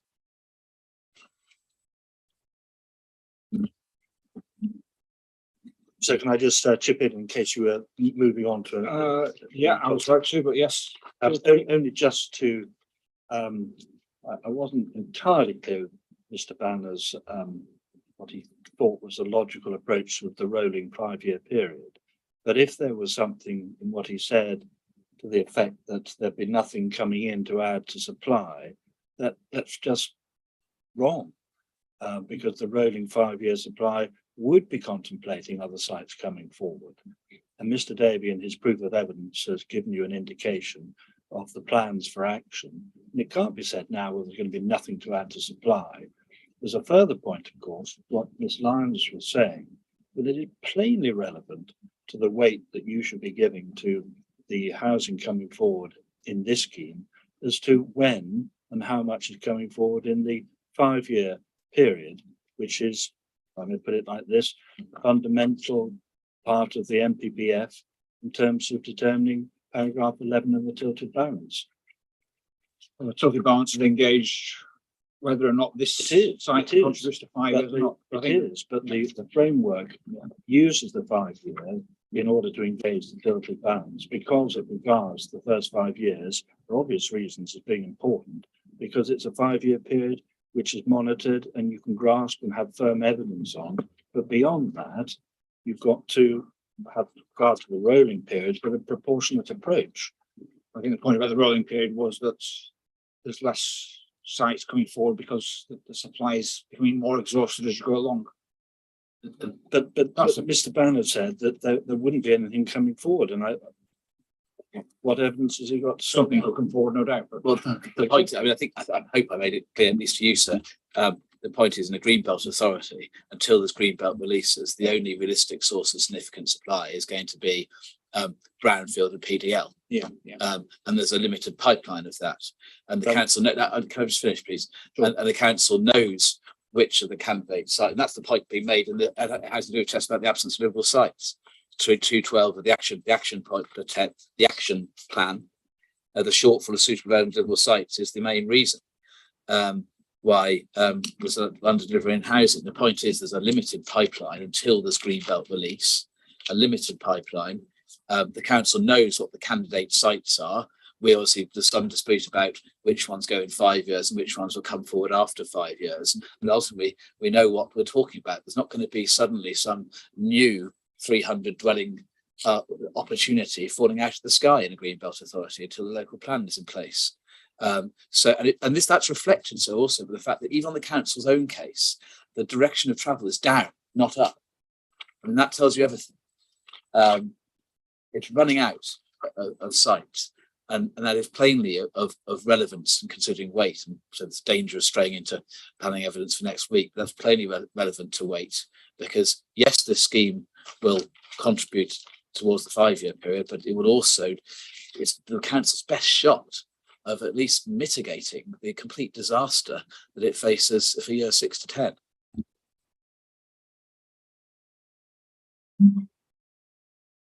Right. Item 11, maintain the housing land supply beyond the year 5. I think that was perhaps partly about the reliance, given the limited supply in the pipeline on town centre sites. At that point, I think. It's the point we just discussed. Yeah, so, Probably. I think it's it's the point that we've just discussed, and I'm supposed to be clear on our position.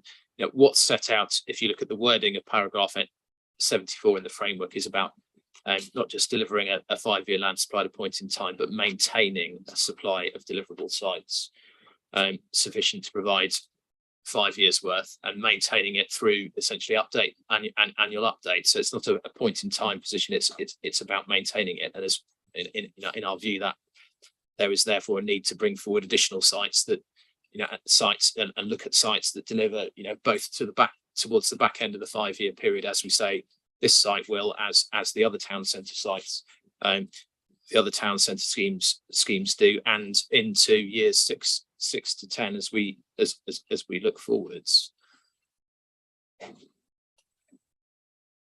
Um, And with the local plan being an unclear timetable and a history of delay, it's clearly very difficult. That's been demonstrated looking at the past 20 years. There's no timetable in place for that at the moment. There is a timetable, Mr. Allen. We are putting together a timetable. We were instructed by DULUC to have a timetable in place by the end of the summer, and that is going to cabinet on the 8th of September. And that sets out a new timescale for the LDS. And the plan, we're looking at an adoption of a plan by 2020. A plan in place by 2025. So we will be working towards looking at allocations over the next 3 years. So the ability for us to deliver work with developers to start delivering sites will actually happen within the 5-year period. So it's not as bleak as you're making it out. By the time we get to 6 to 10 years, obviously there will be a new local plan in place, and obviously with the housing numbers to react to however the government's going to require us to deal with housing numbers in the future. So I don't think things are quite as bleak as you're making out. I don't think they're quite as bleak as the fact that the council hasn't got a plan in place at the moment. We're well aware of that, but we've been working with DULUC on a timetable, and that timetable will be in the public domain for cabinet on the 8th of September. We just on that. I mean, the fact that DULUC's had to require a timetable speaks volumes itself. Well, Mr. I haven't quite finished. Mr. Banners, because our members withdrew the plan, and yes, quite. And there was no intervention from DULUC. DULUC did not intervene. We are working positively with them, and we've agreed with them a timescale for delivery of our local development scheme. So that's not a negative comment about DULUC. That's us working with central government to deliver a local plan within a timescale that we feel as local authority we can deliver it within. And the times, as I understand it, the recommendation is going, so it's not been agreed yet. It's a recommendation going to members, and this isn't an authority where members are shy of disagreeing with their officers. And of course, the timetable is one thing; it's the content that matters, because obviously they have to have a plan that an inspector will find to be sound. So there's all sorts of difficult decisions ahead, which members may not like, and they may not agree with their officers' advice on. For example, do they release green about how much, etc. They're clearly not going to adopt the same plan as they withdrew, otherwise they wouldn't have withdrawn it. And yet the plan they withdrew was one that was there to meet needs. And so there was real uncertainty at the time. I totally understand why there's an aspiration to do it by 2025. I'd eat my wig if that happens. So is there a letter from DULUC, is it, which is part of the evidence base for this inquiry, or is it? There is a letter. We can produce that for the inquiry, Robert. The letter we received from DULUC when we withdrew the local plan, giving them as a requirement for the timetable, and we've written to them recently with that, so we can provide that for the inspector. Just in favour, and I think I'm right to say that the gestation of the aborted local plan was more than 2025 is 3 years away, less than 3 years away, and the one that was aborted took longer than that to get nowhere. Well, obviously the letter isn't set. It'll set expectations. It's not. Yeah. Yes. It's not. We're not sure. We don't know whether those expectations were met. So I think that's the point. And I mean, I've worked through these points in paragraphs 3.4 to 3.9 within my proof. Yeah, the local plan that's just been withdrawn was the council started work on that in 2001. No, that was the core strategy, Mr. Ireland. Paragraph 3. Confusing documents now. 3.5, sir. That plan, when work started out, was intended to be put in place by 2005. It then began work on a core strategy in 2007. That never progressed. It abandoned the preparation of a core strategy in the early 2010s, and then consulted on a draft local plan in 2016. So Yeah, the history is not at these timescales being met. But yeah, a copy of the letter would be helpful just to set the context of what DULUC's expectations are. That's possible. Yes, we can get that for you. Yeah, thanks.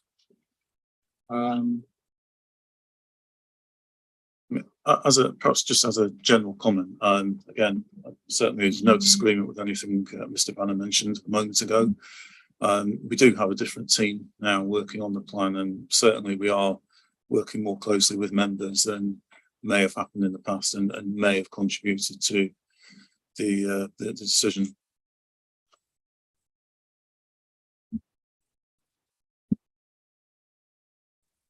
Okay, item 12, anything not covered in terms of housing land supply, or you said what you wanted to say in this session? No, okay, 13, any concluding remarks? Well, the concluding remarks I think will come out in planning evidence and submissions, so I don't think there's any necessity to have two concluding remarks now, unless somebody has a great burning desire to do so. Okay. Oh yeah, that's true. Yeah, did check the trains. I think I'm okay. Right, so that concludes that session, and concludes today's business. Before you formally conclude today's business, Yeah. do you remember you were asking about the cinema and the works going on? Oh yes. And I think I volunteered to assist you on that as best I can. And I'm very happy just to give you a document and show it to Mr. Banner. What you're going to agree at first, or I think you'll be able to agree it now, but take instructions. there's not Mr. Mumby here. Okay. Well, so Have a look over the it's not Yeah. priority, is it? So we can. Yeah, I think if I could just take instructions. And so we've added, having agreed with Mr. Howard's, the addendum to the page, the core documents. We'll work together between now and Tuesday to see what you need in relation to the other two schemes, and if we can agree, we'll stick those on the core documents probably, so you can then download them. Yeah, so in the action and today as well, the and yes, further update in terms of any Absolutely. concessions in relation to housing land supply Yes. for sites. and again, if we can do that by Tuesday, then we'll stick those in the core documents so you've got access to them. But I say I'm very keen for the design and access statement for the second appeal decision to be one of those documents. So just a question of clarification through you, if I may. A new document has just been put onto the list this morning, shortly after the session started. CD 9.6, Basildon Town Centre Development Appraisal Results. I just wonder, I think that's been put on by the appellant, but we've had, I don't believe, any notice. I don't know what it's there for. And if there's any clarification, I'd be very grateful. Notified. I think actually there has been some email correspondence about that. But we can certainly, it was a document that was before the last two appeals that accompanies the urban capacity appraisal and looks at the viability of the options that were discussed there. It was in the other two appeals. I think there was some email correspondence about it. You may not have seen it, but I'm happy for that to come down until you have seen it and still. Concerned about things getting onto the core document list without it being flagged. I think it has been flagged, but maybe not communicated to Mr. Hal Williams. But yes, Right. no. I'd say it was something that accompanied that document in the other two inquiries, looking at the viability of the options in question. So what was the document? I'm going to look at it because it's CD 9.6. right. What's the point of putting it on? I don't know where it's like. The point is they're unviable. The point is they're not viable. But the point is it casts doubt on the viability of the 13-storey maximum.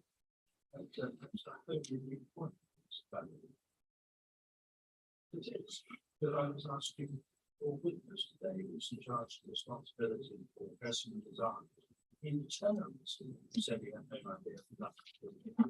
Well, it's the first time that the 13-storey maximum was.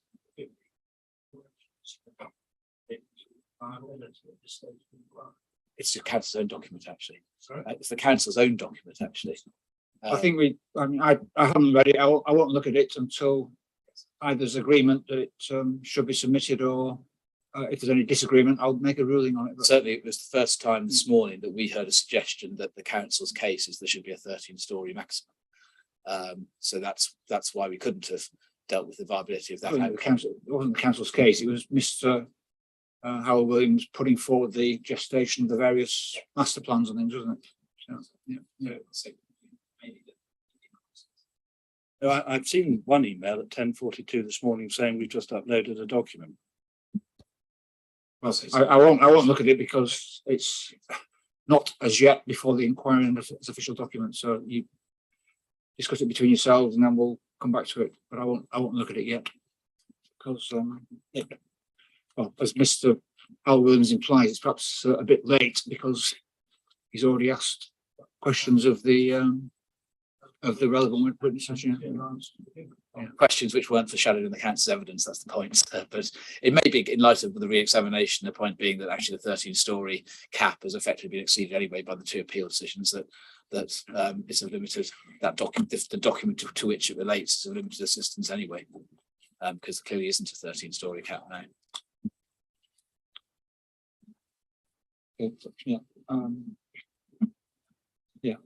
Documents are being submitted, they need to be discussed between the parties and then agreed by me if there's any dispute. Or not agreed. Okay, right, so the attendance list, is that around somewhere? Could I just ask through you, so could we have an electronic copy of this as well, so it can be shared, because Mr. Mumby isn't here, so I need to make sure that he has a copy of it. That was the information about the symbol. Yes, which again, if we can hold fine, put it in the core documents, because we need to just check it ourselves.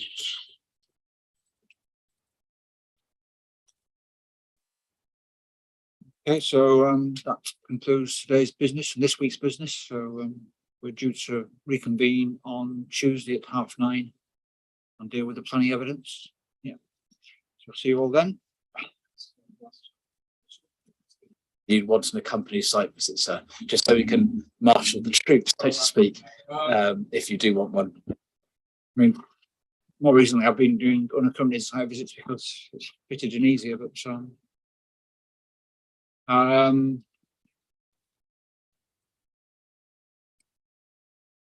perhaps think about that and let you know on Monday. Yeah, I'm just checking my understanding is we don't much mind ourselves. We'll accompany if you want accompaniment. okay. But I think we Do I have a strong on it. preference that it be accompanied or not? Sometimes with a large scheme, it can be helpful sometimes to have some explanation as to Yes. where and. We'll certainly although it's not- provide it if you find it helpful. I don't think we're formally saying, we insist upon it, or we respectfully ask you to do it.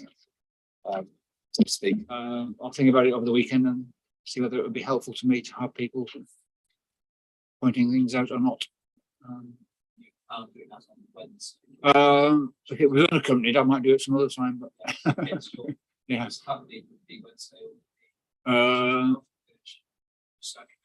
Well, Tuesday after we finish is going to be quite late, isn't it? Yeah.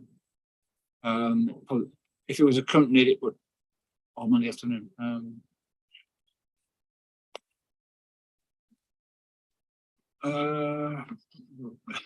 Think about travel and everything. It's the easiest.